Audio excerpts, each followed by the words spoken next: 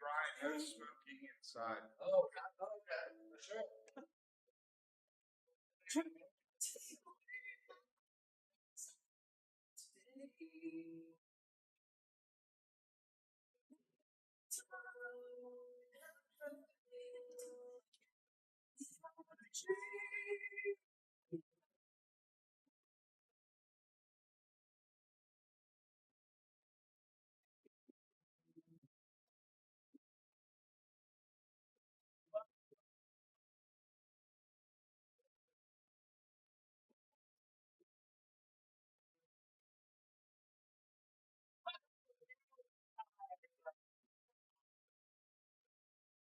Open mind for you to see an idiot in a suit drinking a coconut.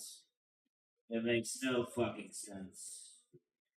Your first time here, it's the room's hot. It's called the room's hot because the room gets so hot.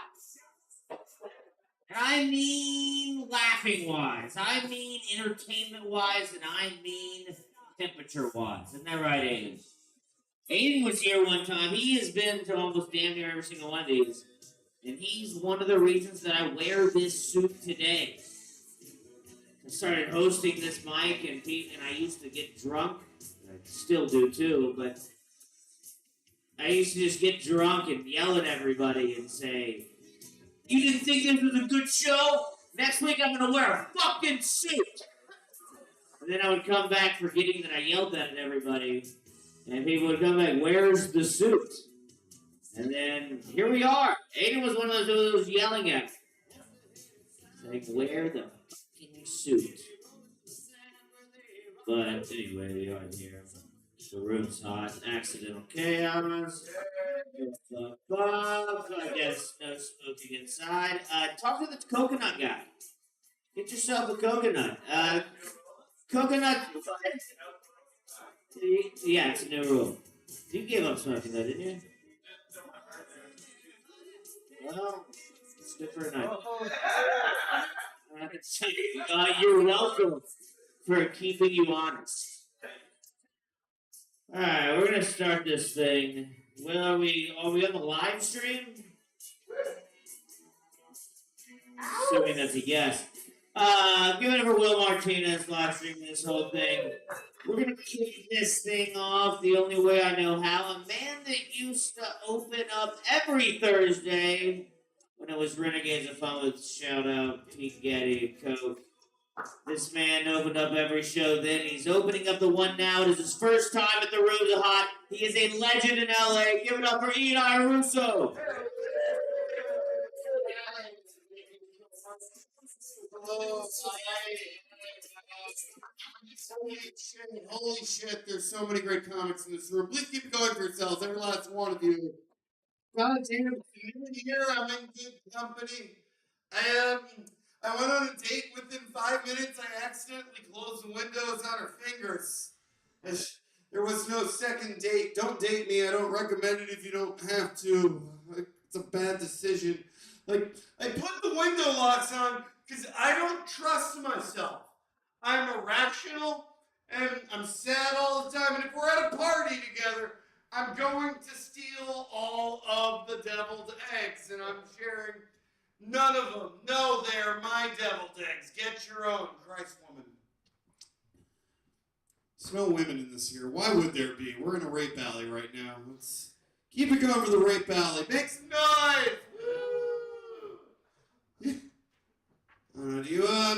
Do you think anybody got raped in the Twin Towers on 9/11? Like it happened to be 9/11? Like, oh no! Stop raping me! How could this day get any worse?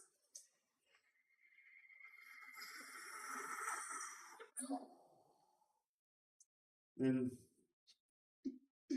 an hour later, 911, what's your emergency? I'm on the 93rd floor and I'm being raped!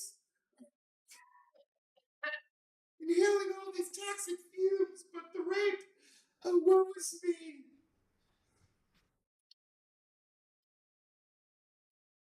Take that one all the way to Rita.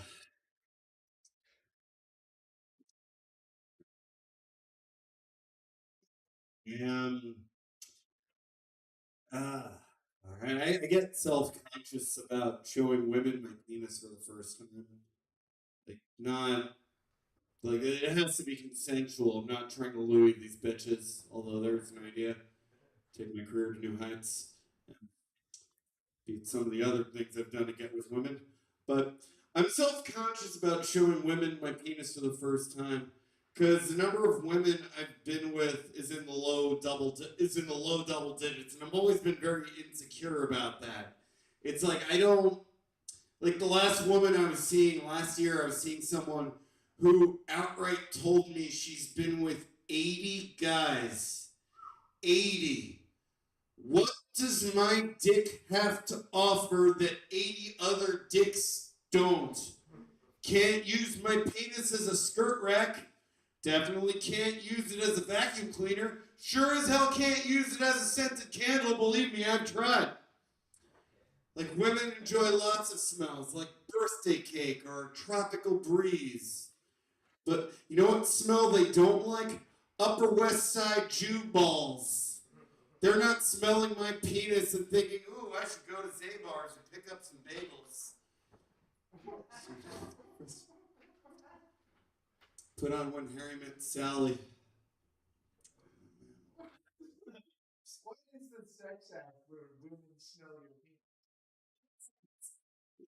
Trust me, it works. I just gotta make sure my penis is. Like, dude, if a woman is going down on me, she's probably smelling my balls, unless I haven't really appreciated or at the top of the World Trade Center. Hey, I don't condone.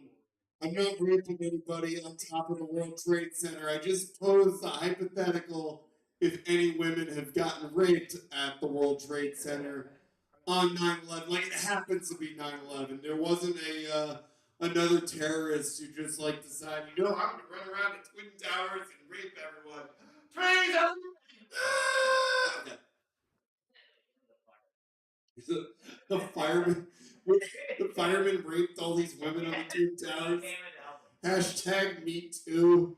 And we stopped looking at the firefighters as heroes. We abuse their powers.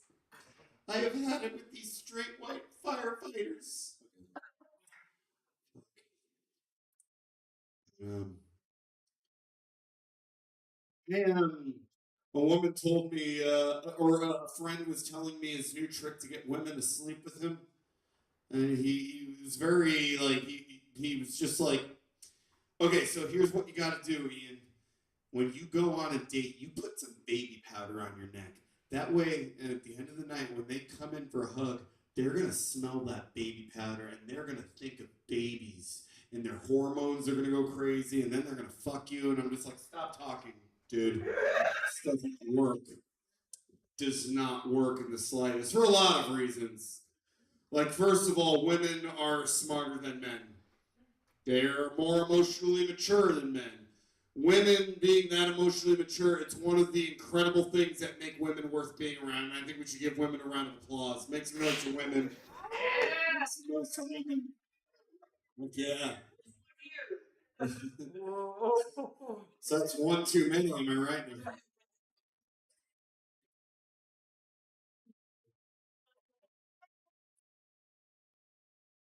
Really, it's the only thing that makes women worth being around. They've been quite annoying the last couple of years. No offense, ladies, but there's some.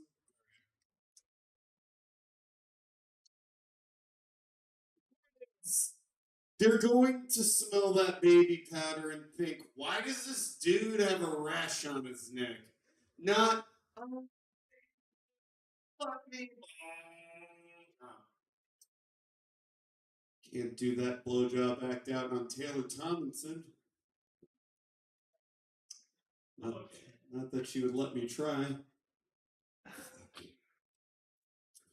don't know, man. I need a black wife. What? Oh, black women are amazing. Dude, black women are subject to racism. Like, black women are subject to racism and misogyny, and they are still cool as shit. Can't say the same about white women right now. No offense, lady, but there's some truth to that. Some of you bitches have been pretty annoying. But, dude, I would benefit from a lovable black woman. No one's denying that. A huge part about dating, yay, a huge part about love. Love is recognizing each other's flaws and challenging each other to grow. I think and say stupid shit like it was my job. I need someone to call me out whenever I act up. Someone who's strong, someone who's confident, someone to just be like, oh, yes, no! That's my sitcom pitch. I have a theme song and everything. You got Russo and his black wife! Coming to NBC. Coming to NBC this fall. Will you marry me? Wanda Sykes. Yeah, we're on board now.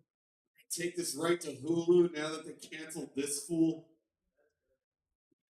Dude, I have this mapped out. I have treatment and everything. It's basically the life I have now, except I'm married to Wanda Sykes. Just a beautiful black woman who is not a lesbian.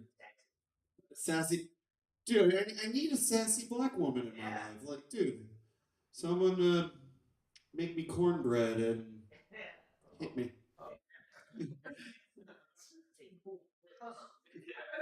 and clean my No, my socks. No, this is not a race thing. No. Live in the shed. No, I'm not a plantation owner. Okay, I'm not a plantation owner in this sitcom. I am a failing comedian. Is it? Yeah, if I detect a little trade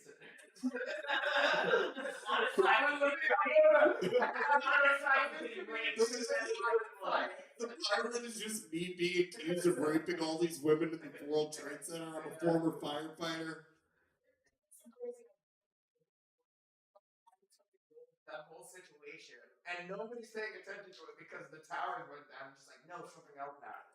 Dude, the way I see it, The courtroom situation would be weird. it's crazy, right? if you it would be tough to sell. It'd be an all-month jury. If you're raping someone above the impact zone on in the World Trade Center on the morning of September 11th, let's say you do it. Like, in all honesty, you're gonna die anyways. Both of you are getting put out of your misery. There are more cases on it. I get Like, I am avidly against rape. I want you guys to know that. But if I was a financial advisor in the Twin Towers on the morning of 9/11 and my floor is just filled with flames and smoke, yes, I would be raping everyone. And, all right. We come to these things to take chances. And I'm doing absolutely none of this ever again, because, no, it wasn't. You're just. Your origin could be your mom was the one that got raped and then But I'm way older than. Dude, I'm oh, hell no! It's me. I'm 9/11. Do you think anybody, like any witnesses to the attacks, were like, they got out of the subway and watched that first plane hit, and they were just like, "Oh my God, it's 9/11." Just somehow they knew. I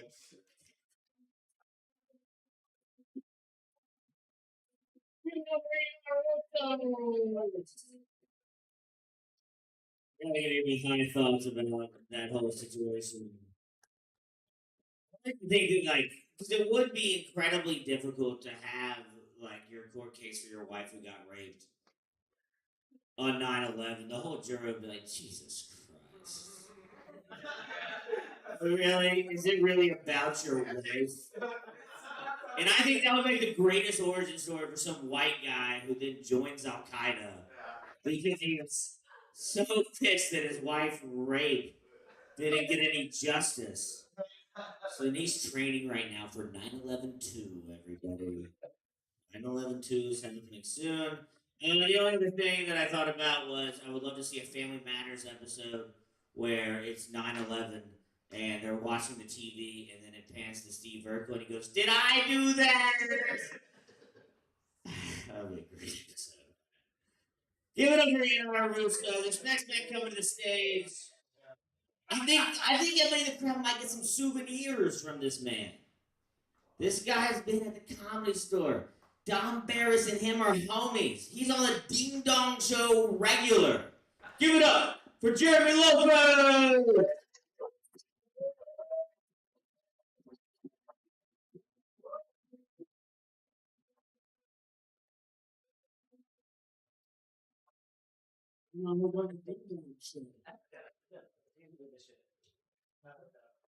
Hey, I'm not on the Ding Dong Show. Is it live?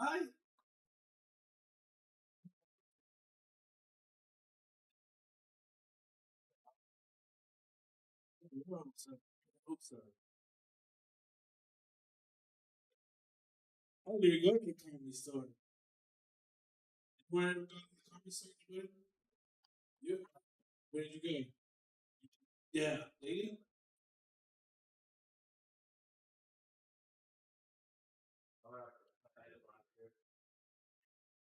What happened? It's just Low key?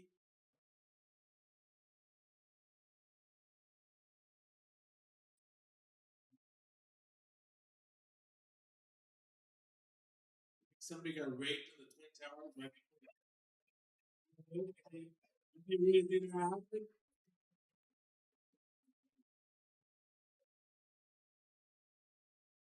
And I don't know if it's safe. Realistically, it's not that scary. It's a little scary, but it's not a rape penalty.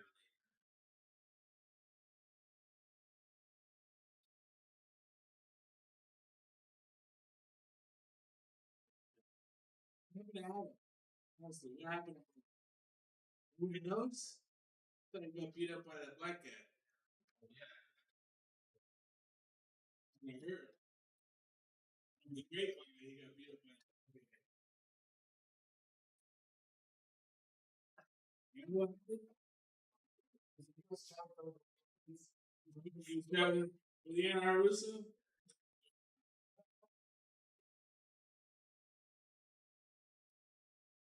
Nope.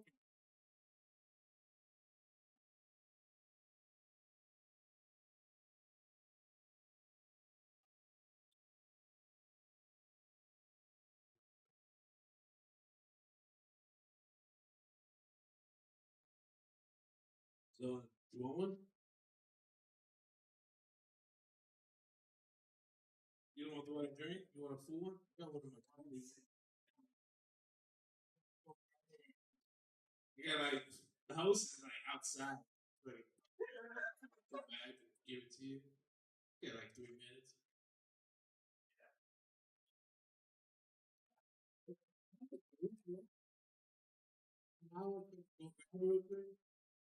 You like Arizona? Yeah. Cool.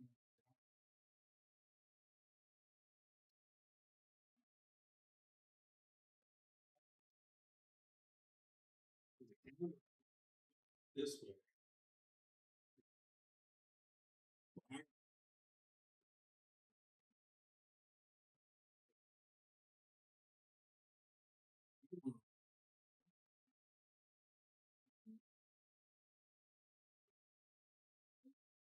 What it is, everybody walked down. Hey, you got the freaking.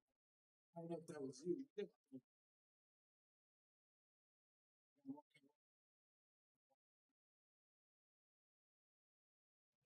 Put my time in lobster. Hey, I got a fucking mask in my backpack. Yeah, she got. You got a mask.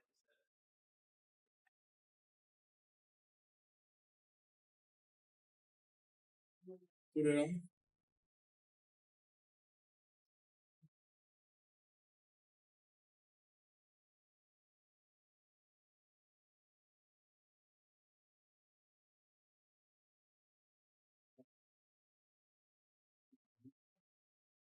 Put on some music, I'll dance with the mask on. Music.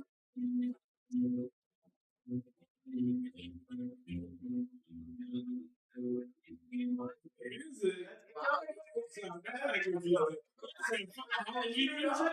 The perfect song. That was The perfect song. The perfect song.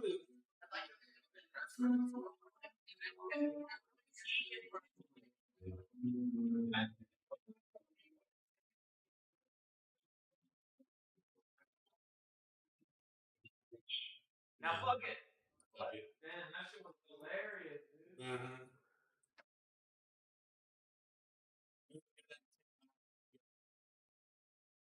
Is it still the retirement show here, or that shit got canceled?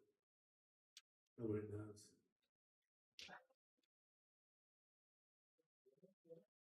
Can I still pick the wall? It's not here.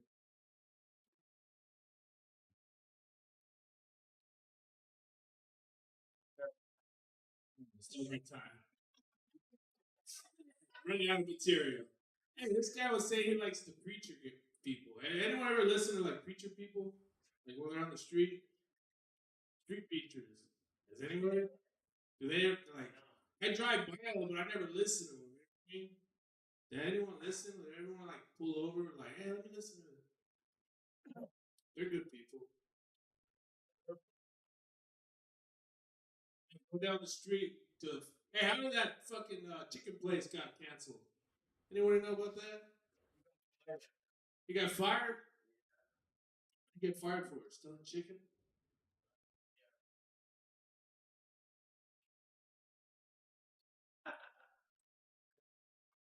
Flavor or protein?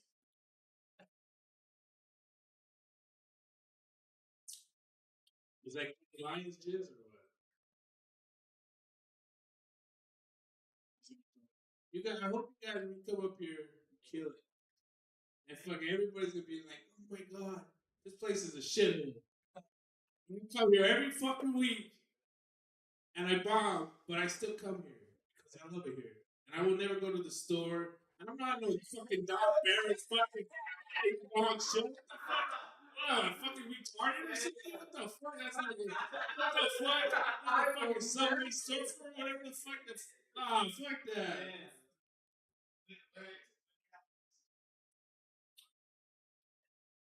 Fuck the store. I'm gonna fucking go to Texas. Everyone's like, what happened to that fucking weird guy? And I'll be like, I'm in Texas. Fucking with Joe Rogan and friends. Alright, peace out.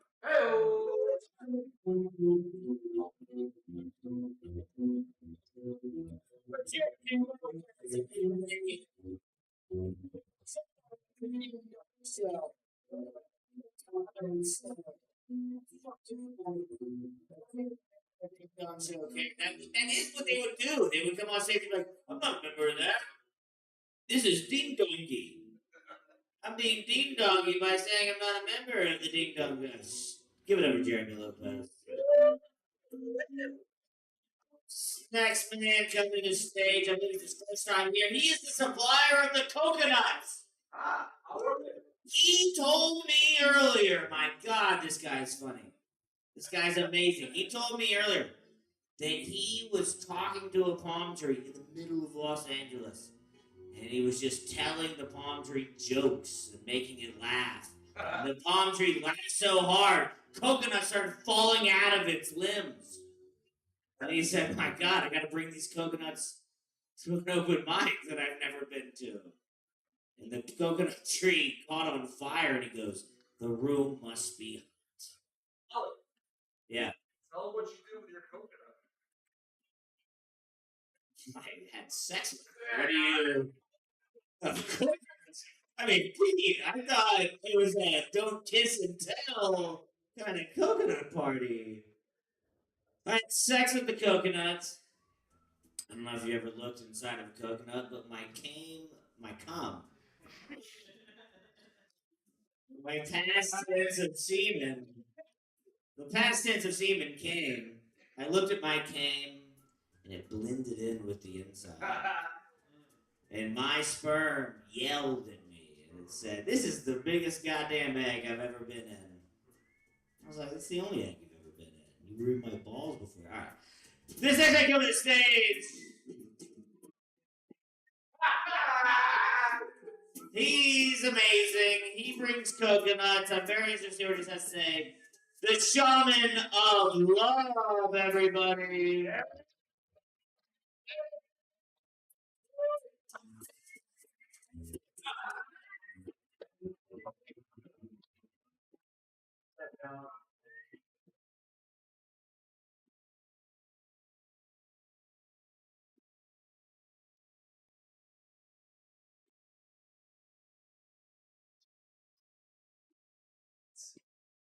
Hey, brother.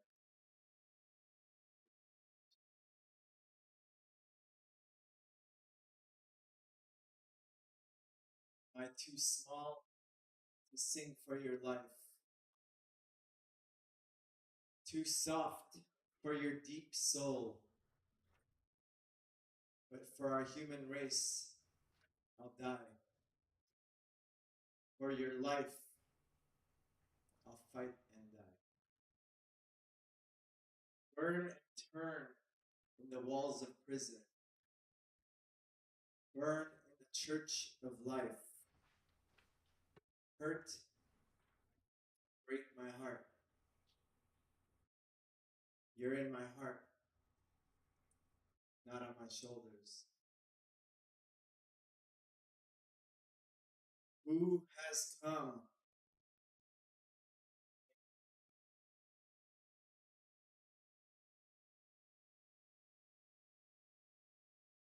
My hate is killing me. No moon I ever desired, no star I ever seeked. Complaints, I have a lot. Every sorrow I have hidden, every faint I laughed off. To what end be death? Not for love. What is life without love? Sweeter than sweet is totem.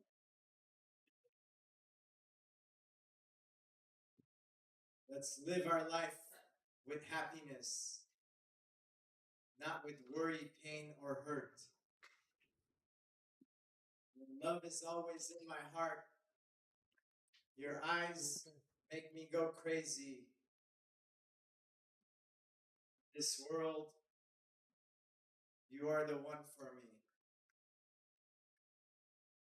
They say love is like a rose. Spring will come and it will bloom again.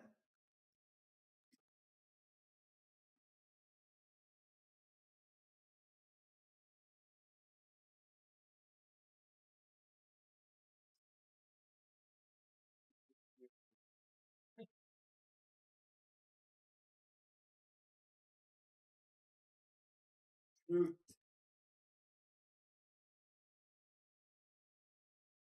comes from the food, the purpose, the power, the light. What was once in our hearts disappeared like the light in our thoughts. Confusion, control, abuse, trauma. Machine, remote, compute, reload. All like it was meant to be. To take our energy far from the fucking tree and our breath far from the key. Cuckooly cuckoo, the rooster sounds. Wake the fuck up. You are more than ma, the sheep sound. You are the vibration Mama Gaia found to make the universe go round and round. Thank you, everybody.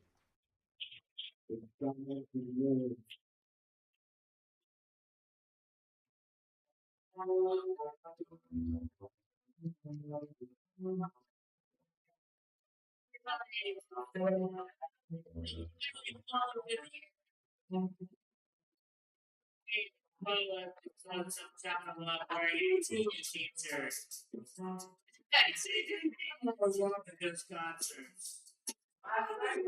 Yeah, they're playing tonight too. Shout out Rick Kim. You remember the Shop of the Love one more time? This next day coming to the States. He's fucking hilarious, dude. You can see him on the Food Network, on PBS. He had an HBO special drop last year. Give it up for Bobby Sparker, everybody!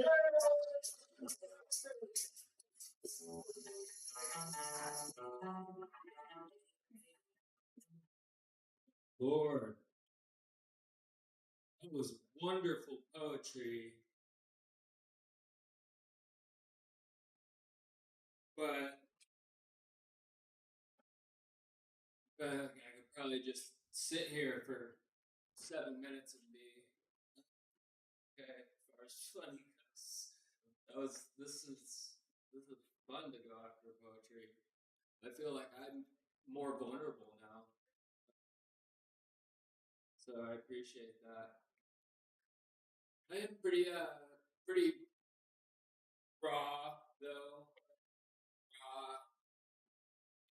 raw talent, like just unencumbered as a comedian by the peripheral stuff, really, like money and like friends, just really focused on my work. It's been really good for me. I'm not a very physically imposing comic. I'm not like tall, or some would say I'm not even average height. I don't have a big dick getting in the way of me doing physical comedy. I'm agile. I feel bad for tall guys with big dicks. So say a prayer for them.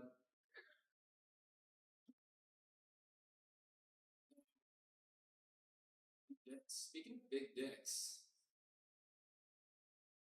when did we, as a society, decide that the eggplant was a good representation for male genitalia? The fucking eggplant? Are you serious? The physics of it. Have you seen a fully mature eggplant? Like, it's just, I've watched a ton of porn. I've watched a healthy amount of porn, okay? A normal amount of porn. And I've never seen a dick that looked close to a mature adult eggplant. That would be scary, I think. Who was the guy that invented this? Was everyone just like was like, oh yeah, my dick looks like that too? I don't know, man. I think someone got pressured into it. I'm trying to date right now, and I'm doing the sexting and stuff, and I have to start with a fucking lie like that, like to show that she sends me a picture of an eggplant, and I'm like, fuck, now I gotta send you a dick pic after that? No way. Just starting off at a bad note.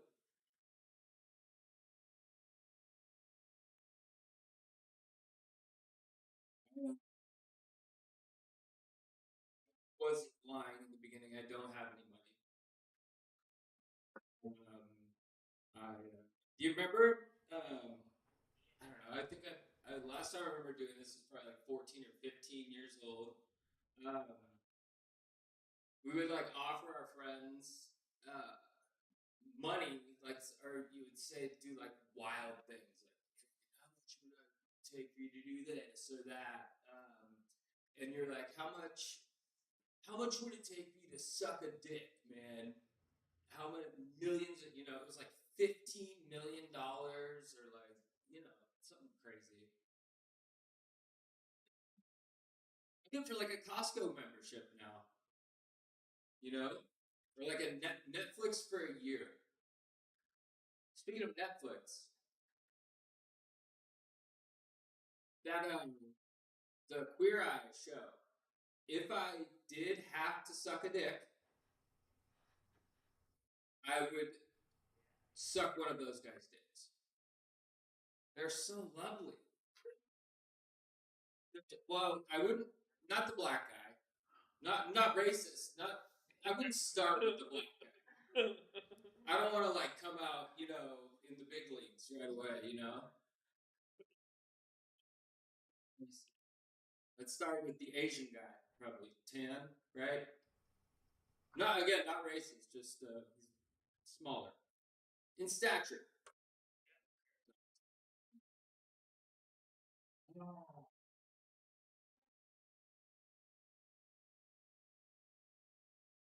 Remember the theme song to Family Matters when our lovely host mentioned Family Matters earlier?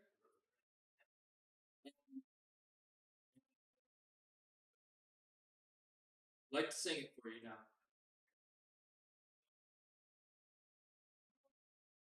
Stand up for this one. If you know it, you can sing along. It's a rare condition this day and age to read any good news on that newspaper page. Love and tradition on the grand design. Some people say it's even harder to find. There we go.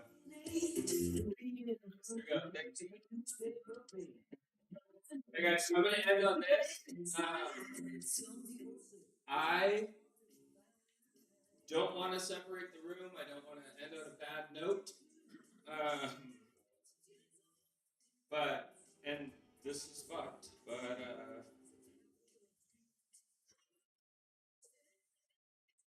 sprinkles are fucking the worst topping on ice cream. The worst. They're nothing. They add nothing. It's all aesthetics. Get like Oreo chunks or like caramel filled shit. If you're still getting sprinkles on ice cream, I'm not with it. Thanks, guys. Oh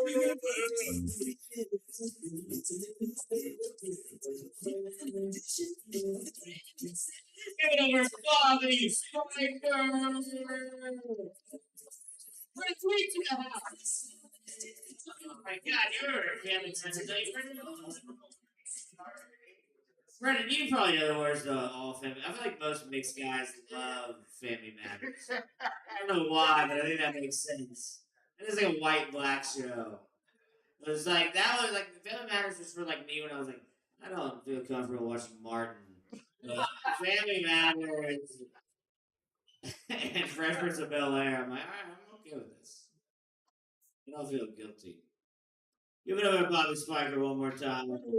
Spence going to come to the stage. He's a legend around LA. He's fucking hilarious. Give it up for Spence Griffith.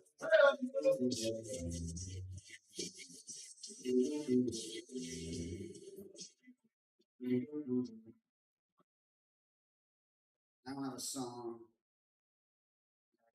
I do know a haiku. You know haikus? 5 syllables, 7 syllables, 5 syllables? Yeah, my favorite one. I am sick of these motherfucking snakes on this motherfucking plane. Count the syllables. I'm deep. You know what a haiku is? I'm moving, so I've been packing, and it makes me realize how much shit I've stolen in my life. It's fucking ridiculous. I'm a terrible person. My new place is next to a psychic. And they got the sign that says psychic. And they're open 24 hours a day. Who's having fucking psychic problems at 3 in the fucking morning? Not to mention, if you show up for a psychic and they're not there, go to another psychic. Seems obvious. There are other signs. Right.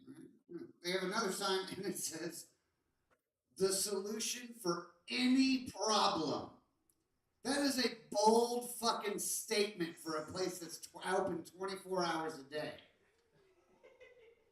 I'm going there to get fucking cups of sugar anytime I fucking want. I'm gonna start bringing like starving children there and go, yeah, solve this, fuckface.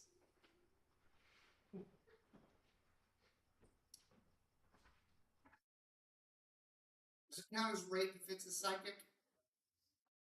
Like they saw it coming. If I stand on the railroad tracks, it's not the train's fault. And that's all my psychic material. Thank you very much. God damn it. Oh yeah. I'm pro-choice. Yeah, but I'm also heavily invested in coat hangers. So I don't know how to feel right now. No, I'm pro-choice. Forced birth is bullshit. But I'm trying to be more positive and look on the bright side. Forced birth is going to make circuses way better. Like, you know what? Every carny was an unwanted child. Freak shows are going to get amazing. Flapperhead babies are going to be a dime a dozen. It's going to be a buyer's market. Buy a large coat, tame home a free wolf boy. Incest babies might make X-Men. You don't fucking know. Anyway, trying to be more positive. Who's forced birth going to help? You know who's going to be really stoked about forced birth? Pedophiles. Yeah, no one's easier to groom than an unwanted child.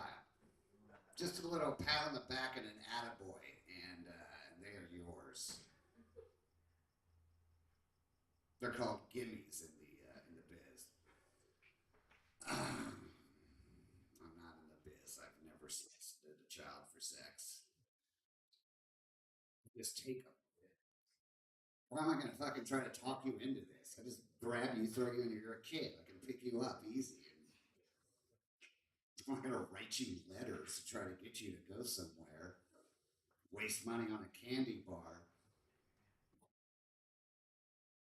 I don't know where that came from, but I love it, and I will say it again now. I know y'all didn't like it, but that's going to go into something. I don't know what. Do you know To Catch a Predator is off the air? Yeah, they got them off. It's done. I fucking love that show. I hate that it got canceled. It was great because it's great to watch losers fucking get their comeuppance, and they're the worst. Watched a lot of them, multiple times. I'm not masturbating to them.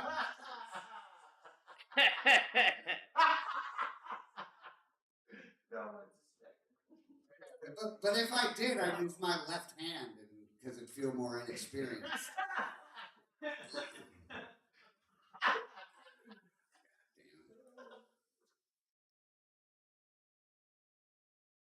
So a guy, he went to jail for fucking a baby. Fucking a baby. Good news, the baby lived. And if you're gonna get fucked, like, it'd be good not to remember it. And now he's in jail. And we also all know he has a tiny dick. Because the baby lived.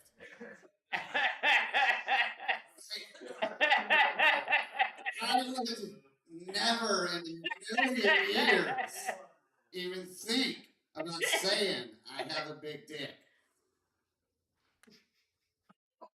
If I fuck a baby, he's gonna die. Someone's gonna get popped. It's physics. Look, I'm not saying I have a big dick. Let's be straight about that. I don't want y'all going out of here and going, Spence keeps talking about how he has a big dick. I'm not saying that.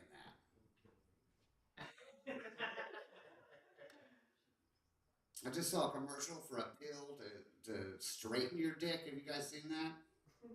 My dick elbow is the only thing interesting about it. Fuck you. Not to mention, you know what? You don't pet a cat like this. You want to get in there. It's funny, this little cliff. Anyway, y'all learn about it.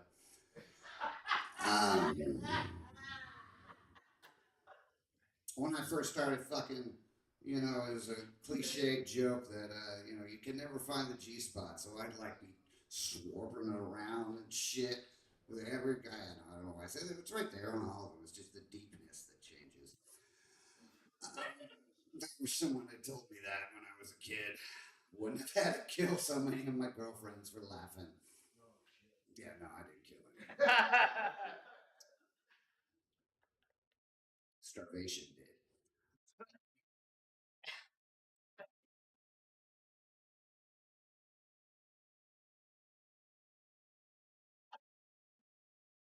How did jogging become a thing?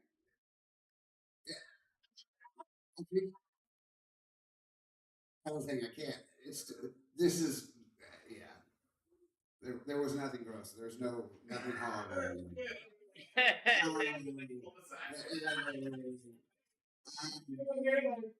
For the record, the psychic bit is clean too. I've been trying to write clean stuff. But yeah, you can't. I should have done jogging earlier. Who figured out parrots can talk? Was that a job at some point? Like somebody had to go around like Polly want a cracker, Polly want a cracker, Polly want a cracker. That was a turtle, and then an ostrich, and then another turtle, but not the same. I'm not good at act-outs, but you get the idea. If it wasn't a job, it was a surprise, which would have been terrifying. Some fucking French guy in the Cambodian Alps. I don't know where the fucking Alps are or parrots live. And look, if your dog started talking, you'd kill your fucking dog. It would be fucking terrible. Why is he not worshipped as a god? He came back to his village with an angel. I made it speak person. He should be president. I weaseled another clean set in there. Yeah. Is that the light? No. Oh, okay. You know. Just trying to. Should be? Oh, okay. Well, fuck you. You are pretty close, but yeah. Give it up for Alec. Yeah. It's crazy. Adam's gone, but the first hour of this place still felt like a Cookfield nightmare. It is wild. His essence stays in the walls. God damn it. Yeah, now give it up for y'all for saving a person. I have a hard time feeling bad for pretty people, though, that need saving. You look like that, you should have been able to get away with doing coke all the time. Y'all have a good night. Thank you.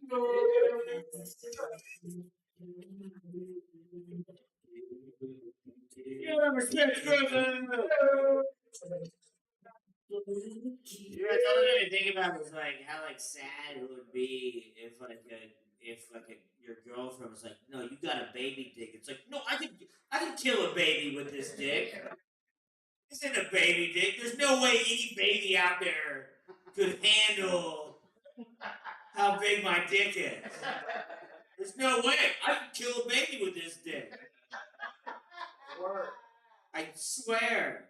Yeah, we'll prove it. We'll make one, and then you can.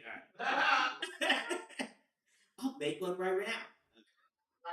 That's how deep in arguments girls are. And then when you would fuck your own baby, they would be like, "See, now you killed our baby."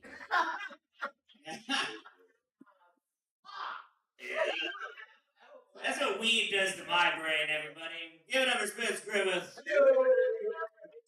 Next guy coming to stage, I'm glad he's here. He's a fucking legend. I don't know if y'all ever watched television before, but this guy is television. Give it up for Brian TV!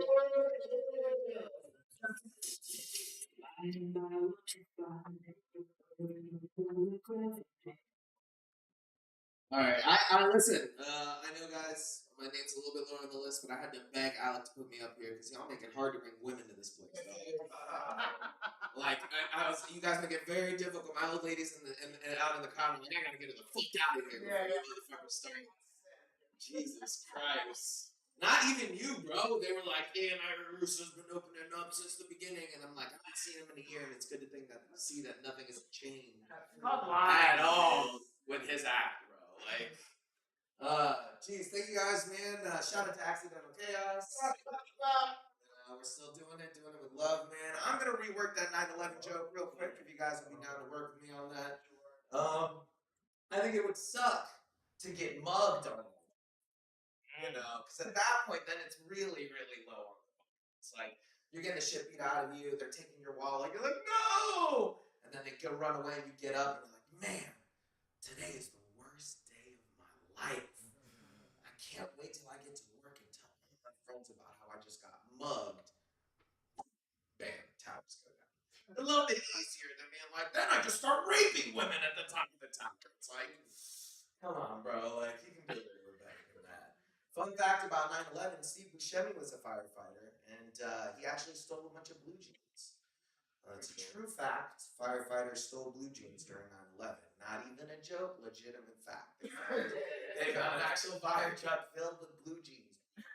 Filled with blue jeans! Which means at one point during all this chaos, somebody thought, you know what? Now's my chance. There's 15,000 units worth of lead-by blue jeans down in the Gap. Let's go get them, boys. And then the towers came down. That's a little tough. Now that's a 9/11 joke, motherfuckers. You guys watch America's Most Wanted? Did you guys ever get raised by your grandparents? You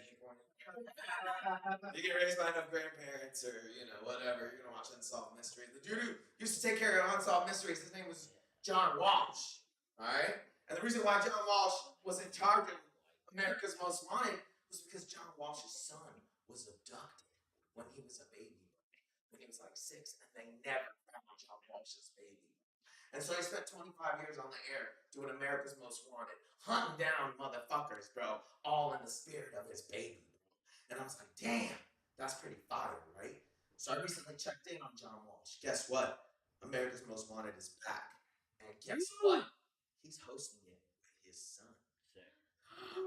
So I turned off the TV and I was like, mystery solved. He found him. He did it. Nah, but it turns out the motherfucker just had another son. Apparently, he just went and had another kid. And then, imagine the audacity, not only that, but the financial situation that other kid had to have been in to be like, yeah, sure, I'll host a show about you hunting for your real favorite son that I replaced. Sure, John Walsh. I'll go, I need the money. I need it a lot, John Walsh. I work at a bar. I'm a bartender, and I work with a lot of white girls. And they're a little too woke for my taste. You know, like the other day I was telling them that I recently found out that the Stevie Wonder's birthday song is a real thing. Stevie Wonder's wrote a birthday song. This one that goes, happy birthday to you. You join it. Happy birthday to you. Happy birthday. Right? Classic, right? I didn't know about it though, just because, you know, look at me. You know, why would I know about that? Right? But I found out about it and I was telling everybody at the thing. One of the girls that I work with, she goes, yeah, everybody knows that. And I said, that's a fucking lie, bitch, because I'm way darker than you and I never knew that.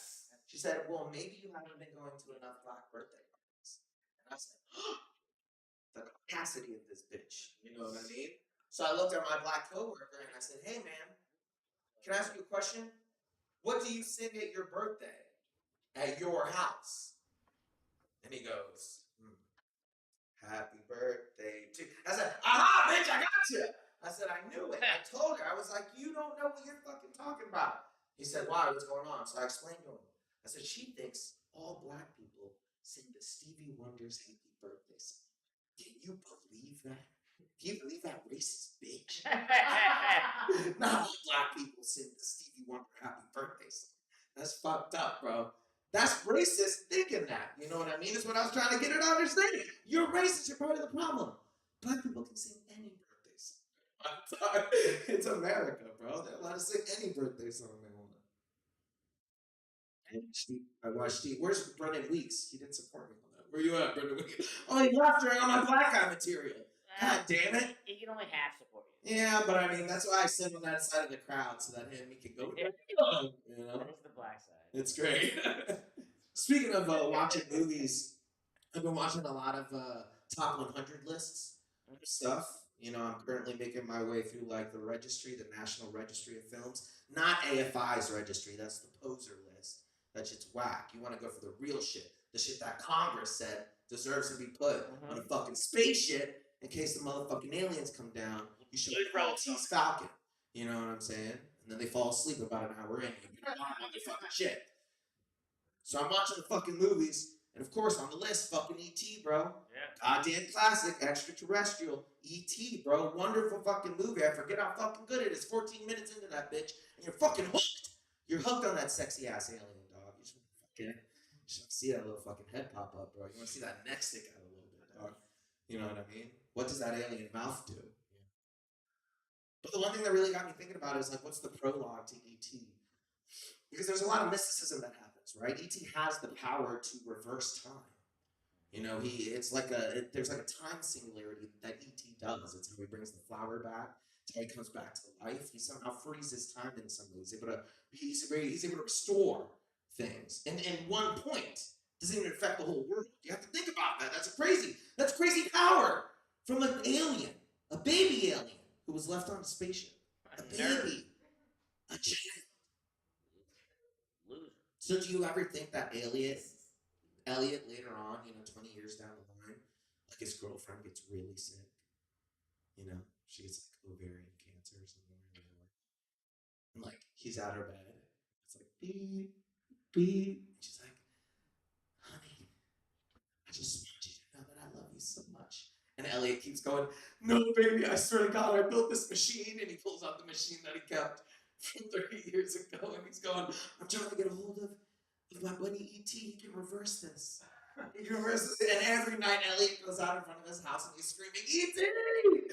E.T. You're supposed to be right here. No, too dark. Fine, and then he rapes some chicks or something. I don't get this fucking room some chicks. You're just blowing things, dude. Yeah, he's just he's at the top of the world trade center, just smashing floors out. That's what you guys like to do. E.T. go Shit, he's fucking E.T. E.T. come back. Reverse time. Fuck the flowers. Cure my wife. I could fix her if I could just get in there, E.T. But I can't get in there. I wish there was the black audience option on Netflix. You know, I wish like in the caption area, in the subtitle area, I could just do black theater audience. You know, so I could just be part of it. You know, I could just be watching Heat. You know, and all of a sudden someone's like, "Get down, Snowman, get down!" In the middle of Heat. You know, I'm watching Shrek, and they're like, "That donkey do know how to love." I'm just in the back eating Fruit Loops. I don't even gotta say nothing. The TV takes care of it all. All right, we're working a little bit. Jews are notorious for being hard on their children. You know, Asians are too. So can you imagine the trouble you would have if your parents were both Asian and Jewish? Yeah, that would be a hard parent to satisfy. Because they would always try to break down like parts of the Old Testament Bible to you. You know, like you would come to your dad with a problem and he'd be like, "Oh, remind me a story. Job. Very, very sad story. Job, good man. Bad situation.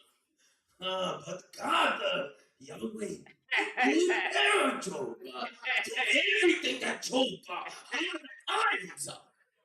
Everything for Job. Says, very much dead. But you think Job give up? Oh, Job, he stick up to faith. And that's what you do. So go get that A plus in physical education. You make all the Jews at the synagogue sad. That's tough. Joe, good dude. At the situation. I'm like, oh no, man. You know what? I'm going to Texas, bro. Enough of this shit, man. But I'm just gonna go hunt pregnant ladies now. I'm not going for cover. There's too much going on over there. But apparently, pregnant ladies have bounties on them. like if you turn in pregnant women, you can get a bounty, like for women who are trying to like have abortions. So I was like, fuck, I'll go down there, give me a couple of women wrestling permits, which I'm sure is what you gotta get in Texas. Give me a cowboy hat and just fucking Chuck Norris with me through Texas dog until I get other shit. Then I'll do 3 minutes there and talk about how I hunted all those women down and how I hope Elliot gets ET one day to come back and fix his voice of ovarian cancer. Thank you guys so much. Let's give you a nice number famous. Thank y'all. Give it up for Brian TV, everybody! I love that idea, Brian. You just have like Black Guy Mystery Science Theater, but we just call it Give It Away Urban Bootleg. Just give away the plot the whole time, and they're urban. It's a bootleg. I don't know if you've ever gotten a bootleg DVD, but that basically is the original Mystery Science Theater in Harlem. Give it up for Brian TV. Next man coming to the stage. He's a legend. He's one of my good friends. He's got a boat. Give it up for Pete Getty.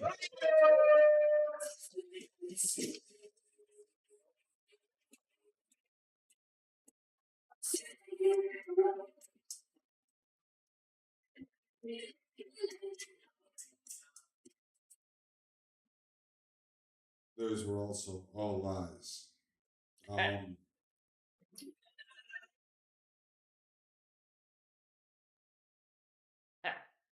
Brian, I think you have a brilliant idea. You're one step short of like unlimited income. You're gonna go down there and rape the shit out of a bunch of women, pregnant them, and then like it's just empty money. All the fun and raping you get to do. It's fucking awesome. Texas, God bless it. I think worse than being raped on 9/11 would be getting raped on 9/12. They're a little busy right now. We did it. Probably don't have phone lines even. Cell phones. Oh, also, there were no fucking planes. Stop spreading that one.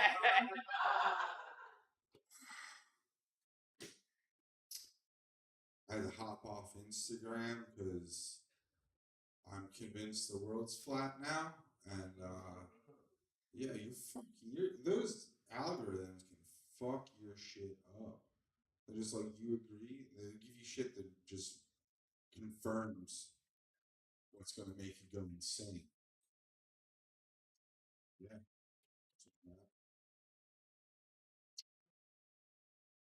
Jokes.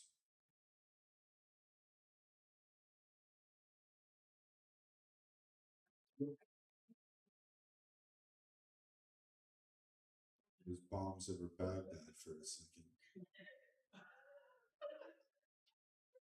Like the Outcast song, not war in the Middle East.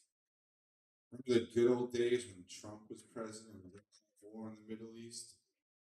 That was awesome. Then he raped people. Likes him. Is grabbing him by the pussy technically rape? Not here to judge. Just like that. Do you think Mexican bodybuilders need steroids? No way.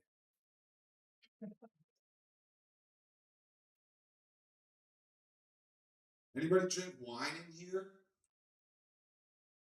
Good. I'll skip that joke. I'll find a room one day to do it. Fucking something. Get it? So then, not even Spence, but Bud Light is like wine, right? Spence. Spence still here? No.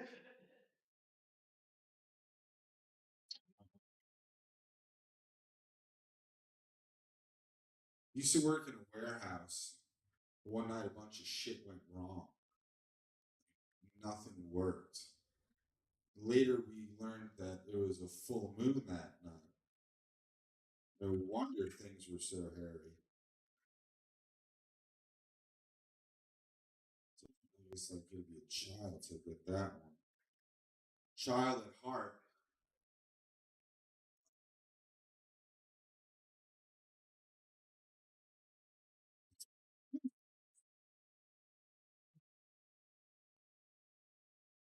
So I'm tired as fuck. I got all cozy when I got that this was going on. So I got oh, here's some fucking terrible news. My muffler fell off on the highway today. At least I think it was the highway. It's gone. So the truck sounds like they're getting the truck. That's what I learned today. Sucks. Oh, it's great.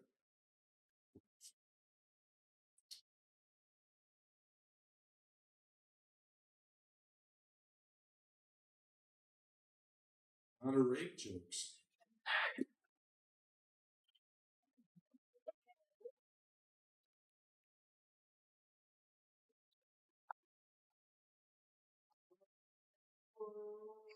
I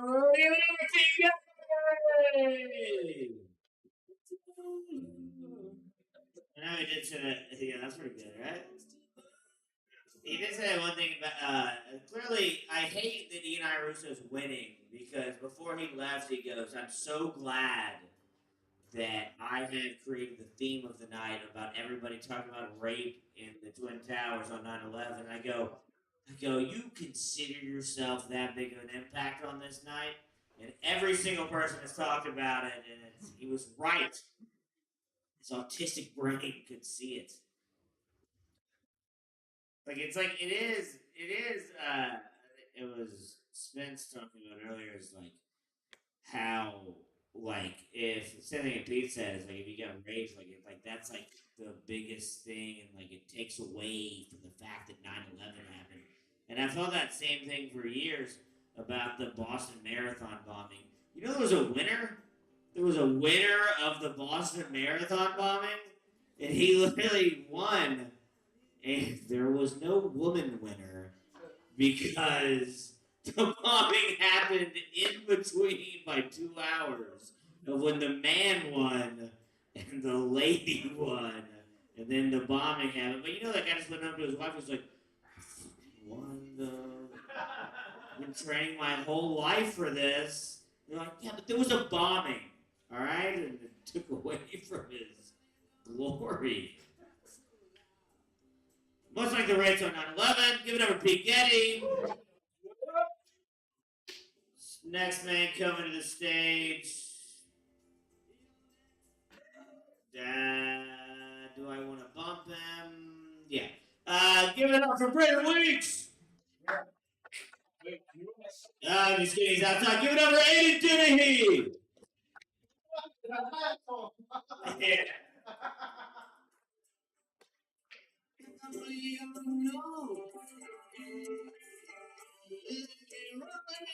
No idea I was gonna be going up. I'm not prepared. Wrote this 6 years ago. Okay.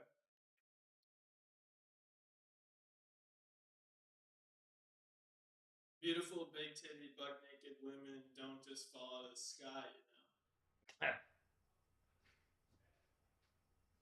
No one's a kind of.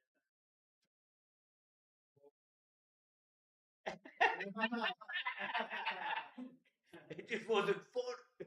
Sorry. All right. I have a little bit of advice for you guys to start off the set. Never get your palm read while you're on the train. It happened to me one time, and it sucks. You know, I got my palm read. The woman, she just took my hands. She started reading. The more I did this, I was like, it's gonna die.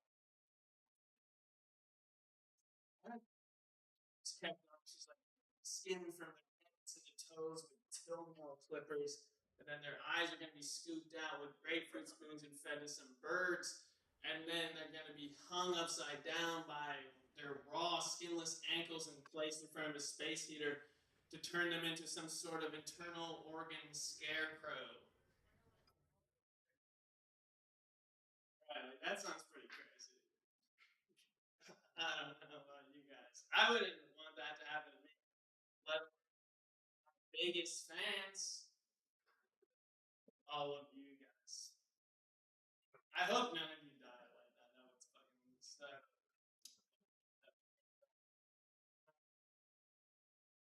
I've been hearing this rumor around town recently that supposedly we're all created in God's image. You guys heard this? Yeah, it sounds pretty made up. So, it sounds like not real. Okay, like the guy that first said it, he had a crazy ego. He must have. I imagine being in that room and being like hearing that guy say that and just being like, this. He thinks he looks like God. You know, everyone just like cheers me. Next morning, I wake up in hell because that guy was none other than the Jesus Christ. God. Like, I'm waking up in the hot pits of hell just because I said this motherfucker looked like his dad. Fucking bullshit, man. Speaking of our Lord and Savior, I've been listening to a lot of Joe Rogan recently. He's been preaching cold plunges and like cold showers. I've been taking cold showers, but not because I value my health, but because my family has a history of dying from incurable diseases. Like 10 years ago, my grandpa just was in a blockbuster and just dropped dead.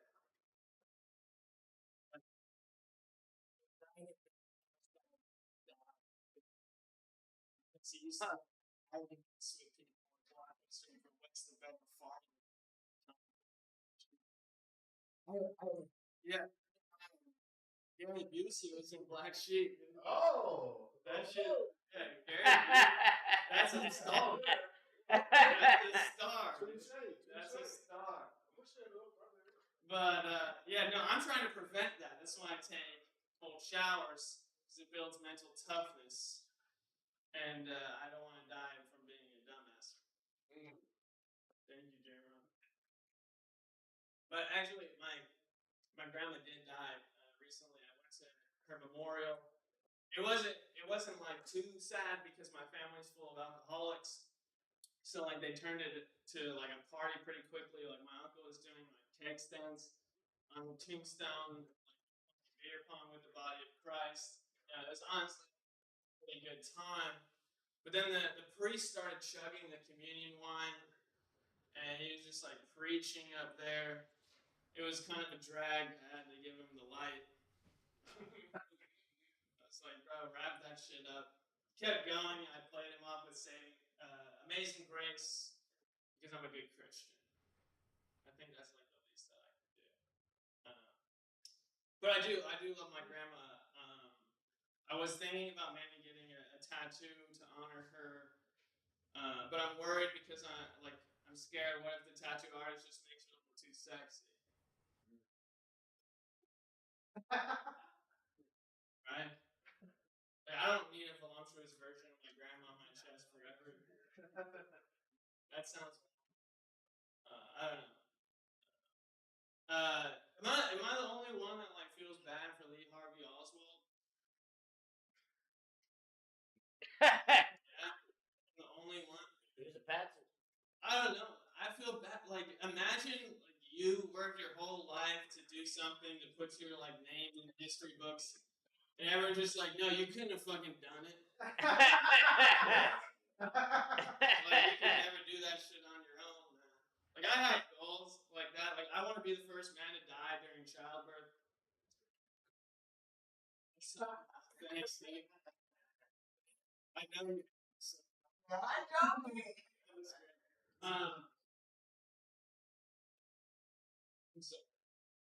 sorry. I shouldn't even have brought attention to you. I'm just hanging up here. Just hanging out, dude. But like, yeah, like imagine I died during my wife's childbirth, and then they're just like, oh, it doesn't fucking count. Like he didn't have the kid. Yeah. Duh. Science, man. You guys heard this term like bagger? You gotta like put a bag on the girl's head. You heard that? Like in order to fuck because they're ugly or something. I feel like Whoa! like you got a bag. You never heard that? Well, I don't know. Butterface. They're all Yeah. beautiful angels. When you're raping them, we're raping tonight. Not I was trying to get away from that a little bit. Alec just talked about how that was the theme of the money. I didn't want to give that guy his flowers for bringing that shit up. Give him flowers. I forgot where I was going with what I was saying. Oh yeah, when I would bag it, you know, I feel like that's a little harsh because some girls just like need sunglasses. You know, like I don't know. A lot of girls look more attractive with sunglasses on. I feel like that's kind of like a thing. Maybe it's just me. My name is Aiden Danahy. I'm gonna end with this joke. I played a lot of basketball in high school, and I was good at shooting 3-pointers. So the team they started calling me Aiden Dana 3, the guy that eats shit and drinks cum.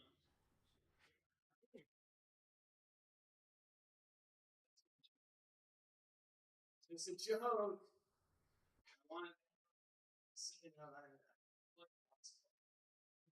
They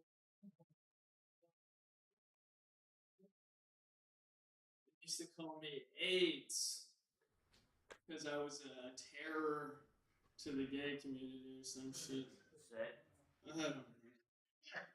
Shut up, Brendan Weeks, man. Thank you, Accidental Chaos.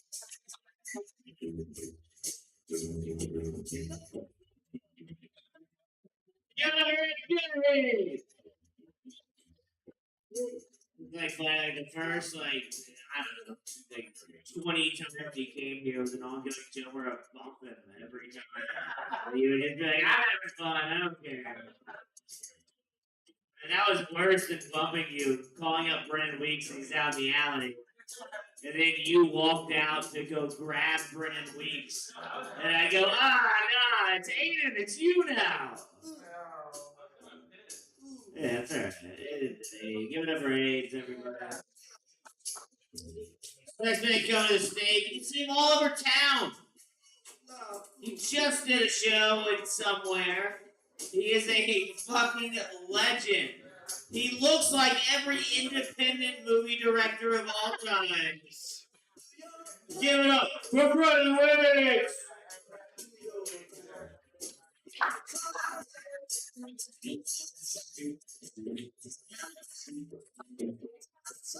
Yeah, Accidental Chaos. Oh shit, I'm wearing the hoodie in honor of Adam. Yeah, you know, I'm down, man. I'm down. I've been here since the opening. I'm not in a lot of the photos, but I've been around. I've been around for a bit here at Accidental Chaos. Ah, boy. Aiden, I don't hate you at all. No, dude. You come here for the long haul. It's the community thing, man. The community thing. Because it's like, there's so many mics that just suck, right? Like, you go. I went to, like, this hoity toity mic up in, like, Hollywood, right? And it's like everybody was booked at, like, UCB. And everybody, and they were doing a lottery 3-minute. Oh. And everybody was just garbage, sissy, Gen Z motherfuckers. You know what I mean? And it's all these people like industry plants. They're all like executive assistants, some faggy director. Talk about it. You know, and I go up there, they're like, dating's hard. I'm not the ass, but you're a faggot. Everybody knows you're a faggot. You just get up there and just say, yeah, bro, that's what you do. All right? Everybody here is hiding their gay shit.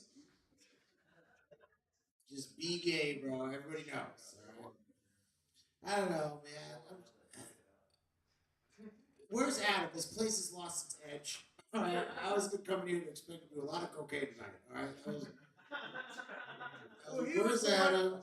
He was the one supplying it. No, I know, and I'd always go halves with him because I'm one of the few people who help pay for the shit around here. Going down. Oh man, I don't know. Adam's doing okay. Who's the last person who texted him? Anybody text him today? 2 hours ago. Okay, good. That was probably specific. That's good. That's fine. I don't know, man.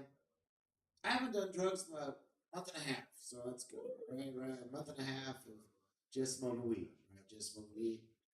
I don't know. I was really into it for a little bit. Selling drugs. That was fun. Selling drugs for the summer. It's my in between job, right? That was my second income was selling drugs, right? And I'm not proud of it in a sense. I'll talk about it in the set, but it's like I'm not gonna bring it up in like job interviews, being like, yeah, no, I diversified my income. You can't bring it up in a job interview. Like, yeah, I was running my own business. I was 1099. I was my own employee, independent contractor, right? Right, and I know what you think. Oh, you're a drug dealer. You must be poisoning the community, right? No, I only sell in gentrified neighborhoods. That's it. I only sell cocaine to white people. A couple of evictions, we'll get those neighborhoods back. You know what I mean? We'll get them soon, right? And I found out that I'm not a great drug dealer at all. I give a lot of shit away for free, right? Especially here. Excellent games. If they were to make a TV show about me, it'd be called Breaking Even. That's really that's about as good a drug dealer as I am. Right? But you go through the travels of being a drug dealer. I ended up hanging out with a lot of these bigger drug dealers. Like I was made for a little bit. I got to sit at the table like one time, and I was talking to this other drug dealer, and I was like, "How do you become a better drug dealer?" He's like, first of all, stop talking about it. And I was like, oh, okay. That's probably the first rule. Is shut the fuck up, stupid. And I was like, how are people going to know about my business? Should I make a flyer? Like, how am I? Gotta cut deals, right? There's man, partying in LA is so ridiculous because a lot of people talk shit about this place, being like, "Oh, Accidental Chaos used to be a coke den, right?" And I find out all these other people do cocaine, but just in, like different places. Everybody just does cocaine in different places. Like, where do you want to do your blow? Is like the decision. Everybody does it. Everybody does it. My favorite place to do blow is in Silver Lake. All right, I'm gonna tell you that right now.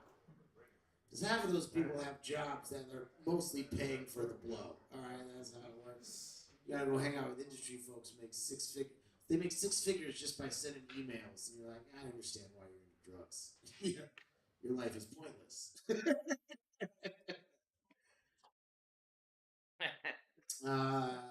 Hanging out with the rich and famous. I'm on the other half sometimes. I hang out over in the hoity-toity shit, right? You have to kind of network and finesse and all this other shit. And I'm getting tired of. I'm getting tired of like Maltese. I'm getting tired of women. All right, I'm getting tired of these bitches. Getting tired of these bitches who think they deserve the world. Okay? At best, they deserve a province. You know what I mean? Like, you're a provincial bitch, right? At best. Yeah, man, getting on dates and seeing ridiculous expectations. You know what I mean? Like, what do you bring to the table? I've heard that before in a date. What do you bring to the table? And it's like, I guess I'm the one who organized this whole thing. Like I asked you out. Why are the table? I'm the responsible for the table. Let's be clear. Um, but I don't know. I'm polyamorous. Polyamorous, which is like cheating with a contract. And that's nice. Cheating with a contract. And girlfriends. One in West Hollywood, one in Hollywood, and then one in Silver Lake. This plan is foolproof. They don't leave their houses. They don't leave their houses. Brilliant. And I don't know, man. I have like a military relationship with my girlfriends. We don't ask, don't tell. Isn't that nice? And I gotta stop living my life as a bit because I got into a dance battle with my girlfriend's husband. All right. I won. All right. Because he's getting served divorce papers. All right. Like, life's a mess. You guys miss your exes? No. See, that's the thing. That's the thing. I do, man. I miss my exes because I save all their nudes. Right? Yeah, save nudes. Save nudes from all. I want to make a yearbook out of my nudes. Just gonna open it up, sit by a campfire, maybe on a holiday or something. Like, Granddad, can you put that away? Like this. And I was hitting this in 2005. Like you point out this. Yeah, fuck it. You ever get those from a chick you're dating? Just let me see your birth canal. Let's see your birth canal, bitch. Isn't that funny? You guys have you lived that life, bro? You get nudes from your chick? I'll be jerking. Listen, I keep all my nudes in external hard drive under my bed. Thank you. Save those nudes.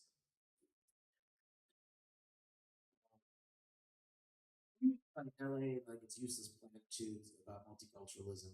Right? Like we see poverty every day. There's homeless people, and I don't think they need a plaque for different diversity initiatives. You know what I mean? Like you don't need to keep making the bronze plaques anymore. Right? All those people are dead. You know. Like, did you know that the 10 freeway is called the Rosa Parks Freeway? No. You know that? Oh, you go westbound, it's right before the Crenshaw exit, right? My question is, didn't she ride the bus? Right? Didn't she ride the bus? Never up here. Wouldn't she be spinning her grave knowing like how many black and Latino people were displaced in the construction of said freeway? Tried to ride it. It's weird. Like, what were they gonna make next? Like the Cesar Chavez bike lane, you know? Like, how ridiculous. Peace.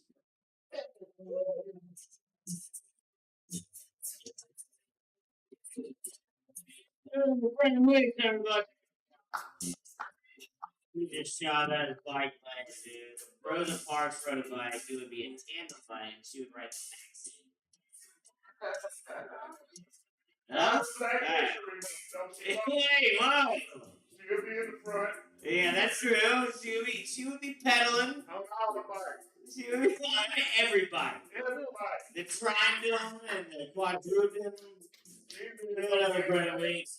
Province full of bitches, dude. That rules, dude. It's like, you ever got a Province bitch?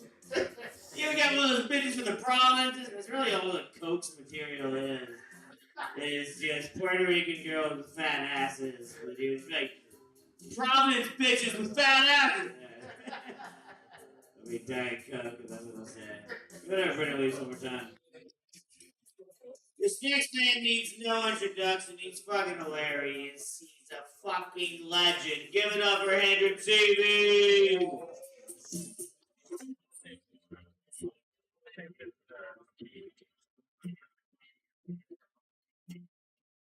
You know, Rosa Parks was, she wasn't just like an old lady who got kicked out. She was an activist who had been actively trying to do that several times. I think she said she had ridden 12 other buses before she finally got arrested. Which means she was sitting up front at other buses going, fucking do something about it. Yeah! And then when they didn't, she was like, you fucking white cuck bitch. And she got off the bus. She's like, all right, next bus. I gotta try again.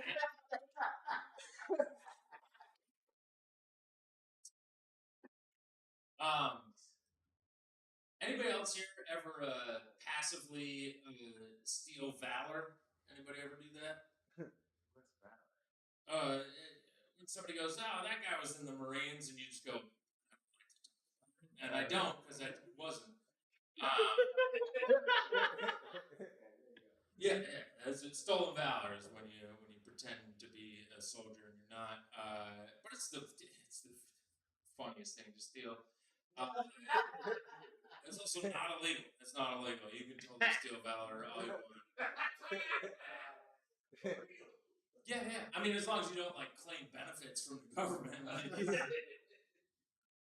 But also, if you do, they might prosecute you, and one of their options might be serve in the military. You get that valor anyway. That's a weird thing that they give free college to people who've served, because they're like, "Hey, you want to go to school for free?" And they're like, "Totally." And they're like, "All right, go get a body count, and we'll let you know what we can do for you." Something I don't like about veterans is they do.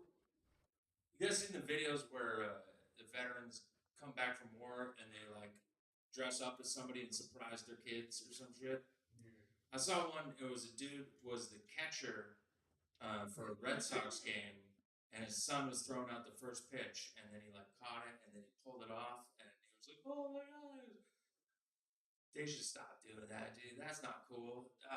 Because a few things. One, that means instead of going home straight from war and seeing your family, you went and met the Red Sox and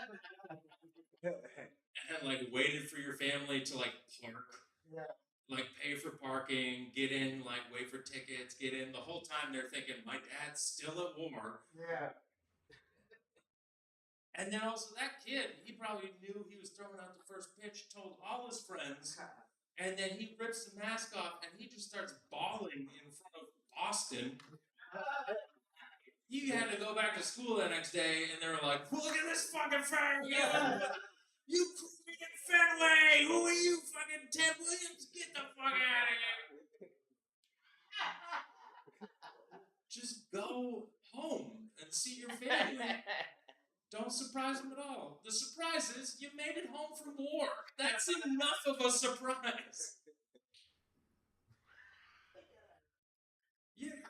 And also, you're just delaying the time when it takes you to find out your wife cheated on you, dude. Your wife slept with, like, you're coming home 9 months away and your wife's 8 months pregnant. You know what I mean?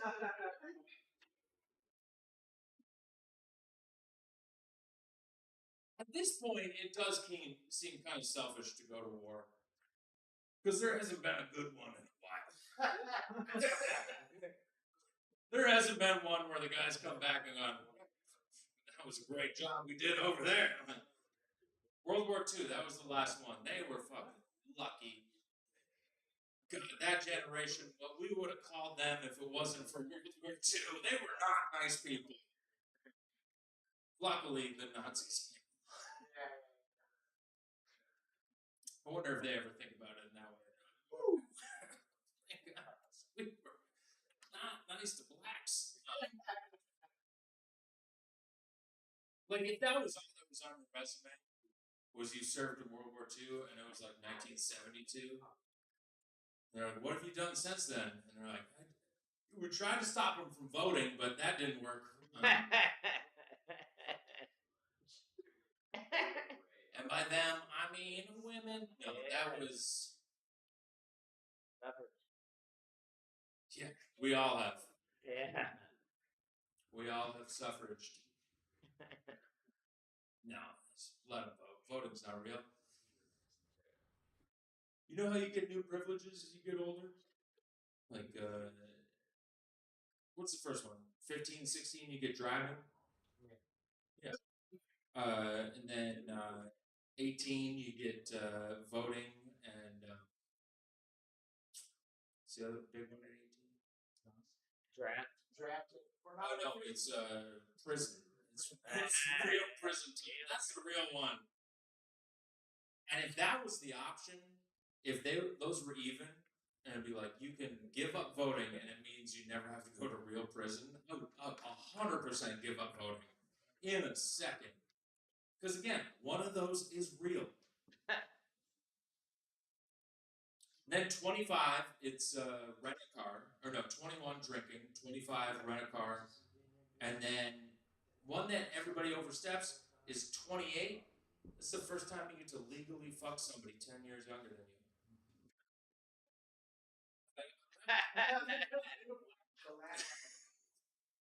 Up until then, it is illegal. See, because think about it. If you're 18, That you can't fuck a 10-year-old. That's Jesus Christ. 8-year-old. Even worse. Who knew that?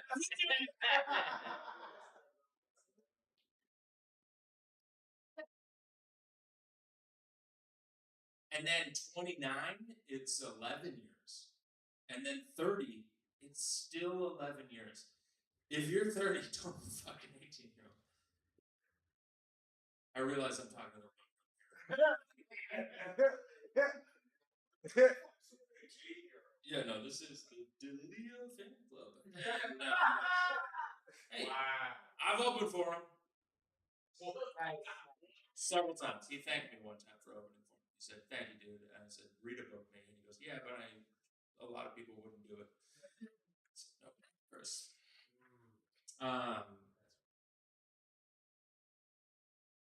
It's weird that there are underage laws and there aren't overage laws. Yeah, them too. And there's laws against fucking mutants. No, like you know, you can't fuck somebody under 18 in most states except for like good ones. But like 100-year-old can fuck an 18-year-old. That seems like too big of a gap too. Everybody's okay with that? 100-year-old fucking an 18-year-old? The wisdom they have on them makes them so much more vulnerable than me trying to fuck a 6-year-old. What? Yeah. 100-year-old, they're like Yoda to an 8-year-old or 18-year-old. They can just walk up to him and be like, I have $12 billion. And they can't see anything else at that point. They're blinded. I think if you hit 100, I think let's make that the overage law. If you hit 100, you can't fuck anybody else under 100. And in fact, and that's why I think we should make it mandatory. When you hit 100, you have to start fucking another 100-year-old. Mandatory fucking. Pick out another one and start fucking. Just for science. Just to see what happens. 2, maybe that's how you get a Benjamin Button baby. We don't know. 200-year-olds bang. Because we all think like you go into menopause, you can't have babies. What if you get out of menopause? What if it comes back? And if not, I mean, I guarantee most of them it would just be self-implosion. They just all die. What do you think? 200-year-olds fuck? What do you think the life expectancy is of either of them in 12 seconds? Yeah, exactly.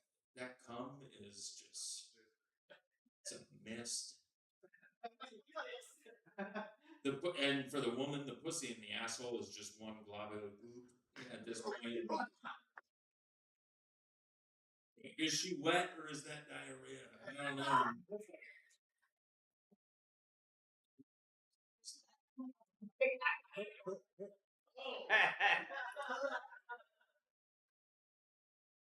My wife is 41, and I'm just honestly thinking about my next wife. Okay, thank you.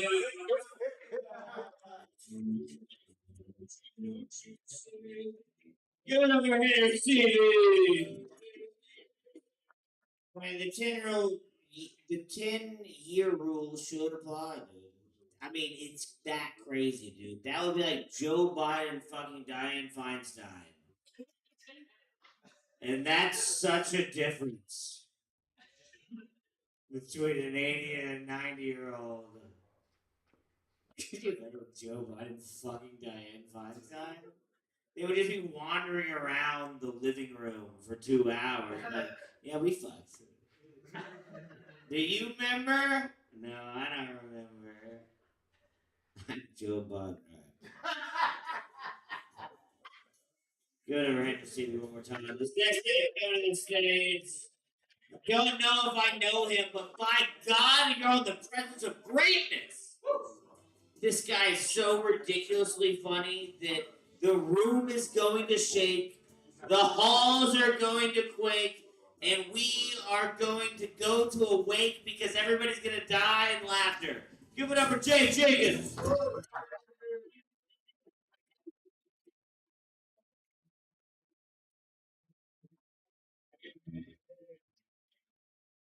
How we doing tonight? We doing all right? You guys seen that that Michigan school shooter is on trial right now? It's a tragedy. And I saw that his mom went testified, and she said that she wishes that her son had just killed her instead of all those kids, which is just like classic famous kid parent. Like make it all about you, you know. She's basically Tiger Woods' dad. Only Tiger Woods' dad would have nipped that school shooter shit right in the bud, you know? Like, you're not skinning another squirrel or torturing another cat till we get that fucking backstroke figured out, right? Earl Woods. Let's see. I wish people told me I wouldn't be shit a little bit more when I was in school. A little more going on. It's my birthday tonight. Thank you, man. So I'm doing pretty good. Has anybody ever been petting a cat and then they kind of nuzzle up next to you and they're feeling good and you accidentally get a boner? That never happened to me. Let's see. Let's see. You guys been seeing that measles has been making a comeback lately? It's like everything that was popping like a few years ago is circling back around. It's like that guy with the mullet trying to show you a shitty vinyl collection, Measles. He's like, "Oh, you got COVID? It's cool." I was out with this guy a little while ago. He hasn't been with me in a while, and he was looking at the girl, and he's like, "You know what, man? I'm due." It's kind of like a weird thing to say. Like, it's like, what are you, an essay? What? It's like an expiration on that, Or like, I was thinking about that word. And it's like when like say some guy's playing baseball and he's in a slump, like, come on, man, you're due. Or like, what else? Oh yeah, like I always like the phrase like, hey man, you came in here, you paid your dues. I used to think it was you paid your dues. Anyway, let's see. It's my birthday. Uh, let's see. I had this job back in the day where I just walk around, talk about COVID and vaccines, and just give people information and all of that. And they were in neighborhoods that weren't mine. And people were like, "Hey Jay, you're not a little nervous walking around? You're all by yourself out here all day." And I'm like, "No, man. Everybody's been super, super cool." Most of the time, they were like, "Jay, you were walking around. We thought you were looking for drugs or dick, which is the strongest drug of all, right?" We all know when they're crazy for the dick. I remember this one guy I was talking to, and I just kind of walked up to him at a bus station. Hey, man, gave him the spiel, and he stood up and he shook my hand. And as he held my hand in his, he's like, Jay, I killed a man in '02. I just got out a couple days ago. I was up in Attica, and I didn't mean to. I just shot him dead. And I was like, word. What do you do in that situation? I was like, I just, got him a vaccine, gave him a little money, gave him a little dick, sent him on his way. Yeah. It's my birthday. Let's see. What else did we get? Measles? No, I did that one. Boner cat. I thought that one would fucking. Oh, I got this. The first time I ever went up here. Give it up if you use washcloths. You use washcloths? Yeah. Give it up if you wash your ass with your hands. Cool. Okay, everybody's clean. Well, I wash my ass with my hands sometimes. Yeah. I remember, sir, I think it might have been you. And you were like, you asked the question, what's the deal with white people not using washcloths? And I think my theory is white people don't like using washcloths is because white people like to get shit under their fingernails. And that's why we're always biting our nails. It's gonna get the shit out. Thank you guys. I've had a great birthday. Thank you very much. Take care. Have a great one, all right?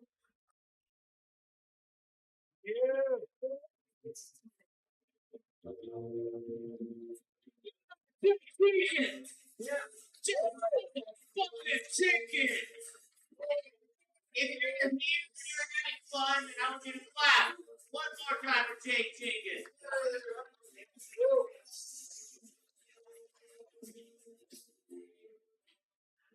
This retard, dude. Give it up for this retard one more time!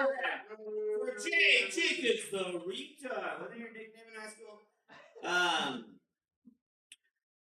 Next man coming to the stage. My God. I work with this man. And I get told every day, they say, this guy's got a cranky attitude. And he told me, he goes, I'm gonna have a fucking pissed off attitude. I go, you're not even a pissed off attitude. Never said that. And he goes, because there's one bitch at our work. She's like a 65-year-old lady. And she calls him Lil Sheffy. And I didn't realize how thin-skinned Mikey was until he goes, holy fuck, dude. This fucking whore of a drug addict is calling me Lil Sheffy, and it hurts me. So then for Christmas this year, I got Mikey an apron with a monogram on it that just says Lil Chef. And it says made with love. And Mikey threw it away the first time to him. What a dick, right? What a dick.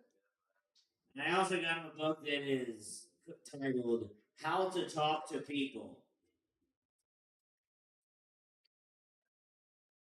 Definitely didn't read that. Give it up for Little Sheffy! Michael Silver!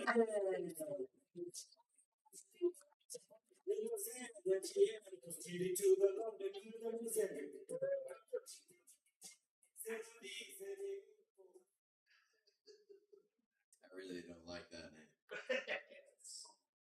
I don't know, like it's like and a kid. It's weird, man. Like I've always been stabbed in a kitchen. Like it's a very hostile environment. You know what I mean? And this is a rehab, so it's like very different. Like I'll give you an example of this. It's like in restaurants, there's like a waiter or like like a server that's like the in between from customers to the people in the back of the house. It's called back of the house for a reason because you don't want to see them. They're gonna say stupid shit to you. Like one time I had someone like, hey, I want an avocado that's not green. So if they said that to me, I'd be like, you should kill yourself because that is the only reasonable response for that kind of stupidity. But what I say to the server is, or what the server says to them is the chef is unable to do that. It's reasonable. It's like, oh, okay, that sounds good. But at a rehab, the patients are allowed to come directly up to me and do their complaints. And recently, I made a dish, and they're like, "Oh man, I don't like chicken." I'm like, "Oh, that's actually duck." They're like, "Oh, well, I don't like rice." I'm like, "Oh, well, that's actually truffle risotto at the bottom." They're like, "Well, you know what, man? I guess I just don't like your food." And I'm like, "Aren't you here for heroin?" You know what I mean? Like, it's just like, what? I just don't get that. Like, it's like, at what point do you decide to be picky? It doesn't make sense to me. I don't know, like working in a rehab is weird because like this rehab, I don't know, like I guess like new age kind of like treatment centers and stuff. Like it's like you gotta have a media presence realistically for any business you open up. So it's like rehabs, for example, or treatment centers are kind of jumping on that. But my rehab, they have like merch. So like initially when you check in, they give you like a shirt, you know what I mean, a couple shirts and stuff, just to like wear around the house. And then after a couple weeks, they give you more merch. And then after you leave, they give you even more merch. And it's like, I wonder what is like their thought process on that. Because like, again, most rehabs are run by former addicts. So a lot of ideas are being thrown around. So there has to be someone who's just like siphoning through them. Like one dude's like, hey man, we should give them all golf carts and let them drive around. He's like, that's not good. And another dude's like, hey man, why don't we give them all shirts? And he's like, all right, well that is the middle ground right there. Let's get them shirts. But like, what's the mindset behind it? Like initially, you get into the rehab, you get the shirt, you're like, yeah, you're feeling good about yourself because you're in rehab. You know what I mean? You're seeking help. And after a week, you're feeling down. You know what I mean? You're like, fuck, I would really like some heroin right now. But then you get another shirt, and you're like, whew, I really want that sweatshirt. Let's wait another week. You know what I mean? Like, and then you get out of the rehab. You know what I mean? Like, you're just like, fuck, I'm gonna use. Relapse. Then you look down, you see your legacy sweatpants, and you're like, not today. I don't know. The process I thought would be, I wanted that to be funnier, and then it just wasn't. So here we are. Try to warn you. Yep. I felt like it was a funny. It's a good. I feel like it's a funny one. My mind. Fuck you, Alec. Fucking dick. Recently, I was driving with a buddy of mine, and we got pulled over. And that was weird because you always get nervous when you get pulled over. And he's black, so like it was even more like nerve wracking. Because like the officer, the fucking like, I was like, whoa, this is a dickie. Because like he went to his window. He's like, hey, yo, what's going on here? And I'm just like, hey, man, what the hell? That's racist, man. I'm the one who stole the car. You know what I mean? Did you fucking get it?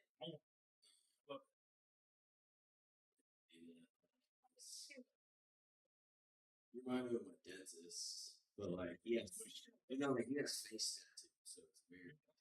Yeah, it's like I remember like initially when I was getting like he was working on my teeth the last time. Like I didn't know if he was gonna bang me or not. I feel like it's like a new age thing because it's like I feel like a lot of professions now. It's like it's okay to have tattoos. It's okay to have tattoos because like they don't want to discriminate in any way. And now like face tattoos is discriminating. If you're like, hey, yeah, maybe you shouldn't work here, like Goldstone, for example. Like if you have an 18 on your face, you shouldn't work there. I feel like it's just. Talking about ice cream now, bro. Right? Oh, fuck. Fucking follow, bro. Right. That was aggressive. I didn't mean it. I didn't mean it. I'm not an aggressive guy. I'm not an aggressive guy. No, I'm not an aggressive guy. I mean, I'm not. But like, I keep it to myself. I don't lash out. I don't hit people. You know what I mean? Like, if I hit people every time I wanted to, like, I would not. Come on. I haven't hit someone in a while. I hit someone a good amount of time. How many times have you wanted to, though? Ooh. Constantly. That is a constant thought. Am I the only one who's just like, man, I would love to punch that guy in the face? Isn't that? No? J-Ro, thank you. Oh, I thought you were saying you're the only. I was like, dick, dog. You know what I mean? Like, it's an act. Fuck you guys.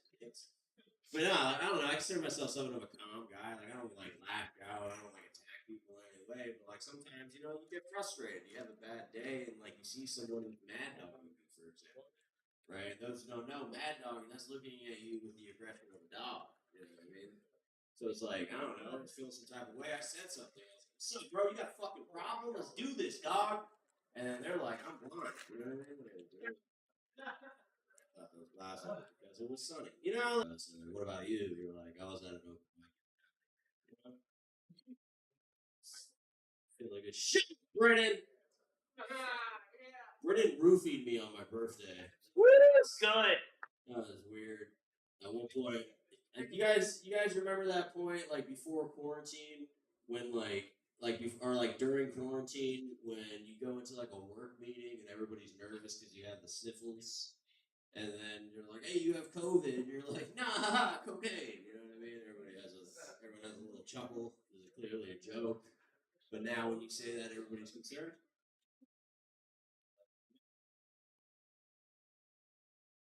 And to win it, but no, Brennan, piece of shit. Well, I mean, fuck him. And this guy gets me. So my sister's kind of a cunt. My sister's kind of a cunt, and she's only 5, but like already I'm like, bitch. That's what I do, bitch. Because like I don't know, I love my sister a lot. She's cool. I got a lot of love for her. But like I don't have a good relationship with my father. Recently I went over to my dad's house to see my little sister. See her, right? First thing she said to me, she saw that I had a beard now, and she's like, "Hey, that beard makes you look ugly." Like that's mean, you know. I'm there to see her, and she's gonna say that disrespectful shit to me. So obviously I hit her. I like to do a lot of my jokes lately about just ending it with hitting children. Anyway, That's the punchline. it's the punchline. Shut up, Alec. Yeah. That was Smoky, actually. Alec's mad because I'm a supervisor now, and he's upset because he got me the Not true, job. That Alec. is true. That is true. What'd you say? Alec is the junior sous, and I am the sous chef. So I don't know if you guys know what junior means, but it means not the man. I actually don't know what junior. It's gonna guess me. All right. Junior. What? Junior. I was in an Uber recently, and like my last name is Silver, so I don't know. Fuck you. You're really showing your colors today, Ron. Right? You fucking Nazi. But I was in an Uber recently, and it was weird because the driver, I saw this after he texted me beforehand, and he said, "Hey, you're not a Jew, right?" It's like my last name's Silver, and it's just like I was baptized. That's not his business, you know. So I honestly kind of forgot, didn't respond. And in the Uber, I'm like, "Yeah, man, that was kind of weird." He's like, "Oh, well, you're not a Jew, right?" Just to make sure again. So I farted and I put him in the chamber. Round. Joke about gas chambers and the horrible outcome that came to the Jewish people. I'm like, all right, guys, you know, it's fuck you, right? Shut up. Do you guys know that in 2018 there was a study that was done between men between the ages of 18 and 35? It took about 100 of these men and tested at any point and they thought about killing themselves, right? And 80 of these men said yes. 80 of these men said yes. Typically, it was due to money. Tell me about money, whether they made too little money, too much money. Main point about money. This is crazy. But what I find even crazier is my therapist charged me $180 just for that information. Counterproductive. About mental illness, guys. That is what that is. Fuck you, Brit. Shut up, JDK. That's you fucking schmuck. I don't like it. For those that I don't like him, Brennan's. What is this? Shut up, Ron. Alright. Alright, Ron. So I love my mom a lot. One thing about my mom, she raised me, and then she came home and she saw the toilet seat not left down. She'd hit my brother and myself. I'm not mad about it at all, but it's like now I'm 27 years old, and whenever I pee, I have to pay a woman to hit me. Fortune. All right, give it up for about that.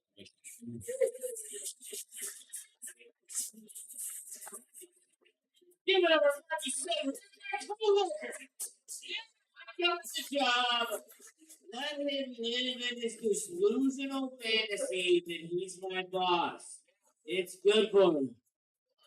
It's good for him. Let him. Our boss literally told me today. He goes, "Yeah, just let him think that. Just let him think that. He's gonna leave if he doesn't think that." And then she said, "Good riddance." She goes, "If he leaves, good riddance." That guy's chasing her. Give it over Mikey Silver. You're amazing. I love you, Mikey. See you at work tomorrow, baby. Mikey! Mikey! Mikey! Mikey! Mikey! Mikey's the greatest chef that I know, dude. I know. He gets pissed at me every day in the kitchen. He's just like, "How do you not know how to cut things? And you got me this job." I'm like, "It's called lying. Lie on your resume, everybody. It gets you a good job." People literally say all the time, like, "You're gonna lie on your resume?" It's like, nobody checks it. Fucking lie! Perfect job, not the itch. Every job is the perfect job, dude. Lie your way to the top, do it. The world's gonna end soon, so do it. Fucking these goddamn motherfucking pussy ass bitches that are going, oh, I don't, I had a 3.5 on my GPA in college, but I kind of want to say I had 3.8. Fuck you! Do it! Why? It's fun. That's it. Who next? Who next? I gotta think for a second. I can remember. I can remember. I do remember. This doesn't come to the stage. Jay. Yes, Mr. Martinez. You're a fucking Mexican. All right. That was Will Martinez. Now, the most stage time he's done in years. So let's say come to the stage. He's fucking hilarious. One of my good friends. Give it over Michael Lucier, everybody. That was amazing too. Michael motherfucking Lucier.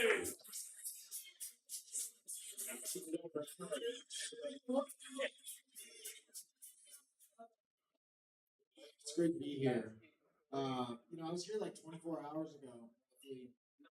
Yeah, telling shitty jokes. Nice to see you. And then, so I was here 24 hours ago telling bad jokes.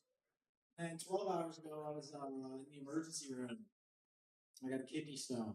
Have any of you guys ever had those? Yeah, they suck. So I want to talk about it though, real quick. The experience. It's excruciatingly painful. Like I was so mad at everybody around me, right? Like the girl who drove me to the ER, trying to take me to some bullshit hospital. And it's like I was just like, yeah, I almost flipped out at her. You get to the front, the receptionist was asking me like what my religion is and all this stuff. I'm flipping out at him, and it's like it just sucks that in those moments, like the only people you're around are like the only people who are trying to help you and people who care about you, right? Instead of like someone who deserves to be treated like shit. You put me in front of a guy like Hitler when I'm in that kidney stone pain, I'd go, listen, buddy, I don't even have the time to hear you out. Listen to this bullshit, dude. I would have shut his ass up so fast, But no, instead I'm yelling at the guy at the receptionist at this hospital who's trying to help me because he asked me what religion I am, Or the girl who had the kindness in her heart to drive me to the hospital, right? Or like the guy who comes out because there's other people who need help at the hospital all the time, right? Like the guy opens the door, you think it's for you, and he's like, "Oh, Jonathan, where's Jonathan?" It's like, "Who the fuck is Jonathan? Help me, dude. I don't care about Jonathan." So what's the solution when you have a kidney stone? It's the same solution to everything. It's opiates. Take opiates. Opiates are the best. Yeah, that's right. They gave me some Norco and some Toradol. Toradol injection. You guys familiar with Toradol? So Toradol is the injection that they give like NFL players so that they can go play. So I'm a tremendous athlete, basically, is the point of the story. I might as well have played in the Super Bowl, But again, it sucks that my body, which is clearly a savage in terms of like the pain it's distributing, right? It just sucks that it's hurting myself instead of like Hitler or whatever. Talking about him earlier. I love Toradol. I love opiates. It's I feel like there's a conspiracy actually. My whole life, like I've just been minding my own business, and then one way or another, I ended up taking opiates. The Sackler family, right? Like they started the opiate crisis, and they did a bunch of research about OxyContin, and they were like, "Michael's gonna love this, but how are we gonna get it to him?" They broke the law and they made it readily available, and I became addicted. And then I got sober, And I was like, I gotta make sure to stay away from opiates. So how do I do that? What's the opposite of doing opiates? Like, smoke meth, you know? But it turns out they started putting fentanyl in meth. Yeah, no, it's a good deal. I mean, you know, but then again, once again, there I am, addicted to opiates again, via methamphetamines. And then look at me now. I'm just minding my own business. And I literally my own to be in a position where I'm in so much pain that the only answer is more opiates. And so here we are, more opiates.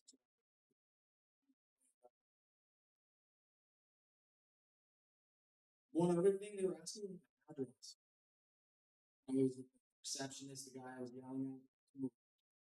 And I gave my ID, but my ID had my old address.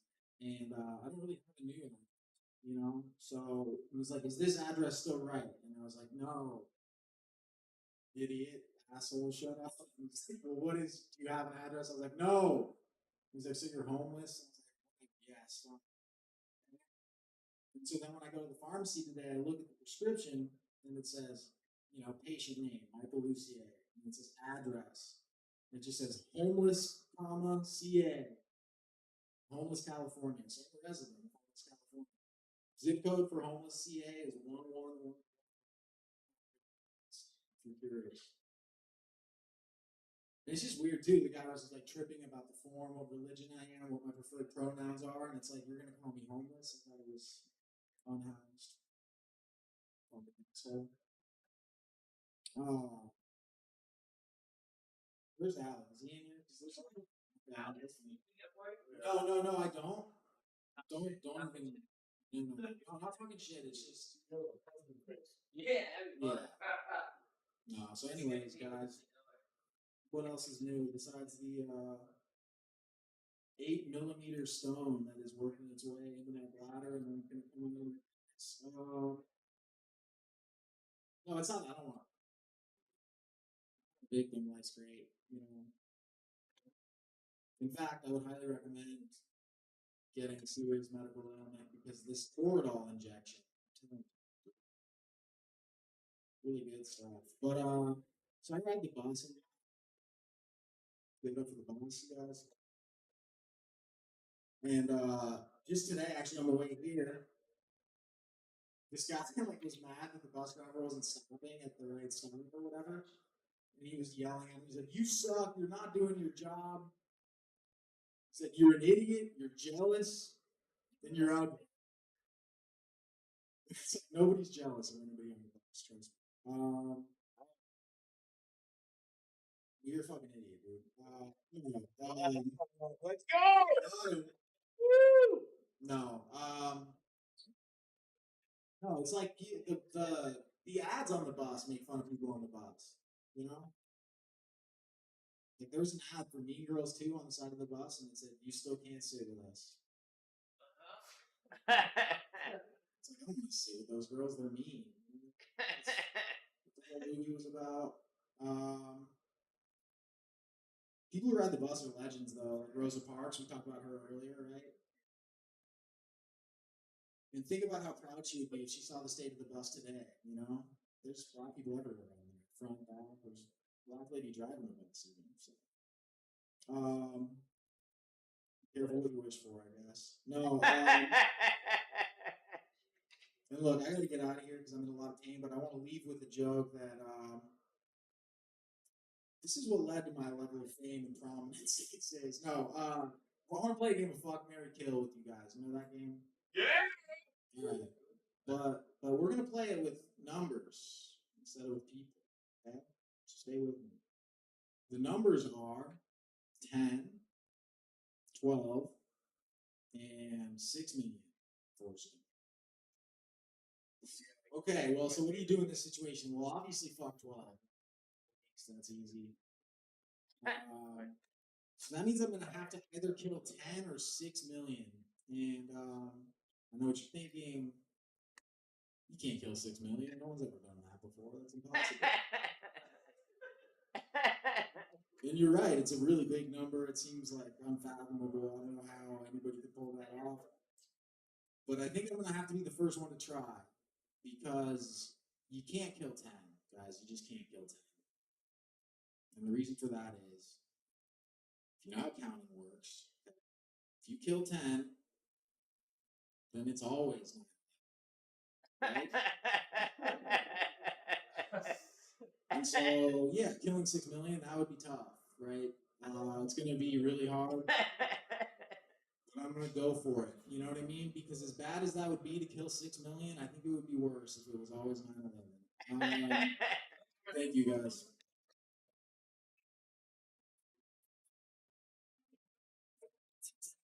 You're listening. Right, and that's a fair joke that he does. I can kill 6 million, dude. What? You're all scoffing at me. But that's probably what Hitler did in an open mic. He was like, I could kill 6 million. They're like, ooh. And that's what I'm saying to everybody. Just because you say something in an open mic and nobody believes you, keep chasing your dreams. Just like Hitler did. Give it up for Hitler, the greatest open micer of all time. How do you think he was so good at speeches? Manifesting, yes. Yeah, manifesting, more like. Because he feasted on those Jews. It gave him out. What? Hitler can control the weather. Ray said it first. Give it up for Ray Cameron over here. Thank you. Give a big Ray Cameron's a fat retard on 3. 1, 2, 3. Ray Cameron's a fat retard. Woo! Wasn't that fun? Ray Cameron's a fat retard. Tell him what he's won. Another beer. Another diagnosis and a loss of a foot. Just let any other fat guy wins. It's called winning. My Skittles are worth it.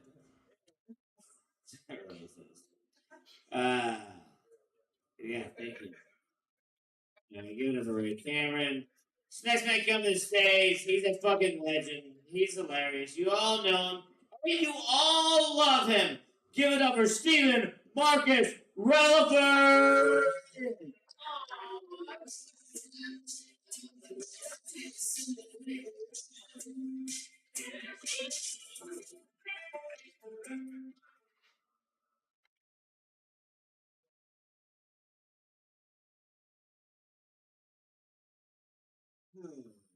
Cause I'm coming home again.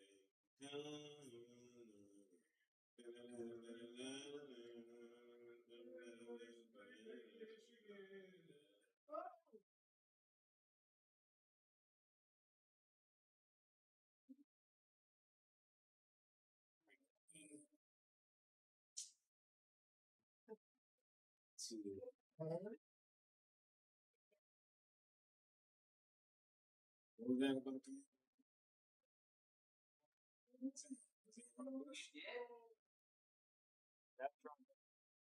That's alright. I get how they opinion about Kanye. It doesn't affect me at all. Not good. You're still a slave. Yeah, I made the choice to be a slave. Ooh. I want to work on that Netflix plantation. Yeah.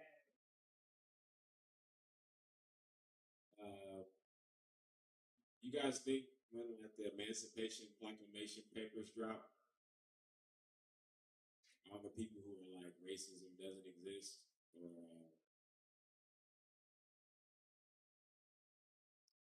didn't think racism was real, was holding up, the Emancipation Papers, and like, see, it's over now. Emancipation Proclamation is in effect. It's crazy too, because like slavery ended only for them to pump up sharecropping next week. So it's like you was basically a homeless slave, but you still had to work for somebody else. You just couldn't live there no more.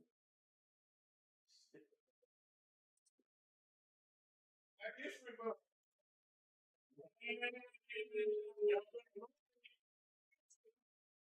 Yeah, Bessie Coleman. Bessie Coleman was the first black female pilot. She was the first licensed. I'm sorry, first licensed black female pilot. But that had to make you wonder about all the other black pilots that weren't licensed. You know, like no, Bessie, don't get that. That's just a way for the man to fuck us up. See, because all we know about is Bessie, but it was 100 bitches that was flying. It was just like we just flying dirty in this bitch. We don't need the man to approve this. You know, in the black community, we talk about we have like phrases and stuff like that. Cool shit happened. Something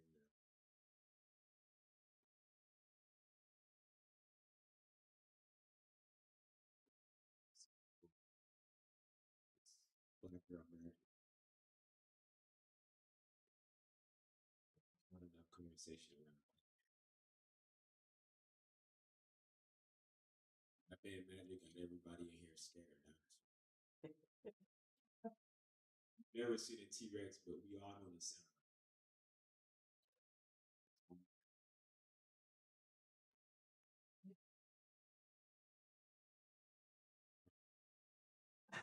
You hear a T Rex right now, you gonna get the fuck up. Oh, there's a T Rex outside. You know, that's white man magic. White man magic is cocaine being found in the White House and Hunter Biden being that ain't mine. That is not. I don't know where that came from. That's white man magic right there.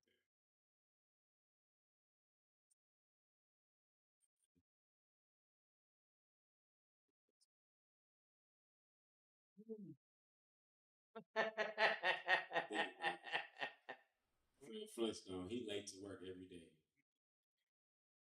He coming in, he got slang, yabba dabba doo. My bad. You know, the dinosaur neck was late. I got the pedal to get here. You know,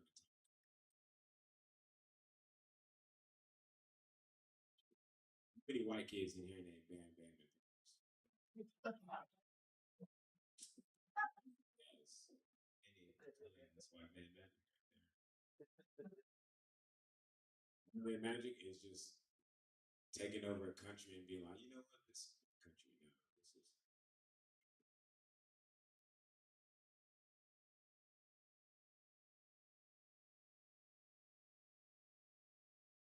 This is in the late 1800s. The first amateur camera was invented.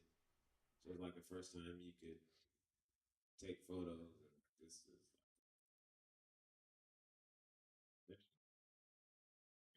the new art form that's being developed here. And it only took 1 year here for the most popular photos to be lynching photos. But like you had a chance to take beautiful photos of this landscape, and you're like, yeah, Niagara Falls is nice and all, but check out my photo with an actual Niagara falling in the Niagara. See a group of these. Yeah, the Grand Canyon is cool, but have you ever seen the Grand niggas falling in the canyon? That's what I got photos of. This is before like the KKK was what it was, so it was just regular white people in regular clothing. They were just white people in suspenders, just lynching and suspenders. That's what it said.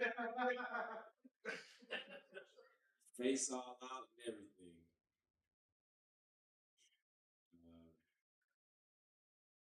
This last one. It's cool.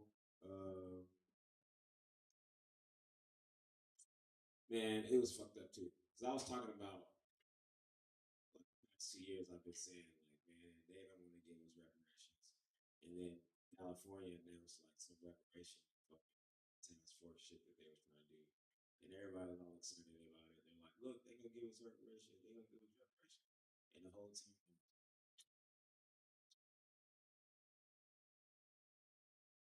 It's gonna be cash reparations, and it sounded like cash reparations. And then they kept going. It's gonna be cash. I was like, man, they can pull it. They can pull it any minute now. Man, we got all the way up to last week. Now they talking about they gonna give us 6 vouchers. I told y'all they gonna do this shit. They're talking about, well, you can get a house in a particular area. You can go to college if you want to. You can do all this other shit. They don't never do that with other groups when it comes to reparations. And it just makes me think the people who don't want us to have reparations are the people with no black friends. Because if you got black friends, that's like 80 of your homies just got $90 million. If you've never said the N word before, you're going to say it that day. My niggas is paid. What was that? Oh, I'm sorry. I thought it was over. I thought the racism thing was over. No, I don't think they want us to have reparations because the whole labor force will look different. You know? All the black people you work with, they won't be there tomorrow. You just go into work and be like, where's Tyrone and LaShawn? Like, get this. They open up their own firm across the street. Yeah, they do what they were doing here, but they own it now. It's crazy.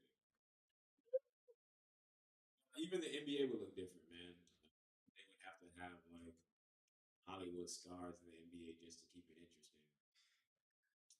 Timothy Chalamet coming in as point guard tonight, and Bruce Willis is power forward. This is going to be interesting with the dementia. Thank you. My name is Stephen Mansfield.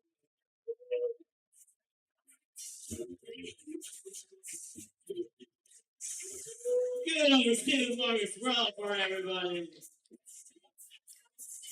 I would love to see that NBA All-Star game. Just the all-white acting team against the all-black acting team. I guess Bruce Willis, Leonardo DiCaprio. Maybe Daniel Day-Lewis could method act as a black guy, and they're like, "We got him. He's on our team now. Denzel just takes him in." Okay, this next man on the stage, he's a fucking legend. He's gonna make, I assume, this guy uncomfortable. Give it up for Ron motherfucker!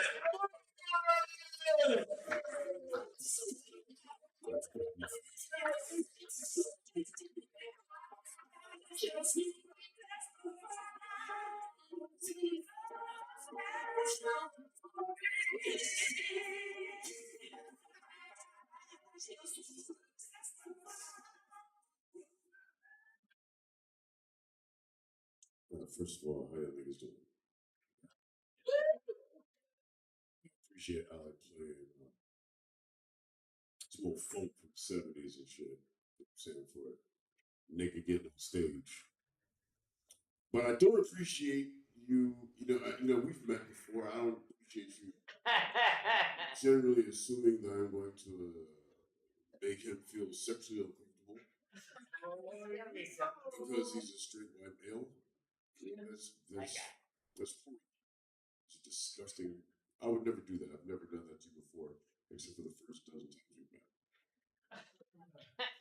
But I'm here to have a conversation with you for this today.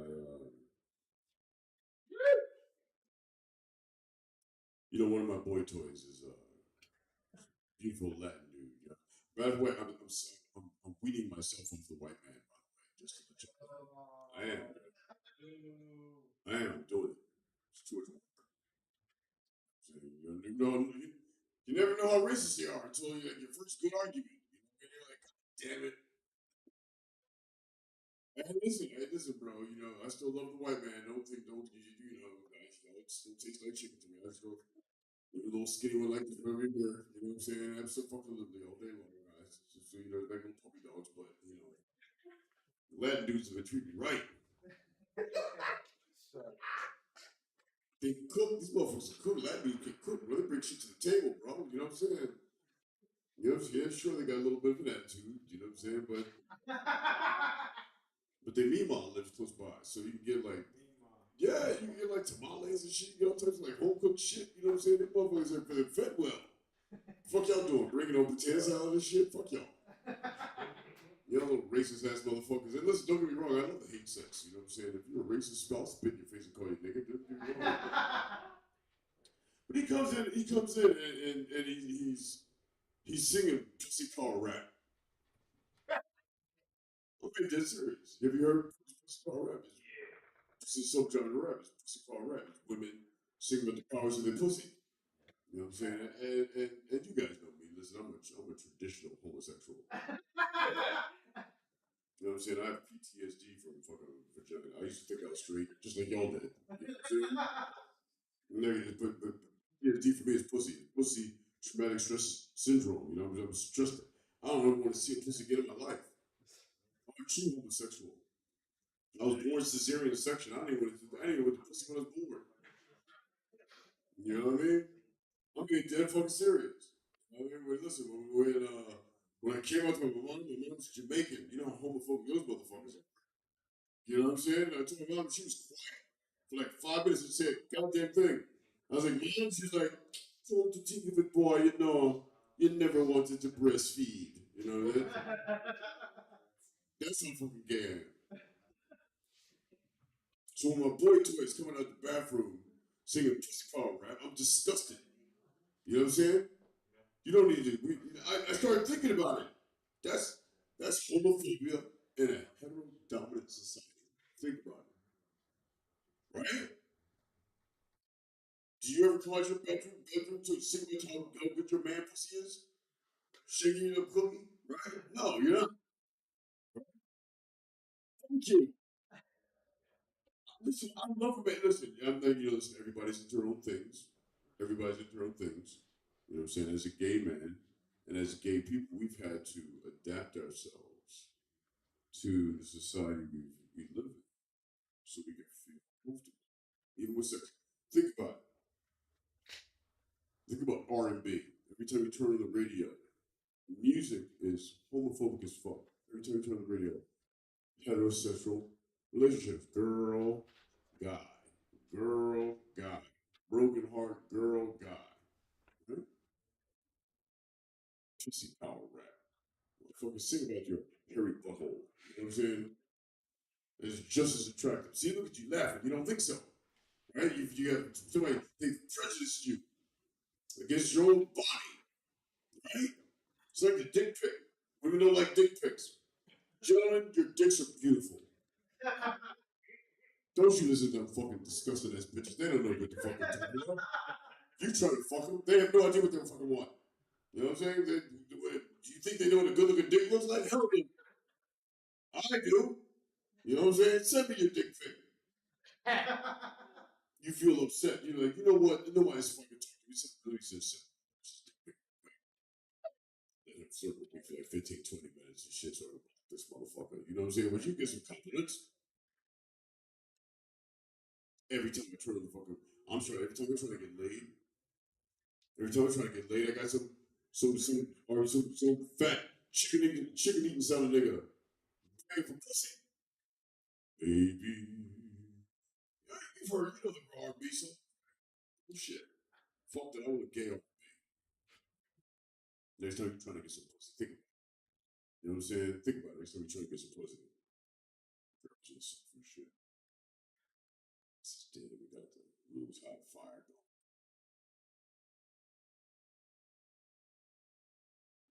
So,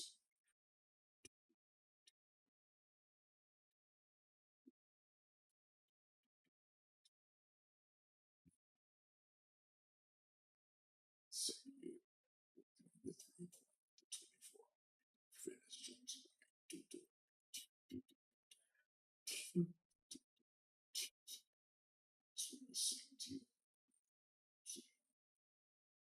Let me shave your back.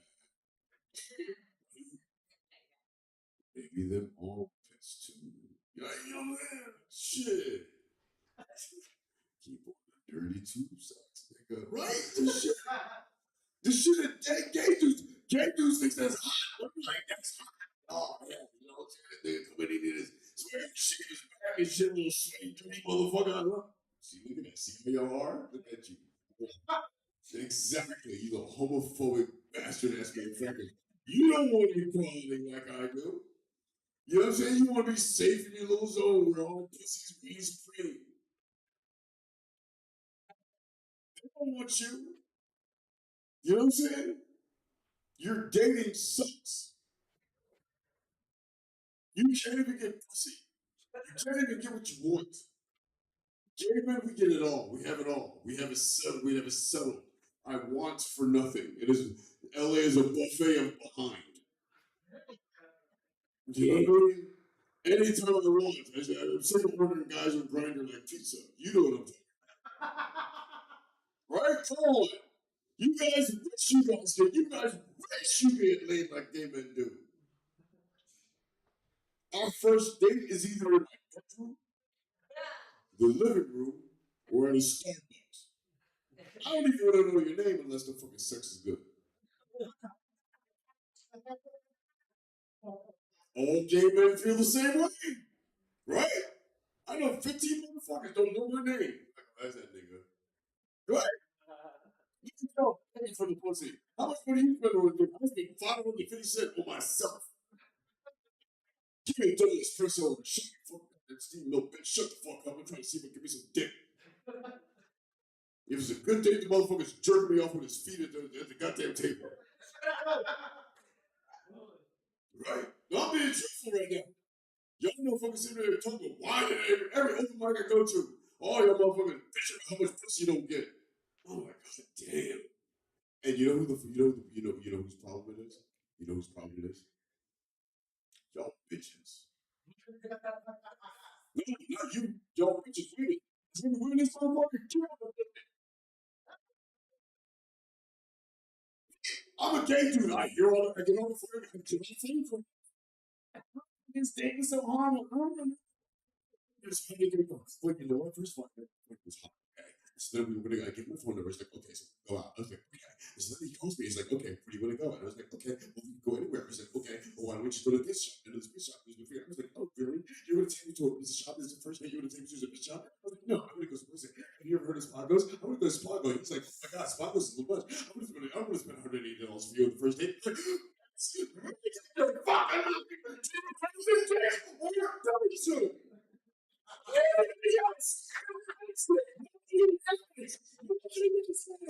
don't give a fuck. How much your Spago's fucking cost? I want a good dick. I get it on the street corner. $40 won't be. That's all it costs. If I like you, then we can go to Spago's. Treat you out to dinner. Treat you right there and one right. Right here, my friends. You get on for good. You get on for good. $17 for a good meal. You know what I'm saying? Think about it. Think about it. You earned the meal. If the pussy is good, I'll buy you the meal. Shit, I'm gonna choke out of it. No, boy, that motherfucker didn't even need that is shit. Think about it. You're fucked up. You're flipped. Your game is all wrong. You spend the money on the meal after she proves she's worth the meal. Ladies, if the dick is good, then you go on a date. Because you know what? They're going to want some more. Think about it, guys. Come on. You know you're going to want some more. This is another one and done. You ain't getting no pussy anyway. You find some bitch gonna give you pussy more than 2-3 times in a row and not annoy the fuck out you. Tell me you ain't gonna do it. That's another thing. Wait, shut the fuck up. If you have ever read an advice column by any female, you have no idea what you're talking about. I don't give a fuck that she's a psychologist. No female in the world can understand the dick factor. You guys know what I'm talking about. The dick factor. I'm gonna fuck this motherfucker right now. God damn it, I just gotta get laid. God damn it, the dick factor. You know what I'm saying? All that was a damn it. The dick factor. What's wrong with the relationship? Man, I'm taking this pussy. This is wrong. It's a dick factor. bitch, she talks too much shit. Every time I wake up in the morning, she talks some dumb shit. So look like she got makeup all spread on her goddamn face. I want this pussy to work. Go on the street and get a better pussy. The dick factor. Don't you look at me like that. I'm trying to teach y'all motherfuckers how to get some more pussy out here. And y'all looking at me like I'm fucking goddamn wrong. I get laid much more than you. I had to take off last night. You know what I'm saying? Y'all motherfuckers hoping to get laid on Valentine's Day. I'm hoping to be fucking. I'm like, please just leave me alone. It's a meat grinder. I got so much fucking ass flying my way. It's ridiculous. It's absolutely fucking ridiculous. You motherfuckers did this shit. Hate straight people.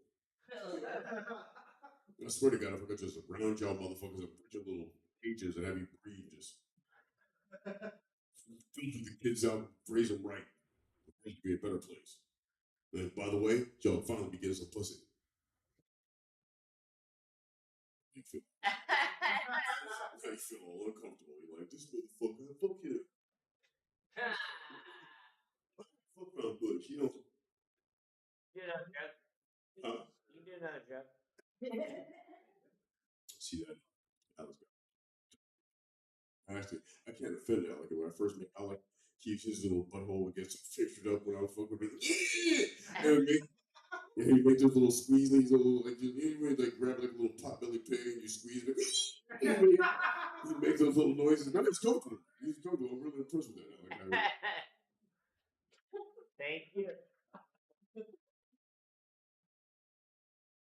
So you gay on her, baby.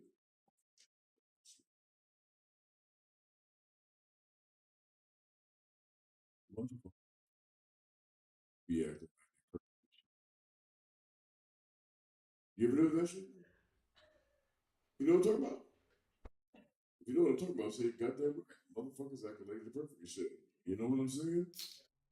Thank you. Talked to my mom the other day. Bitch, 86 years old. Right. Thank you. Trying to tell me how to bring my goddamn life. Bitch, I've been fucking up my entire life. You raised me like this. You know what I'm saying? Shut the fuck up. You know what I'm saying? Reap what you sow, bitch. Here I am. You know what I'm saying? What the fuck is that? Who was that? So, JDK. JDK. JDK? Who the fuck is JDK? I can't say. Yes. That's not my baby. Nobody burping like that's my baby. You know what I'm saying? Come on now. You know what I'm saying? That's not ladylike or manlike. There's not enough cum in there. That's why you ain't get no pussy when you burping like that. You go on dates burping like that. Who goes on dates and burping like that? Besides Ray Cameron. Yeah. Oh, I'm sorry, Ray. See, Ray, I feel bad for you. Everybody's making fun of you because you're big boned and shit. You know what I'm saying?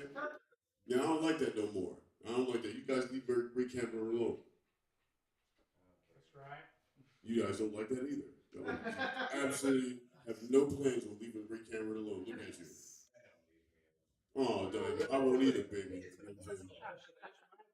Absolutely. Well, listen, Alec, you know what? I can't remember this joke. And I need to get home and get some sleep. You know what I'm saying? Has your butthole felt threatened at any time during my sex tonight? Maybe like once or twice. Once or twice? Okay, good. That's a pretty good number. Yeah, that's good. That's good. You said 19. That's a good average. Yo, 19 for you? Well, Yeah. listen, let me tell you something. Don't flatter yourself, okay? There's just a slight difference between you and this one right here, okay, mate? You know what I'm saying? If I'm gonna pitch you, Bob Crane, then I'll fucking go over back over by you. You know what I'm saying? Those straight dudes always trying to impress. Right. You know what I'm saying? Listen, that motherfucker, he's passionate. You can tell. He's a fall in love type right there, man. He cares about it. Oh, absolutely. Like, your bananas and your pancakes and shit. Like, and he, like, studies the recipes. So, like, makes he's like dating a nigga. He's going to study, like, recipes with how to make nigga pancakes. He's going to be like, how to make fucking chicken waffles. He's going to be gritting it up and shit. He's going to be coming up. You know what I'm talking about? That black shit. Like, none of that instant shit. None of that instant shit. That's gonna be good white boy right there. You know what I'm saying? This one right here, he's a heartbreaker. You know what I'm saying? He's an instant grits kind of fella. The very moment that he meets Taylor Swift, he's gonna leave you. You know what I'm saying? He's like, I'll find some other nigga sometime in the future. I don't need you. Like you, Alec, you're just being a little bitch. Thank you. I'm sorry that I suggested that I've been dating Mike Silver. Because my bitch. Is he still here? No. Damn it, forget it. My name's Rumble.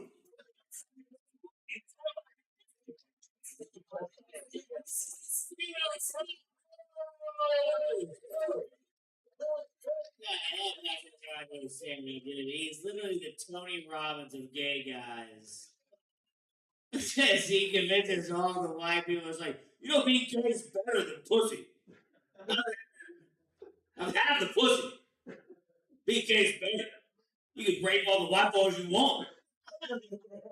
When you're straight, you can't do that shit.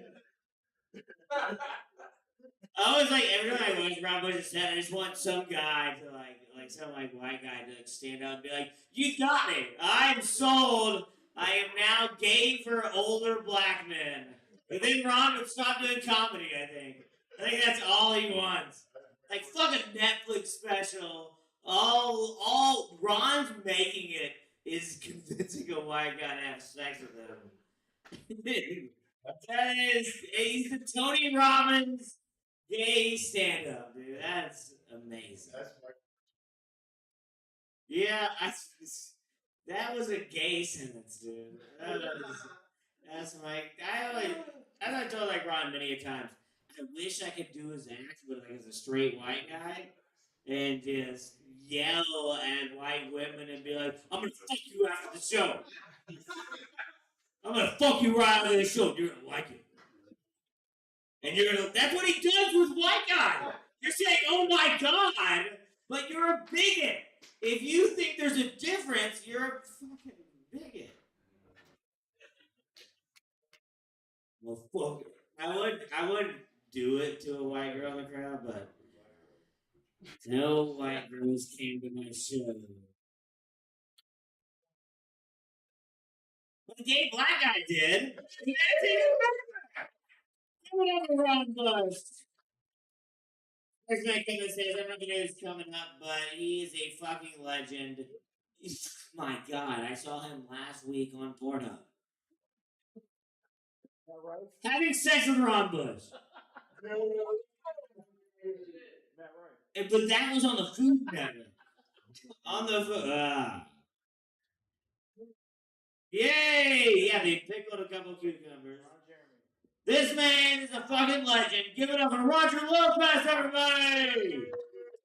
Roger!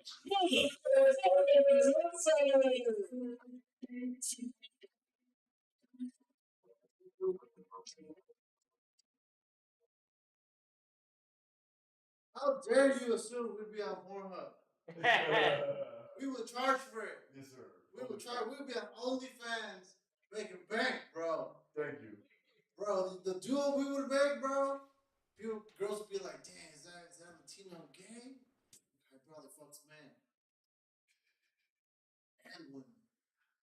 And then they see Ron Bush is fucking plowing my shit. Like, it's wrong, but it cost me $5.99 to scrap for a month. The point is, the point is, that's not how I want to start my set. But God damn it. But if I'm gonna be gay, I'm gonna do it for free. I'm not gonna upload it on porn for free. That's bullshit, man. Nah, but speaking about my look, man, there's been a lot of chicks that I'm like 3 for 3 on chicks like asking me, "Man, I would have sworn you thought like I could have pegged you."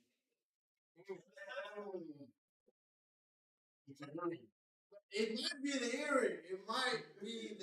I'm not gonna lie, man. My growing up, even my dad, like, you know, when growing up, there's like stock photos on Walgreens with like 2 best friends, you know, growing up, 2 Latino kids growing up in the hood. And I have my hand over my arm over my buddy, you know, we're just hanging out, you know, we're good for best friends. My dad would be like, I get home, my dad would be like, "Man, are you gay?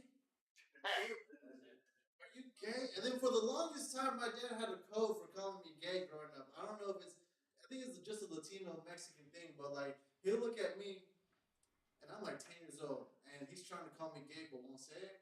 So he'll just like pump his fist on his chest 2 times and point at me. And I didn't know what it meant till later on, and then I guess I don't know who told me. He was like, "Yo, it's calling you gay."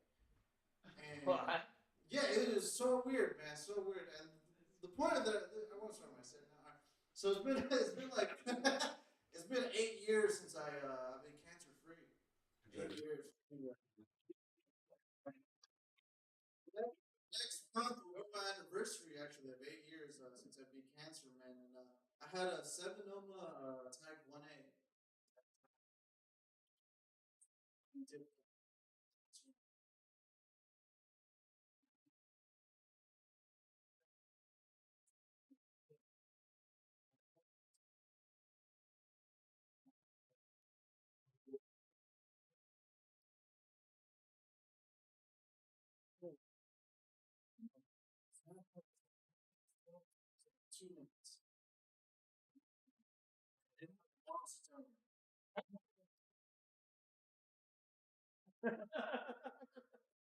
So thanks to my pops, like after losing one nut, that doesn't help. He's like, man, this motherfucker's already transitioned. Again, the earring doesn't help at all. The earring does not help. Man, you know how deep ingrained like homophobia is on my dad's side of the family? Man, I went to go see my grandma on my dad's side in Oaxaca, Mexico, 2 years ago. She was like, "Hey, you look like fucking gay boy with your little earring."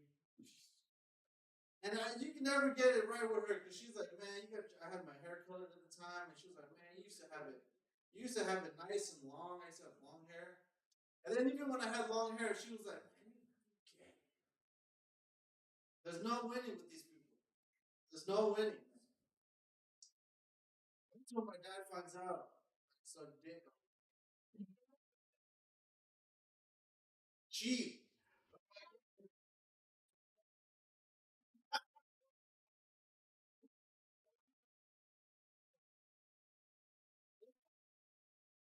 You know? Yeah, I was talking to the homie. He likes to frequent these hoes on Figure Road. You know what I'm saying? He likes to pay for this. Oh shit! Yeah, bro. I've been looking for a job too long. I'm like, I'm gonna sneak some dick up there. They work on their side of the street. The point is, it's not really a point.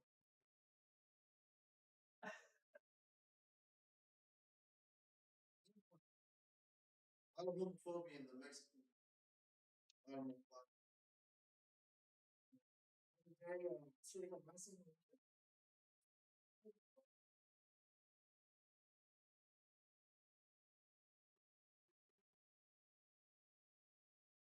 I'm like, I can't even wear like a t-shirt or button-up shirt, brother.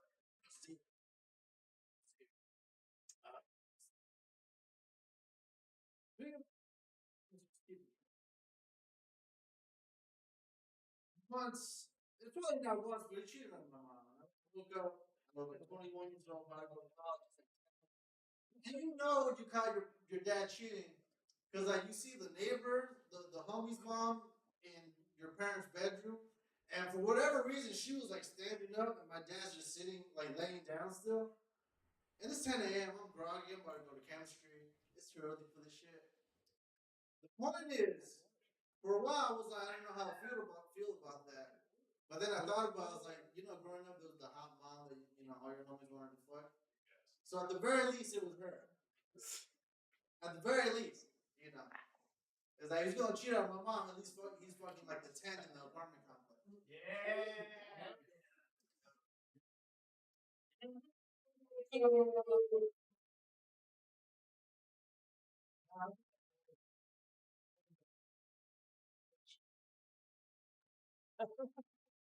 Yeah, this might to do a little 180, kind of 180. I was watching Fox News by accident. By accident, you go to the gym, they just have Fox News, CNN just playing on the TVs. Right, on Fox News, there was a panel of 5 white people around the desk, and they were talking. man, they were talking about like the benefits of the drive-through at Panera Bread. I swear to God, I took a photo of this shit, bro. I was like, they got nothing else to talk about on Fox News than the benefits of the drive-through at fucking Panera Bread and the delicacy of it. I'm like, bro, these motherfuckers need Trump. Bro, they got nothing else to talk about. And with that being said, all right, I did vote for Trump in 2016. I did vote for Trump in 2016. I did, but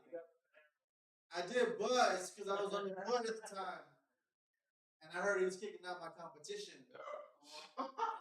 So this is gonna be 10 Mexicans applying for the job. Now there's 3, not 1. No, shit. Time goes by quick though. My grandma, she passed away 2 years ago in Mexico City. Nice. No, she was suffering, so rest in peace. No, she was bedridden for like 2 years. She was on her last. She wasn't even on her last leg. When you're bedridden for 2 years, that's your last leg. Especially since one of them broke, so she really was on her last leg. And point is, I went over to Mexico City, go for the funeral and stuff. And I went in emergency. I only brought like one change of outfits.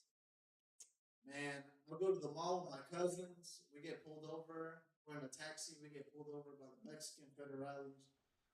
I'm sure you guys heard of them. There's like 6 of them in one truck. They all have like fucking M16s or whatever they have over there, like assault rifles. They all look like cartel members, basically. You can't see any of their face besides their eyes. They're just covered up to here. And they pull over the taxi, and at the time I had a 1-hitter and a quarter amount of weed in my pocket. In Mexico, where it's still illegal. And I'm like, it's gonna be fine. They're gonna tell the taxi driver, like, why'd you cut us off? They didn't even talk to the taxi drivers. They get me and my cousins out of the car, and they tell me I'm right behind the taxi. They tell me, get all the shit out of my pocket. I put the 1-hitter on top of the trunk of the taxi. I put my wallet. He's like, where's the weed? Deported back to the States. I'm about to get reverse deported back to the United States. Expected a big rap. Listen to that. I'm gonna read this over real quick.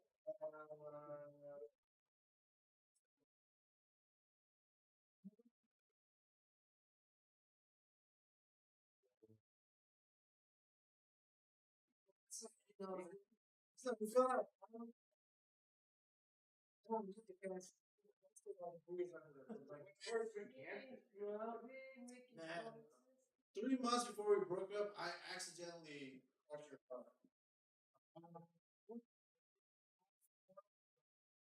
The first part was that I crashed it into my car.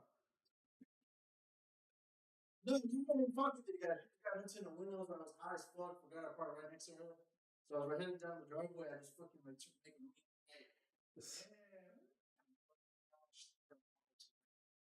The good part was that she was drunk, so I just moved over to the other side. Woke up like, babe, what happened? What happened? And she's like, oh my god, babe, I'm so sorry. I crashed into your car. And I'm like, no, babe, I'm sorry. I can't be with the drunk. All right, that's it. Hey guys.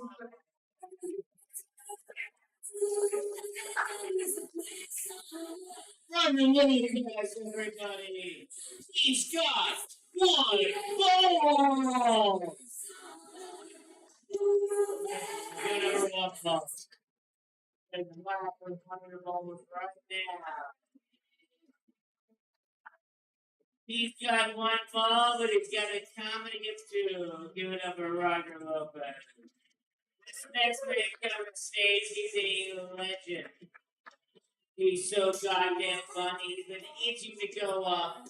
He's been itching for other reasons. He's gonna be on Saturday Night Live. Give it up for JDJ.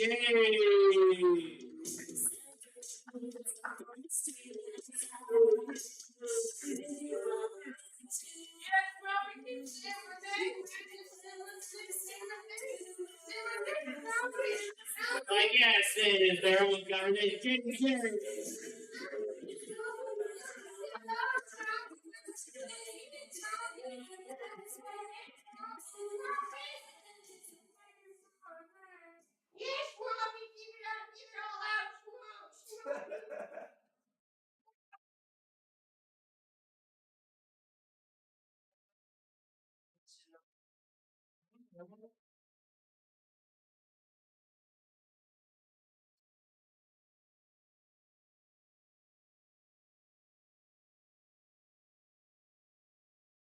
It's safer to say it when Rod's not here. You can't. What are the kids saying these days? Take.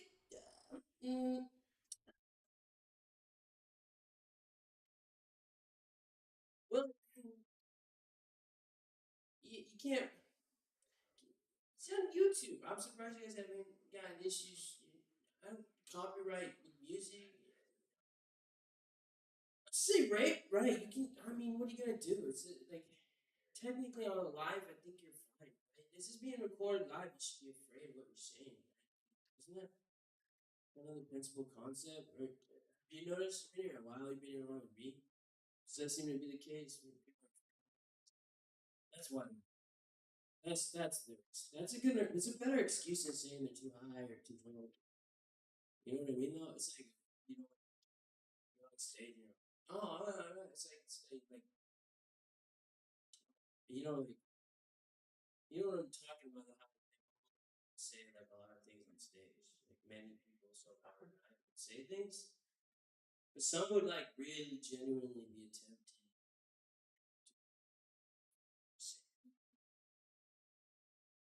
You see that? See, you get it. Yeah. So that's like, damn, dog, this shit right here reminds me of that fucking movie with that chick. You know the one? Like bow, she had a crossbow. I think it was a crossbow. Oh, there. No, well, Bo Derek was in the one movie. And on the poster, Bo Derek and me have a lot of memories together. Bo Derek and me and who else? Bo Derek and me, Brittany and me, Gwen and me. It's myself. Excuse me. That's the oh, Tyra, but like super fresh Tyra, super fresh. Before the second swimsuit edition, maybe. Who else? Chrissy Brinkley, definitely. Spent some time. But I'm old. So I've been thinking about life. That's why next year I decided to like give a gift to.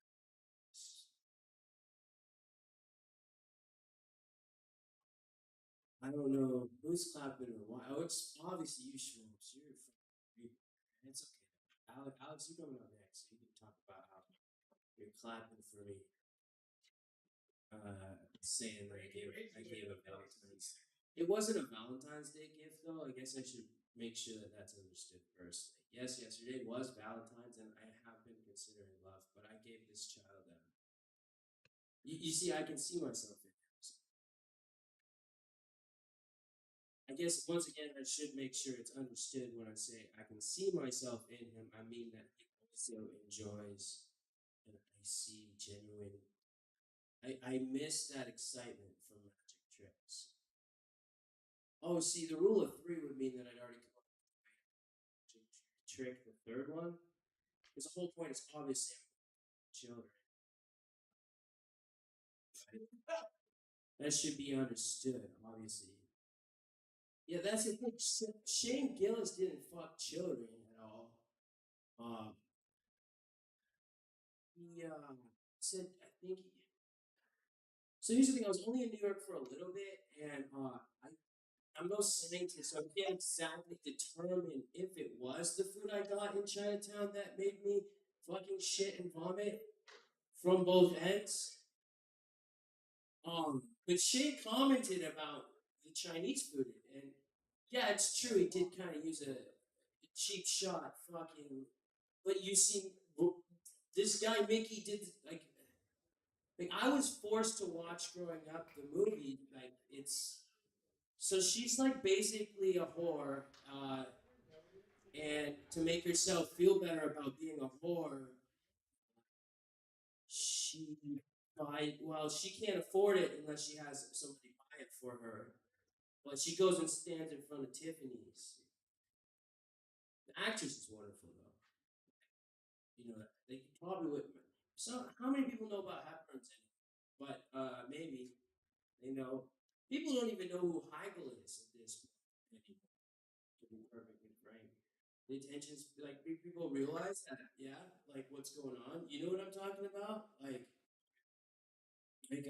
There was a show like that. It was like a TV show, right? And then it got canceled or something, right? Like it just happened. Like it's like the writers they were all like they were so they were kind of excited because that week they decided there was going to be it was not like a normal lunch like that this they finally got together and like everyone threw a little extra on because they don't get much for the budget for the lunches there, you know. Yeah, but they wouldn't even let them inside. Like the delivery showed up. Like they this shit fucking flown in from Chicago, dog. Like I'm talking about the freshest fucking, bestest, deepest casserole. They felt they earned it, but that show totally doesn't exist. I mean, as far as anyone else would know, I guess. You know, like obviously I probably didn't make that up, or did I? That story, right? Like Nassim was really fucking talented, being somewhat used on the show. And she is fucking gorgeous. Do you like Indian girls? I'm not talking about the ones that'll kill you with a knife in your sleep.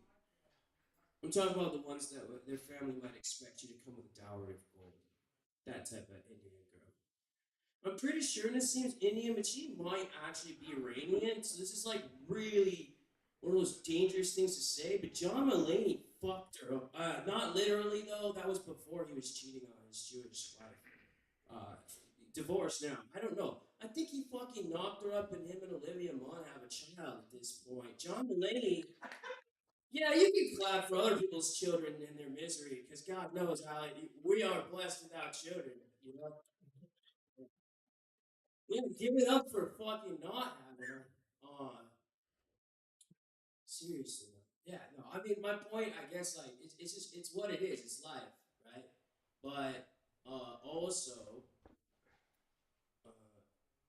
I would say like John Mulaney on his posts, like, because I don't ask for them on YouTube. They just show up in the comment and be like, "Oh, I really love this bit."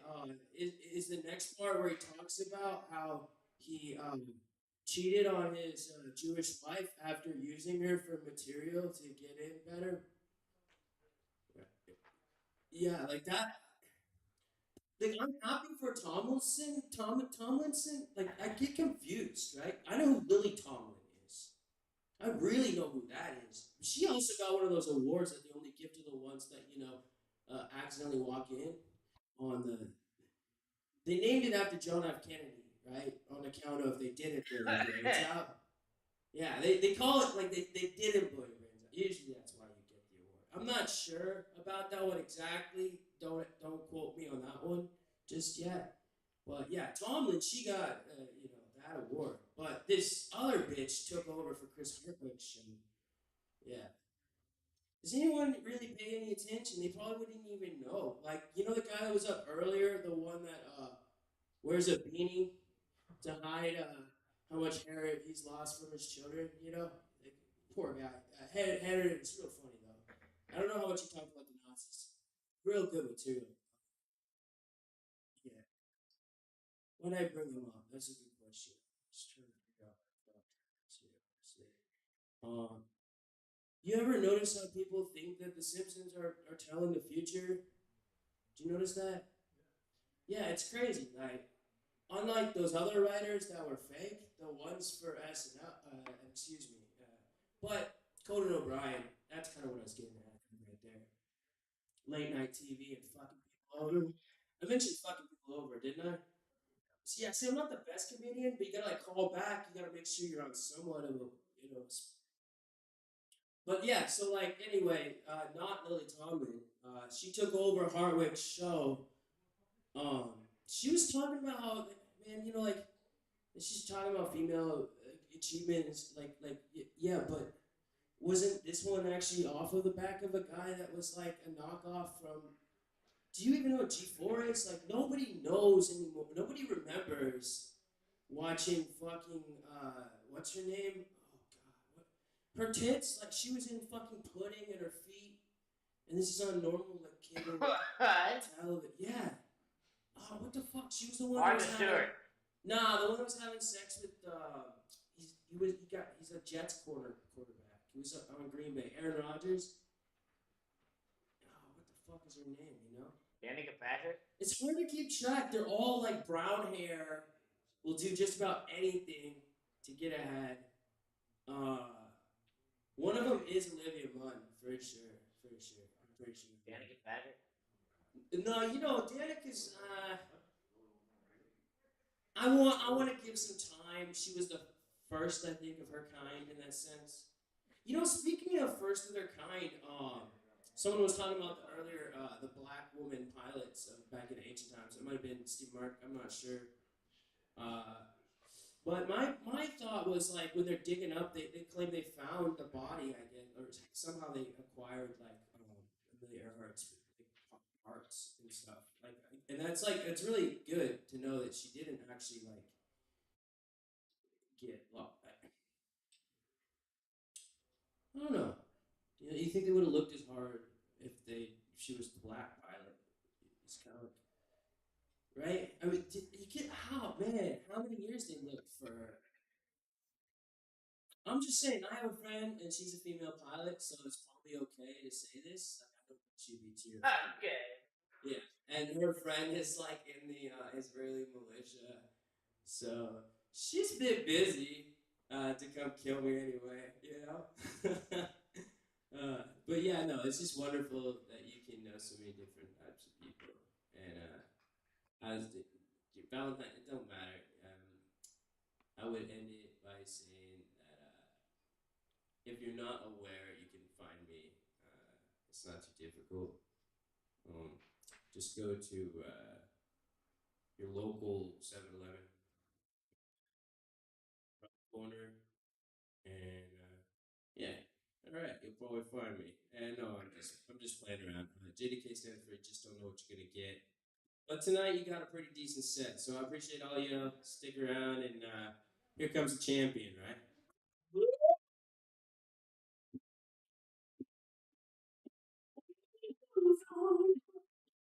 Give it up for JDK, everybody. The Simpsons predicted the future. I think if Jim predicted the future, dude, that'd be amazing if like they predicted so much that like 1,000 years from now, but it's just yellow. And everybody's like, Simpsons already did it. And then when you still go to the gas station, there's still just a brown Indian guy. They're like, yeah, Simpsons did it. We might all be yellow, but you're still brown. Whatever, Jenny. You gave me the greatest line of all time. Like you can say the most offensive shit in the world. Just go, I know a female pilot. Yeah. I'm good. I know a female pilot, everybody. Yeah. This next comedian's coming to stage. It's a lady. She's a legend. She's fucking hilarious. Pay attention and fucking laugh your ass off. Because the room's hot. She's amazing. Give it up for Christine Taylor, everybody.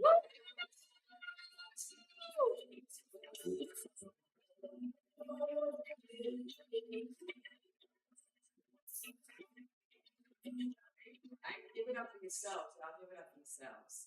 Woo! Exactly. It has been an interesting week. Super Bowl and Valentine's all in one. Some people didn't get Valentine's because they bet their house at the Super Bowl. Which I think is fucked up. You know what's fucked up about Super Bowl? Okay, is that I played a pool and all my numbers came up in the Super Bowl pool all at the fucking wrong time. Like, if that shit is not the story of my life, like, your number's here, bitch, but not just yet. Not just yet, girl. Not just yet. Valentine's Day just passed. How did everybody have a good Valentine's Day? I got you lie. I was here when Ron Bush said y'all don't get no pussy. It's all right. I'm here too late at night, so my Valentine's Day went just like y'all's. It's all right. It's all right. Valentine's Day, I was disgusted with Valentine's Day. Out of all the men I met and dealt with this past year, do you know the only one who sent me a Valentine's message was my husband? I was fucking disgusted. Disgusted with this. I'm going through a divorce. That's why I was disgusted. Like, why would he send me a Valentine's message? Like, we're going through a divorce. I don't want these messages from him anymore. It made me so mad. I was like, could you speed up the divorce process, like, even quicker? My husband, he's lazy. Like, that's why we get divorced. He's just so lazy. It's terrible. It's terrible. Yeah, no, it is. It's terrible. And we just celebrated our 8-year wedding anniversary, okay? But I said to myself, what is the one thing I could get him this year that he will absolutely use for the rest of his life? I said, a divorce. That's what I'm going to get him. That's what he can use for the rest of his life.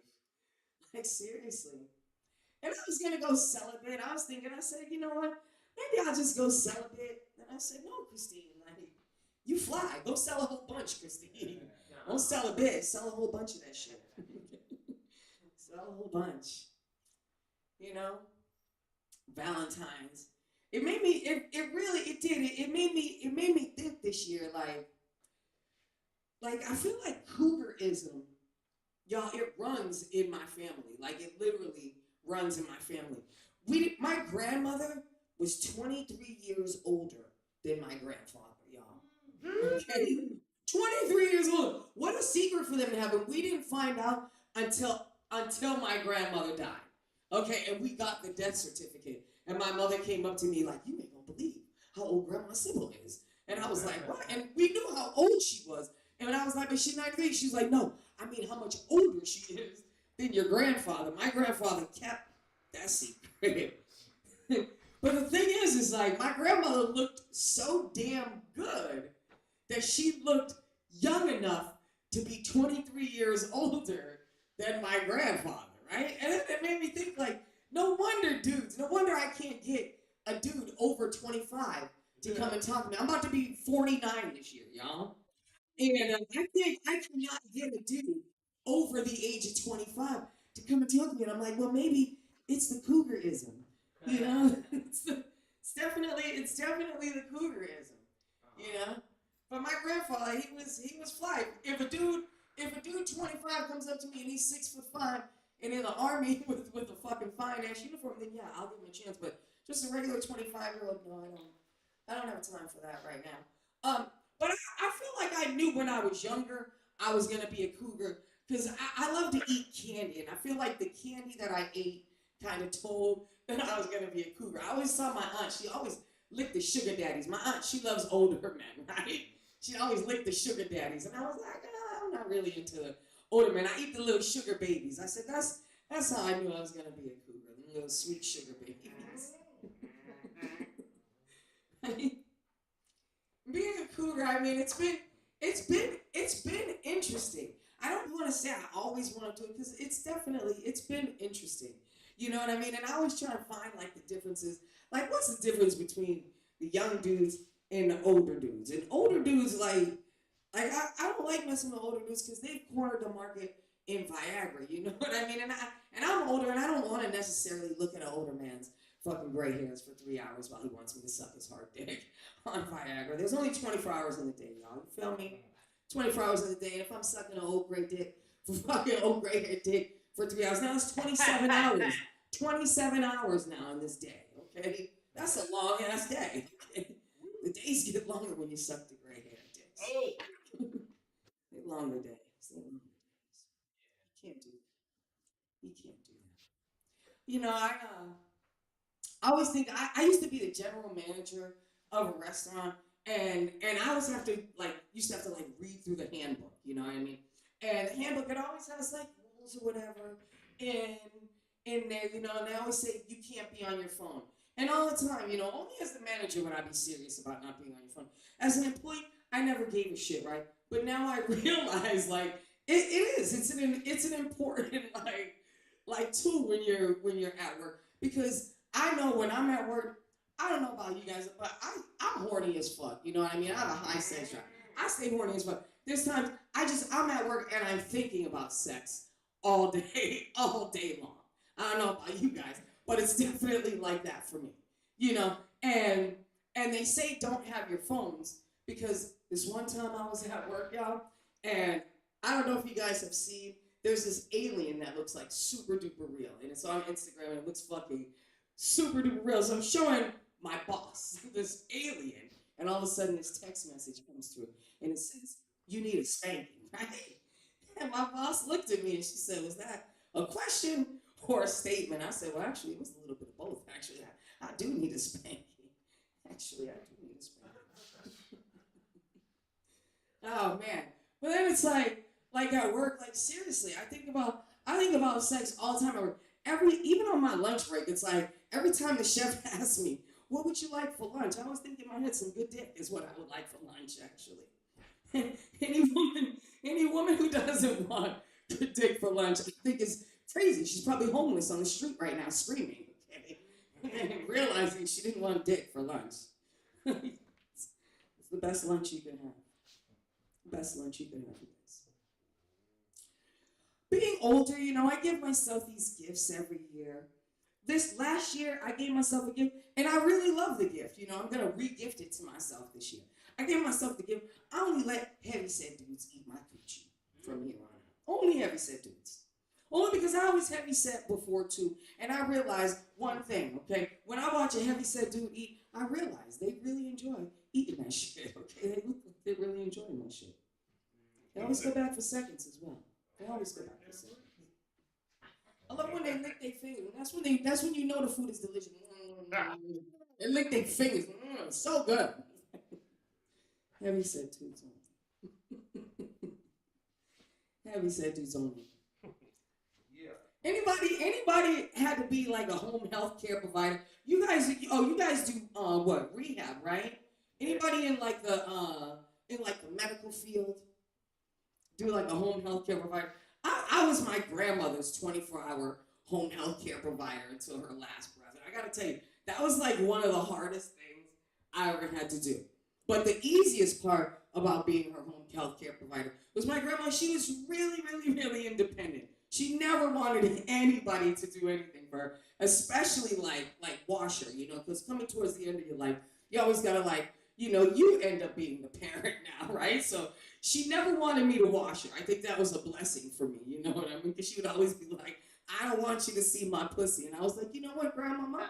Truth be told, like, I don't want to see your pussy either, you know? Let's call somebody in for that job to see your pussy. And this lady, she came in, she come in every day, 7 days a week, and wash my grandmother's pussy. Her name was Gail. That was Gail. I feel like my grandmother loved Gail. I feel like my grandmother, she felt like she was Oprah. Like Gail's in here, like washing my pussy. You know, like she did. She felt like Oprah. That was my grandma. My grandma, but my grandmother was a freak. We didn't even realize my grandmother was a freak until after she passed away, and we found like all of her sex toys in the house. You know. We were like, oh my God. Grandmama's a straight freak. And she chose the end of her life to be the freakiest because she was like, at the end, I'm going to just have Gail washing my pussy. She's like, I've had men the whole time. Now I'm going to just have this one woman taking care of me and washing my pussy the whole time. She loved Gail, just like Oprah loves Gail. So I guess that's what my grandmother was embodying that whole time. Right? All right, Grandmama. All right, Grandma. That's what's up. That's what's up. Right? I wrote some new jokes. This week, right? Did you guys watch the Super Bowl? Yeah. The Super Bowl was crazy, right? See, the Super Bowl was crazy. Uber had this commercial and it said like, Uber everywhere. Uber everywhere. We're everywhere. We're food. We're this. We're that. And Uber is fucking everywhere. Uber is everywhere. They have literally cornered the market on on everything. Okay, their marketing team is like off the chain, and I feel like I want to read this verbatim just because this is the first. I feel like Uber's marketing team. Let me pull it up.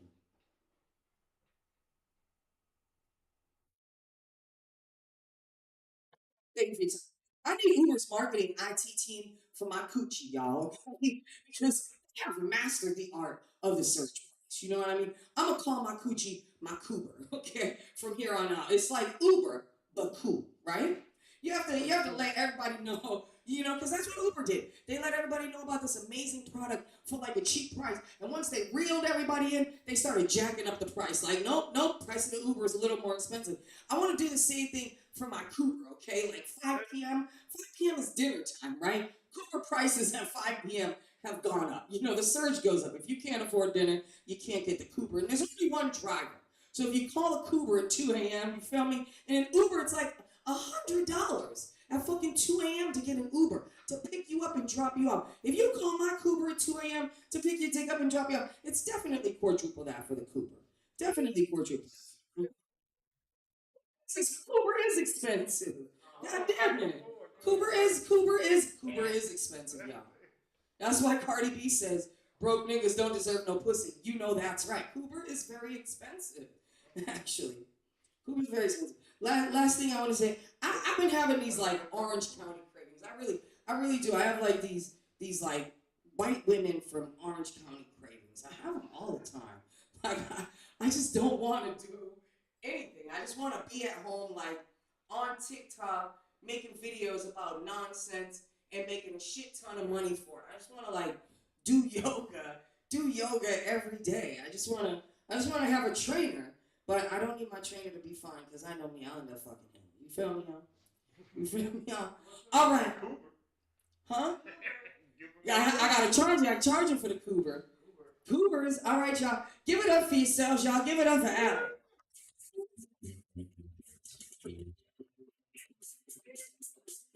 Christine Taylor, everybody.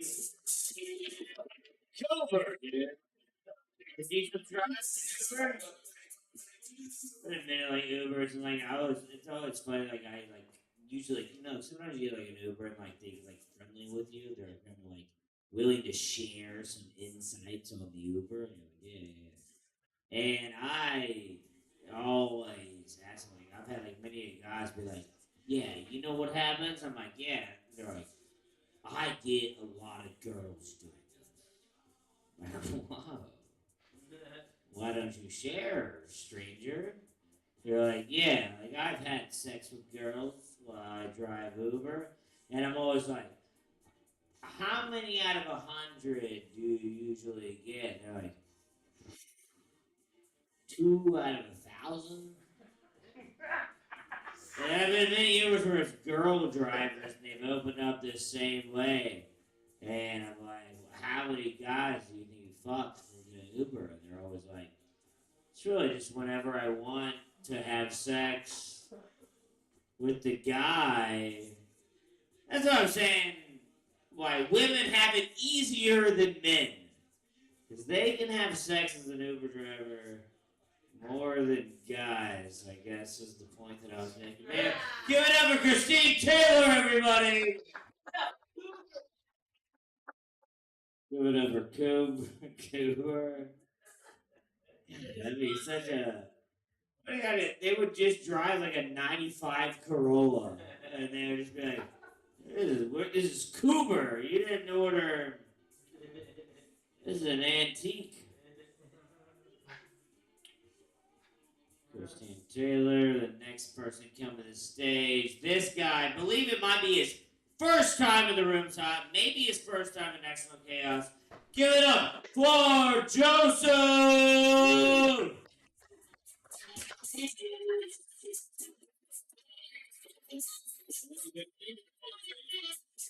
Second time actually, second time being here. This is no joke, Christine. She's not a MILF, she's not a cougar, she's a Black Panther.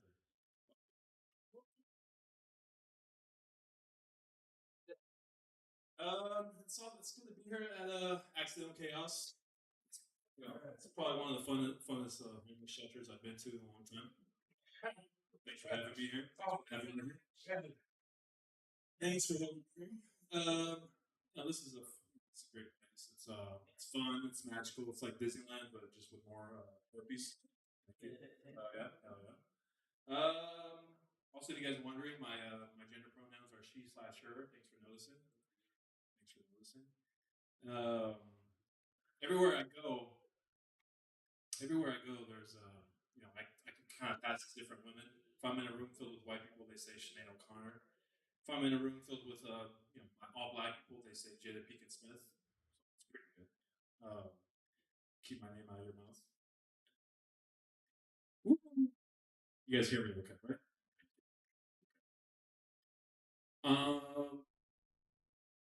Yeah, also interesting thing too. I went out on a date with a Latina recently.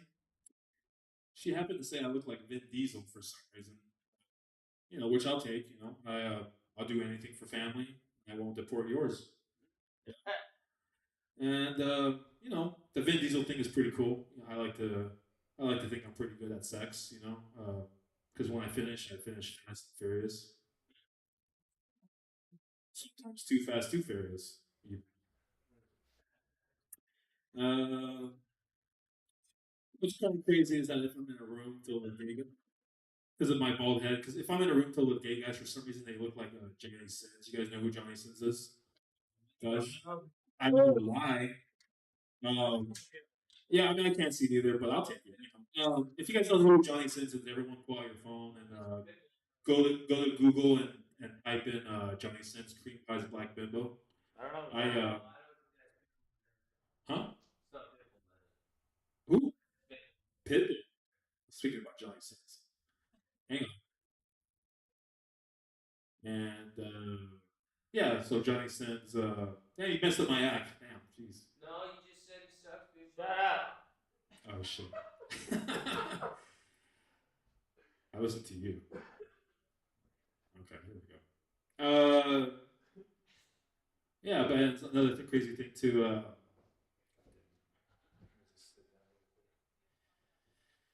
I mean, I haven't seen that Johnny Sins video. I just saw my grandpa shared it on Facebook. I was like, Grandpa, you need to stop. You need to stop, Grandpa. What's kind of crazy too? If I'm in a room filled with just women in general, they say I look like the guy who stands outside their window. I'm like, that's pretty freaky stuff. Yeah, I don't really like that. I actually voted for Hillary in the 2016 election. Woo, woo, woo. There we go. Thank you, sir. Thank you, sir. Yes. Yeah, and I voted for Hillary in the 2016 election. Unfortunately, she lost the election because I don't know if you guys know this. A woman was counting the votes. I don't know if you guys know that. The crazy thing about it too is that it was an Asian woman, a Chinese woman actually, which is kind of disappointing. That's one Chinese baby girl they probably could have just thrown away. Yeah.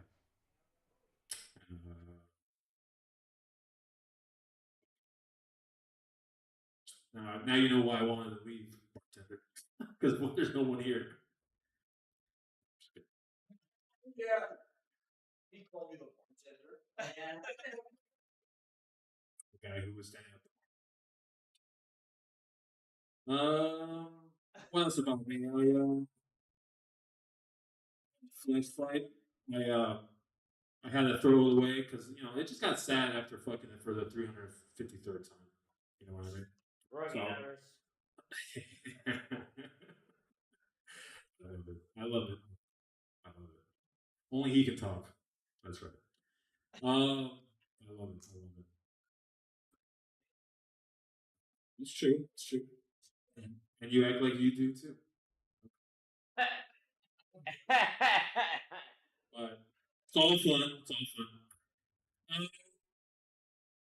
One thing about me too is that I'm actually Mexican American, second generation Mexican American, kind of like Selena. You guys know Selena. She was like me. We're both no Sabo kids, which are kids who don't really know how to speak Spanish. Another thing about us that we have in common is that we're both hard workers. I'll take it. And we do a lot. We have a lot of sacrifice. We know all about that. And one thing that me and her don't have in common is that I actually know how to bite the bullet, unlike her. Oh shit.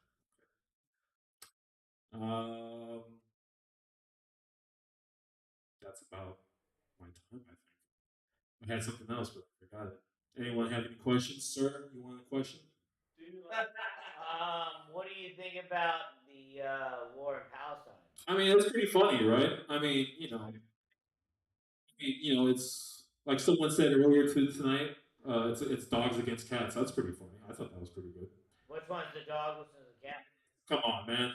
You put 10 dogs in. You put one dog in a room with 10 cats. Who do you think is gonna win? The dog. Wow. Yo, who's the dog though? Israel. Because the nose, it's a bigger nose.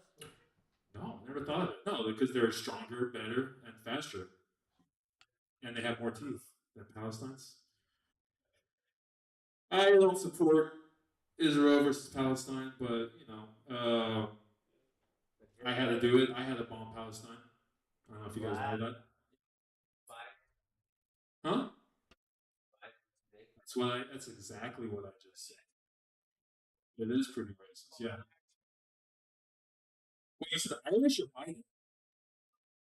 Oh, shit, is he? Yeah, no. Thank you for telling me that. You got the best Wikipedia page over here, right here, sitting in the corner. Yeah. Yeah. Huh?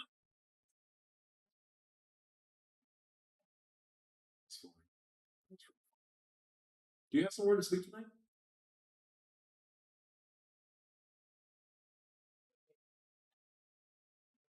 Oh, housekeeping, yeah.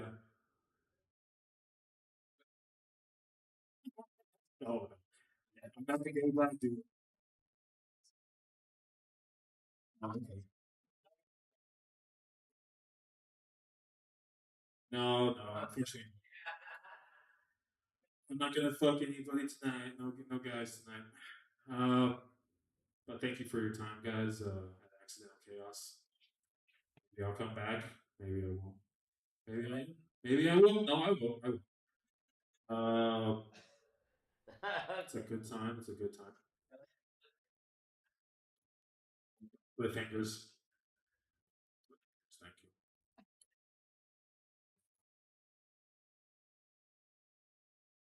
you. Yeah, I was right.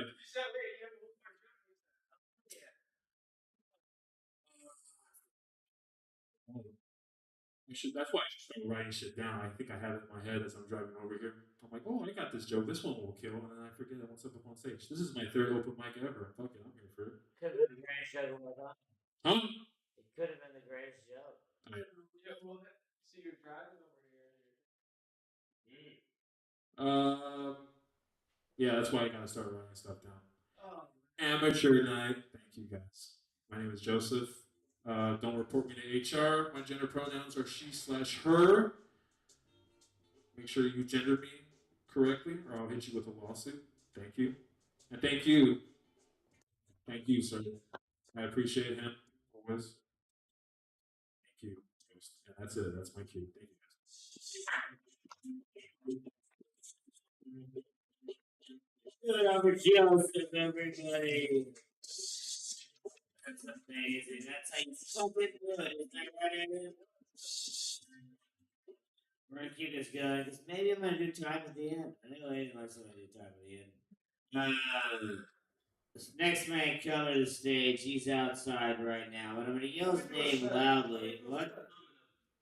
Huh? Let me get a set of it. Alright, you gonna go right now? Give it up. Sit down. Give it up, Peanuts. Thank you. Give it up for Howard. Hallelujah. His host abilities and his personality is a good dude. Yeah, man. Yeah.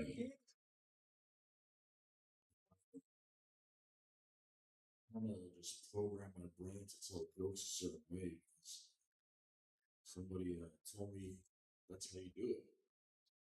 Now there's like a structure, so let me practice because I just want to go through. Can you end the live stream right now, just like a practice? You know, like I'm just gonna visualize a big crowd. You know, maybe about what's a big crowd to a up and coming comic? I'm gonna visualize about 40, 46 people in the room right now. That's a huge crowd, you know. Yeah. What's the biggest crowd you've done so far? How about that? Like 40. What about you? Well, How many people? Just the quantity of humans in the room when you did comedy. 250 on the Kiltony. 250 people. Main room of the comedy store. No, Kiltony, Seattle too. That a place called Chop Toy. Wow, that's Seattle, and then other. how long ago was it? How many years were? What was it? A year, 2 years ago? What? Well, shit, messing up.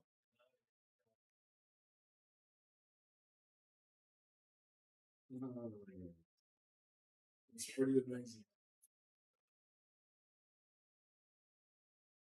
Well, most of visualize a big room, you know.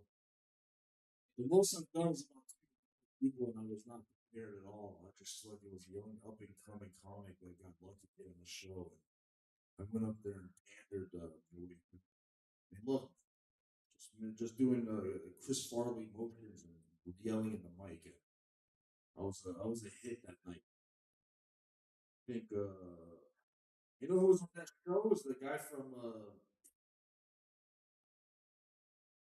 he was a guest host on Saturday Night Live. I think he was in Black Panther, and it was that week he was hosting that week on SNL. He was popped in to do a set. He pulled up in a limo. Like holy shit, man!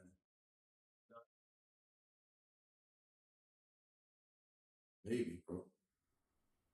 You know, there was a lot of another comic on there. Yeah, that's the one. What's his name? Yeah, he died. Yeah, he died right after, like soon after that show. He's the one that hosted SNL, right? I don't know. Well, whoever hosted SNL that week and then died soon after from cancer is the one. Yeah, we did that show in a little Saigon in Westminster. It was like a full-on Vietnamese bar. Half the people, I don't think they were there for comedy, but they were laughing. So we did our job.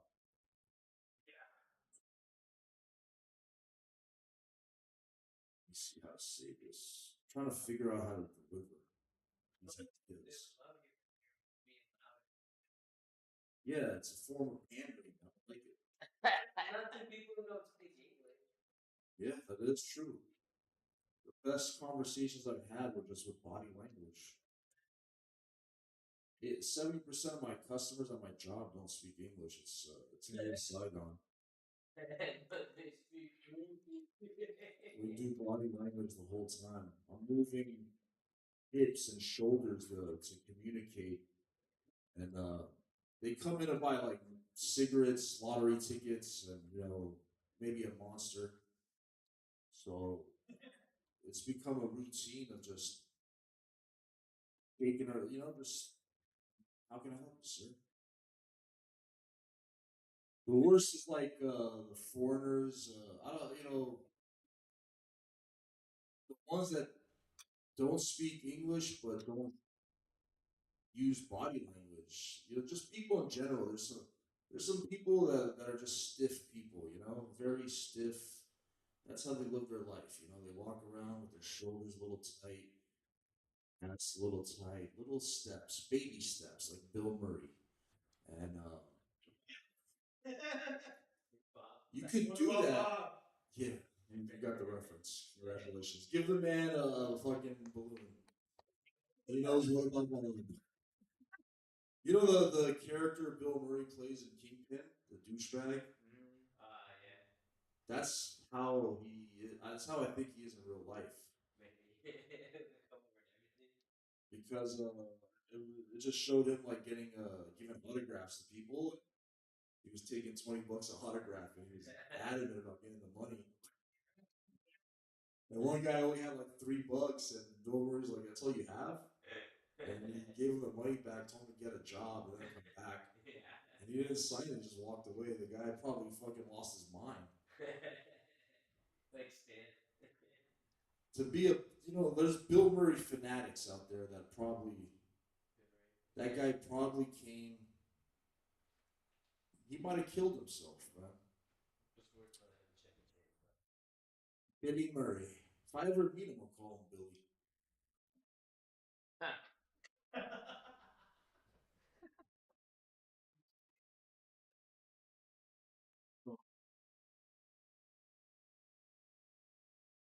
You know when he died, he visited one of my dreams.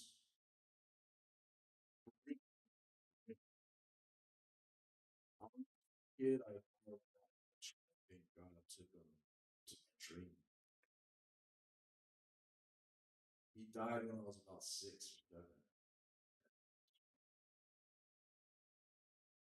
I had worse. Nobody's original. I don't like Chris Farley. I like him because most of the older cousins and bros watch it. We all laugh together. All my music choices are influenced. I have no original aspect of my life. There's nothing that I could say like this is what I like because of my own decision. If you're an only child, God bless you. You probably have some type of originality, but we're all influenced something. There's nobody original. That's why I don't even smoke weed anymore because it's become so mainstream. Like there's something cool about doing something that's not mainstream. You got your own thing. It used to be music. It's era, then it became just dude. When I see people that listen to hip hop, it disgusts me because they take it serious. Yeah. There's like 9 out of 10 rappers are not fucking. They're not valid. It's not like it should be a trustworthy. Like any type of artist should. It should be trust. Are they trustworthy of what they're fucking delivering? Music, comedy, whatever. Are they trustworthy? That's how it should be rated. An award, it's like some kind of award show based off the trustworthy of what the artist is saying. This year's most trustworthy comedian, Bill Burr. He's pretty trustworthy. You ever Bill Burr and chilled? Netflix and Bird? No, Netflix and Build. That rhymes with chill. Netflix and Build. That's a good time. You hook up with a girl and play Bill Burr specials in the background. Yeah, it's hard to come with a Boston accent. You feel like a champion when you're done.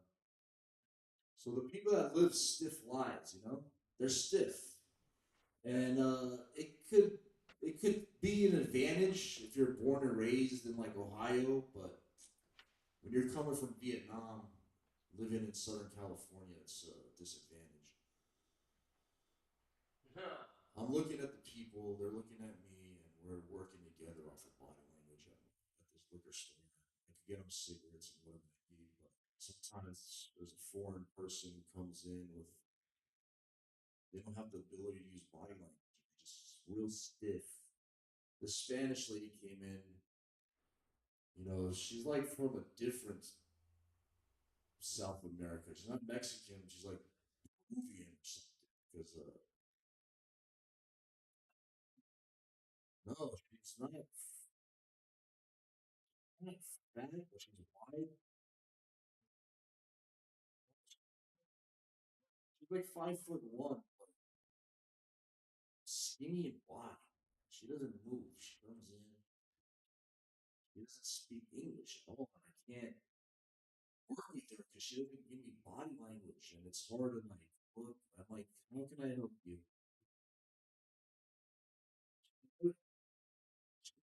at me like this and speaking Spanish. And I'm looking and I'm like, she's looking at me and she's like, "Yo quiero que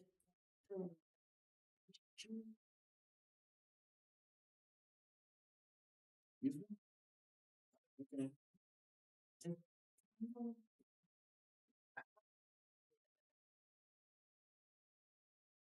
So after about 4 attempts of trying to understand her, I just asked the store, does anyone here speak Spanish?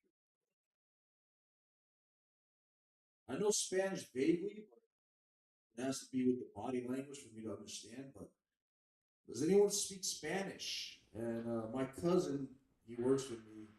He knows the same amount of Spanish as I do, and he runs over like to be helpful. And he's like, "Hola, how can I help you, man?" And with her stiff body, she's just chirping. She's like, it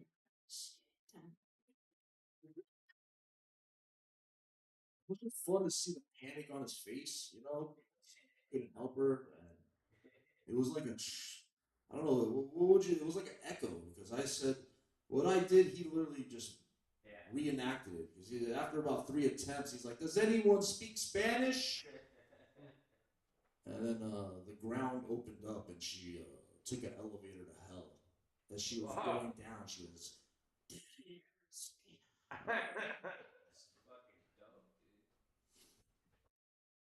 have you had deja vu recently? You never had deja vu? I've had some weird ones recently. What's your dreams like, buddy? Keep a journal next to your bed. You're gonna do it for a month, and then you're gonna look back at your journal. It's just gonna be all dick pics. This is my dreams. I don't know. Deja vu is a crazy. When you have a deja vu in the moment, you lose your mind. You know, it's an emotional feeling where you don't know what's going on. You think it's a sign for the future, and deja vu's real when you're fat. It's not. It might not be real in general because I go to Wendy's and last week I was there and I'm in the parking lot eating a bowl of chili. Deja vu hit me at that moment.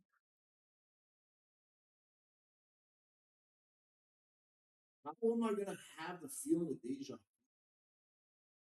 vu? They,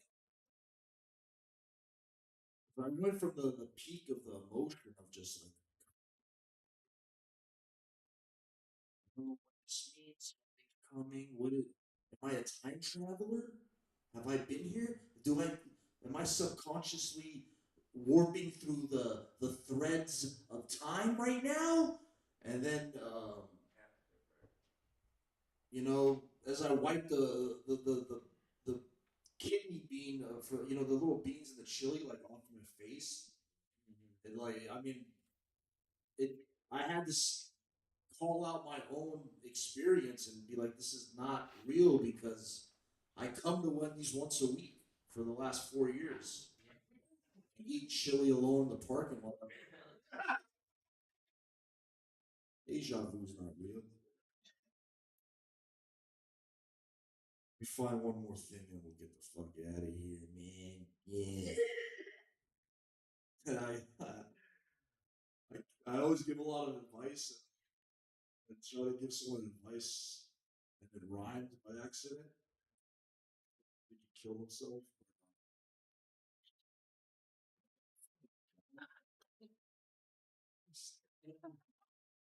You know, when you like just say something that rhymes, you know, you don't expect it. Did you call me a magician? I'm not a magician. I make music. Yeah. All right, give it up for your host. Thanks.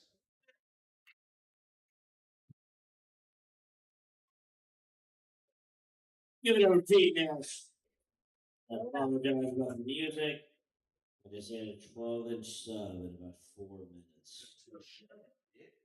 What? How are you sound when you got all saved? Hungry. I'm that fat. That was my deja vu right there. Pete, you know there's a thing called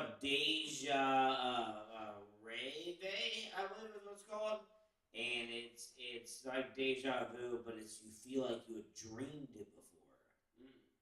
It's like basically, dude, I don't know, I kind of think if you don't have like deja vu like that, you're a fucking loser. I feel like many times where I've been like, I've experienced this. I'm clearly the son of God. I know what's going to happen forever, and then just feels like it. I know you're saying, Pete. Give it up, Pete Nash. This next man coming to the stage. There are 2 comedians left. This guy's not closing it out. He is David motherfucking Moore.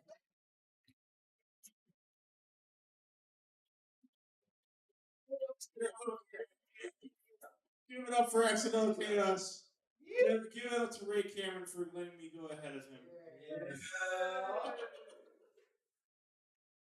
Good to see you guys.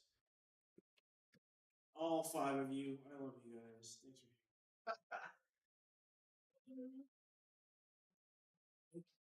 it rained recently. I don't like the rain. The only time I like the rain is when I get to go to a dive bar and see the hookers go down the street. That's pretty much it, because that really is an effort in itself to do any kind of business outside in the rain. I'm just saying, the hooker makeup is all running down, and they actually had to work together on Sepulveda Boulevard and just roll into a bar on like an abandoned door. They were just like, oh wee, oh yo, we're a bunch of hoes on the door. All right, we're here. Let's go. We're gonna do something wet. We'll be wet. Let's get in there. Let's go. Come on, you two in the wheelchair. Let's go. Suck you $5.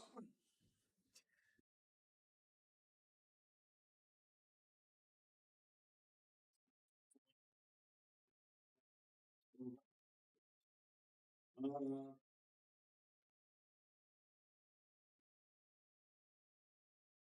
I came here with the best intentions. Doing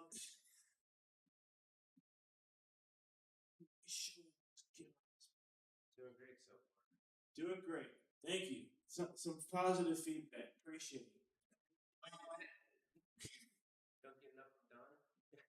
Oh, thanks. No, I don't. That guy is like like if my dad was an asshole. That's Don Barris. Like that's. And now you got Polly Wally as a coworker. What's up? Now Polly Wally's one of your coworkers. I'm actually doing something with her Sunday. Like, yeah, not that. But she's trying to do a music video and she needs someone to help her out. So this Sunday, hopefully this goes well. I gotta remember some lines here. We'll do it right. All right. Is that your line? I don't know. I haven't seen it. She just mailed me the script like hours ago. Let's read it. I don't know what to say about it. I don't know. All right, you guys want me to read the script? Yeah. Practice. Yeah. I have no idea what. I'm very curious. I have no idea. I'm very curious what Polly Wally. You saw that FDA? Yeah. No. I don't know no FDA. Okay, cool. That's like totally logical. Okay, here we go. Okay, the script. Okay, Polly is walking along the street with her phone to her ear. Okay. Polly. Right, always. Into phone. Mom, you're saying it wrong. It's not vile, it's viral. I know you don't care about this. Just wait until I'm big star though, then you'll care. Yeah. I know you're a star doll. Is that that's Paul Elijah? why you're gonna come out to LA and star in my music video. My fundraiser is going really well, and Polly's enthusiasm shifts. She starts to rub her back. Yeah. Yeah, you're always tired, Judy. Yup. Well, you? I've had enough of you too. So this is Polly continued as she's on her phone. Polly hangs up the phone and stares out aimlessly for the moment, fighting off the sadness she freestyles. Polly continued rapping, "Big Booty Judy, that's my mama. Name, X bar, exit, extension bar, Fantasias." Okay. Polly walks into the bar. The security guard, a Mexican guy, smirks at her. Polly to the security guard. "What's up, my little Oompa Loompa?" Security guard brushes her off, laughing. Polly's head is peeked into the office. She's taking to her boss, Henri. 50s are you? Where are you? I'm in there. It's a long fucking shit. The shit is about 7 pages long. Get a earbud. Get an earbud. What's black guy? Oh, black guy. All right, black guy. No, seriously, I play black guy. He hired you as black guy? I know. Hey, I am part black. Fuck you guys. All right. Hey, she got close enough. Yeah, she got a lot closer. That's how racist she is. Shut up in the same place. Who's a racist guy? I gotta admit it. Hey! All right. Black guy. Okay, here we go. Come on, clean up a mess. Goofball Polly puts her apron back on, cleans up. The black guy comes up to her. Black guy. Hey, that's you? That was cool. Oh, well, thanks. Yeah, I'm actually the music producer.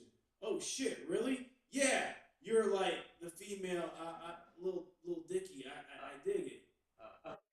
The female little Dicky. Is you? Is you your voice? Yeah.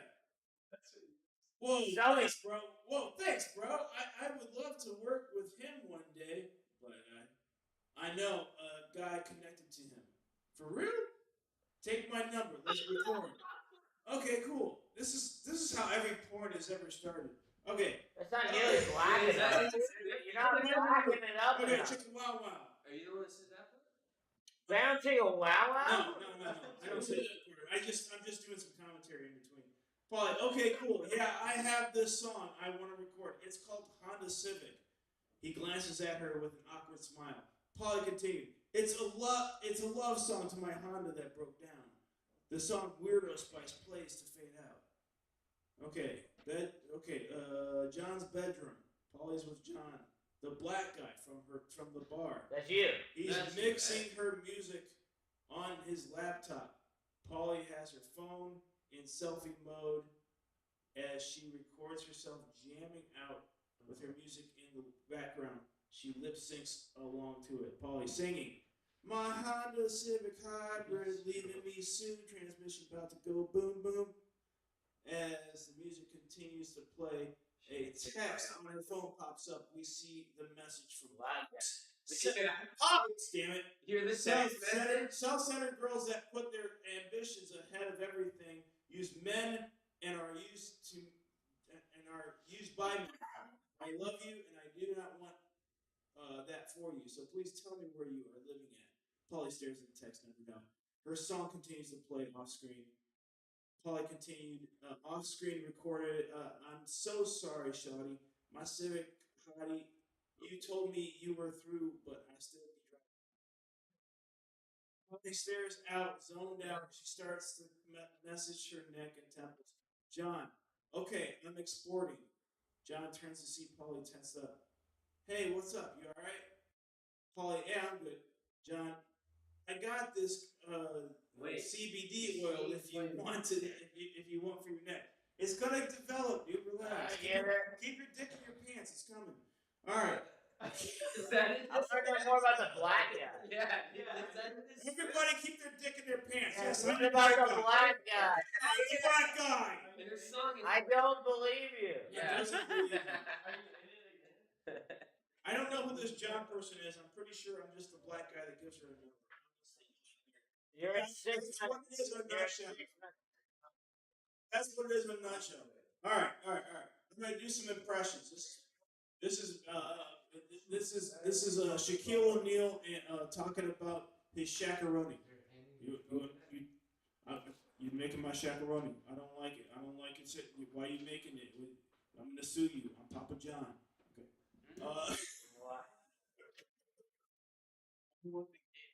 Look, 5 people is good enough to try some new shit. All right. Oh yeah, we wrote that. Yeah. Exactly. 6. Yeah. Oh, we're still live in New York? Okay, cool. You and Hey! nighttime salute. All good. I'll salute to anybody that's still online and still stayed up for this shit. Okay. Somebody in Memphis is like, oh shit, yeah, I need this guy. Okay. Here's what you need the black guy.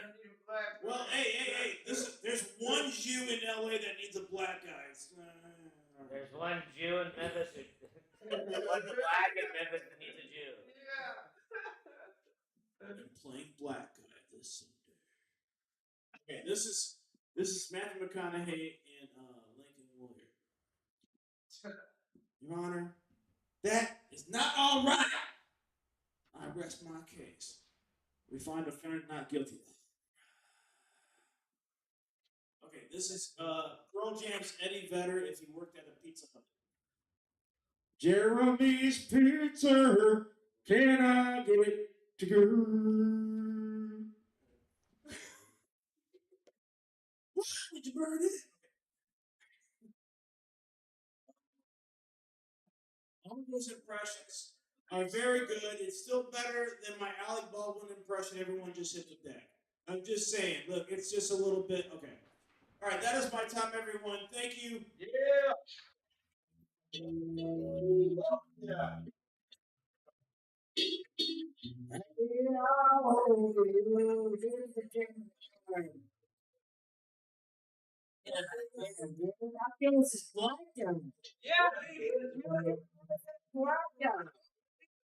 I mean, I couldn't even tell you weren't black. It's Thor. Nice. I hope Paul didn't see that, dude.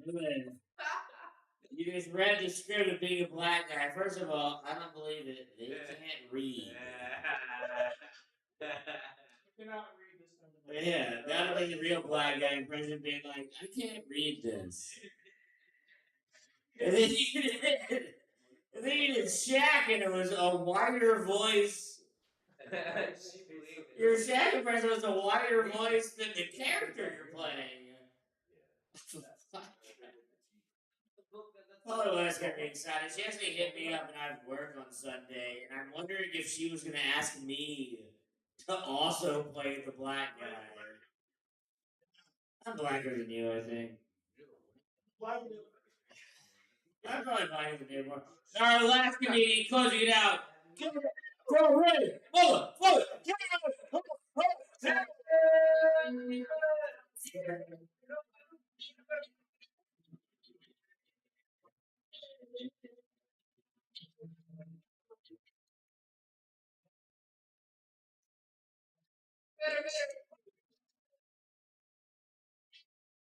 You know, usually I come on stage at other bars and I order a lemon drop martini just to make people go, what the fuck is that fat guy doing with that drink? But now I got something better, and that's a fucking coconut. Shouts out to that guy. Where's that guy? What's his name? The Armenian guy who gave me a coconut? Shaman of Love.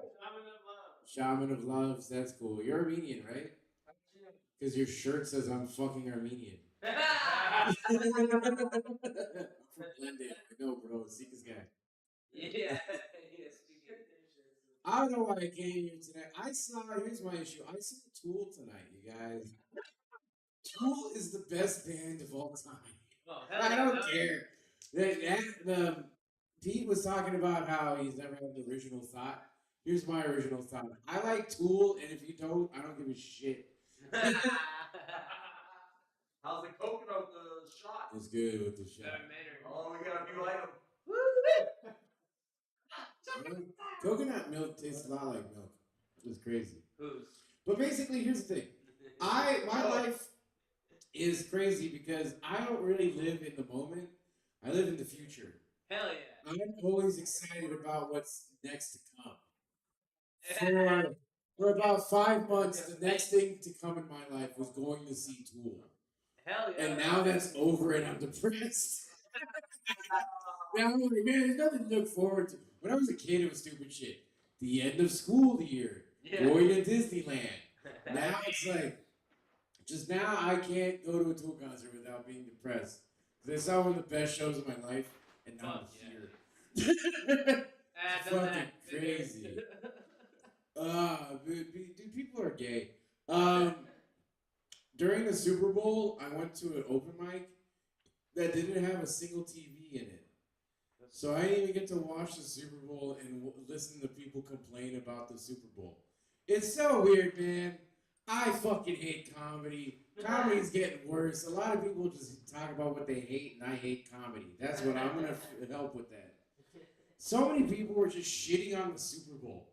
People you already could see, just take a look at it and be like, that guy doesn't watch football. I don't need to know your opinion about this NFL if you're like some gay guy from Atwater. I really don't fucking need to know that you don't like anyone in the NFL, okay? I don't care if you think it's racist. They employ more black people than whatever corporation you fucking work for. It doesn't matter. Oh my God. It just, when I go to an open mic now, I see people do comedy and it's like they're getting a lot of cool points if we were in China. If we were in China, they would get a lot of personality points or whatever shit. You get a lot of like cool stuff. But that's the thing, also in China, you can't be gay. It's very frowned upon. Ask Jackie Chan's daughter. Jackie Chan has a daughter you're not allowed to know about because she's a dyke. It's really bad. All these really cool places America loves, really not cool with the gays. Anyway, speaking of gays, I have to deal with women now, and I'm not cool with that. I made a post this week for Accidental Chaos saying, look how cool all these people are who've done our thing. And then, guess what I forgot? To put a vagina in the pictures. So 10 people hit me up saying, why aren't there no women in these pictures? What the fuck? You didn't put any women, you fucking asshole. And I was like, quick on my feet. I was like, don't worry. I'll make a post later in the week just for women. And then I did that tonight. And then 10 other fucking bitches were like, how come you didn't put me up? How come you didn't put me up? I wanted everybody to see me be fat on Chaos' stage. Why didn't you do that? I wanted to let everybody, even the people who complain, I hit them up saying, hey, give me a picture of you on Chaos. They're like, no, I look bad anyway. I don't need that. I don't need the exposure. I put Phoenix up. What the fuck? Yeah, it was an instant. My favorite thing about this past Tuesday was it was the anniversary. Hell yeah, what? 3 years, baby. We're still going. Hopefully for the next 3 years. And I was so proud of myself because I hosted and we had such a great night. But you know why I was even more proud of myself? What? I didn't do any fucking drugs the entire night. And I show up and in the morning I wake up and people were like, Ray's doing drugs at Chaos. Don't know. And I'm like, God damn it. I just went sober for an entire night. I was proud of myself. Ray, you're not allowed to come to Chaos anymore. People said you went to a back room. And you don't know what happens in the back room at Chaos. Gay sex. Yeah. Like the gayest. It does? Yeah. I know you're not gonna be down with this anymore. Fuck. But what I'm saying is every time you spread a rumor in comedy, you get less funnier. Just so you know that, gentlemen. Anytime you say some shit that doesn't happen, because it's not just this night or that time. It's happened all the time. And I'm loving it. I love it that my character and the character of the place is being demolished because a lot of fucking cocksucking assholes think that they can see one thing and fill everybody's heads with nonsense. Nate's gone. He's not here anymore. Why are you still doing that, everybody else? What the fuck? Oh, you mean what? No, I'm just ranting. It's okay. Good. Yeah, it's me ranting about my life, no one in specific, because if I said something specific, you guys would go and run and tell them, because you guys are a bunch of cocksuckers, Oh, too. because some of them are still around, I guess. No, yeah, it's actually JDK. Don't tell JDK I said that. Oh, But it's all him. It's it was him. I like ranting a lot. It's what I do. It's the most Persian part about me. It's fun. Salam alaikum. That was the Armenian guy. Ah, man. It's like, speak Armenian? It's not. It's an actual language. Yeah, it's Islam? No, it's Farsi. That's the opposite of Islam. It's not Arabic. Nah, no. We don't fuck goats. That's other places. Hey, at least we're not speaking Turkish. You know what I'm saying?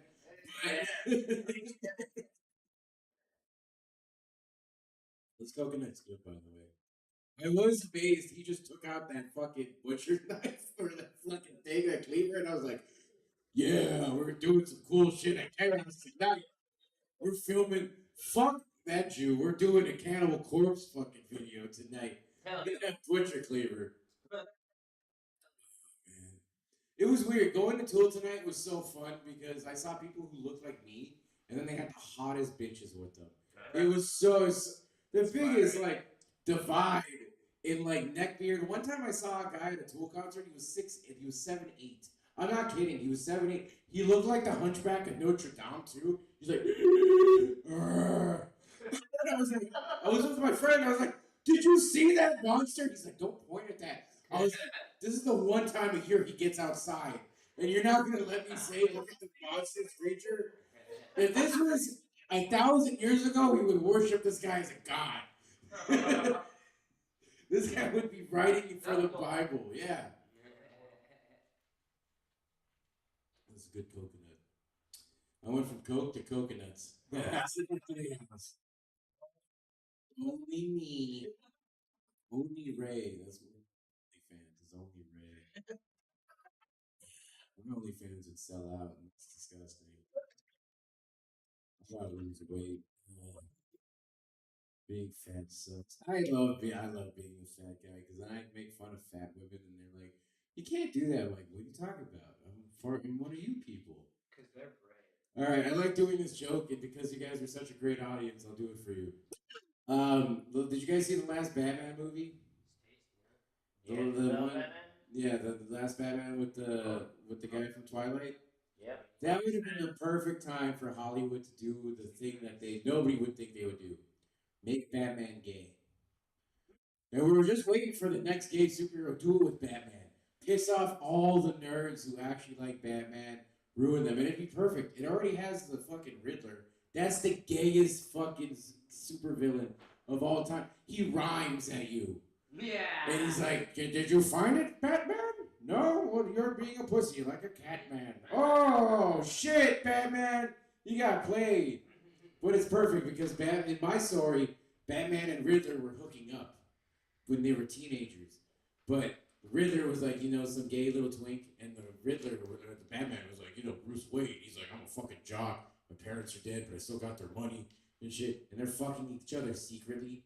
And then they break up because, Bruce Wayne ain't no fan. So he ends up starting to, fuck women as a joke, I guess, to himself. But, make himself feel better. So finally, the Riddler and him catch up.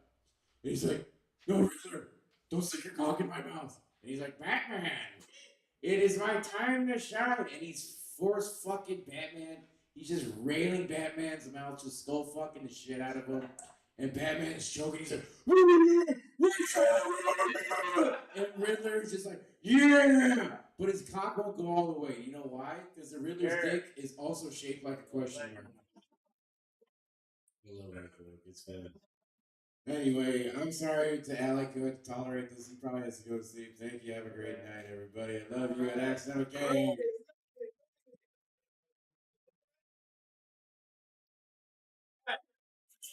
Good everybody. That's our money. Good night, everybody.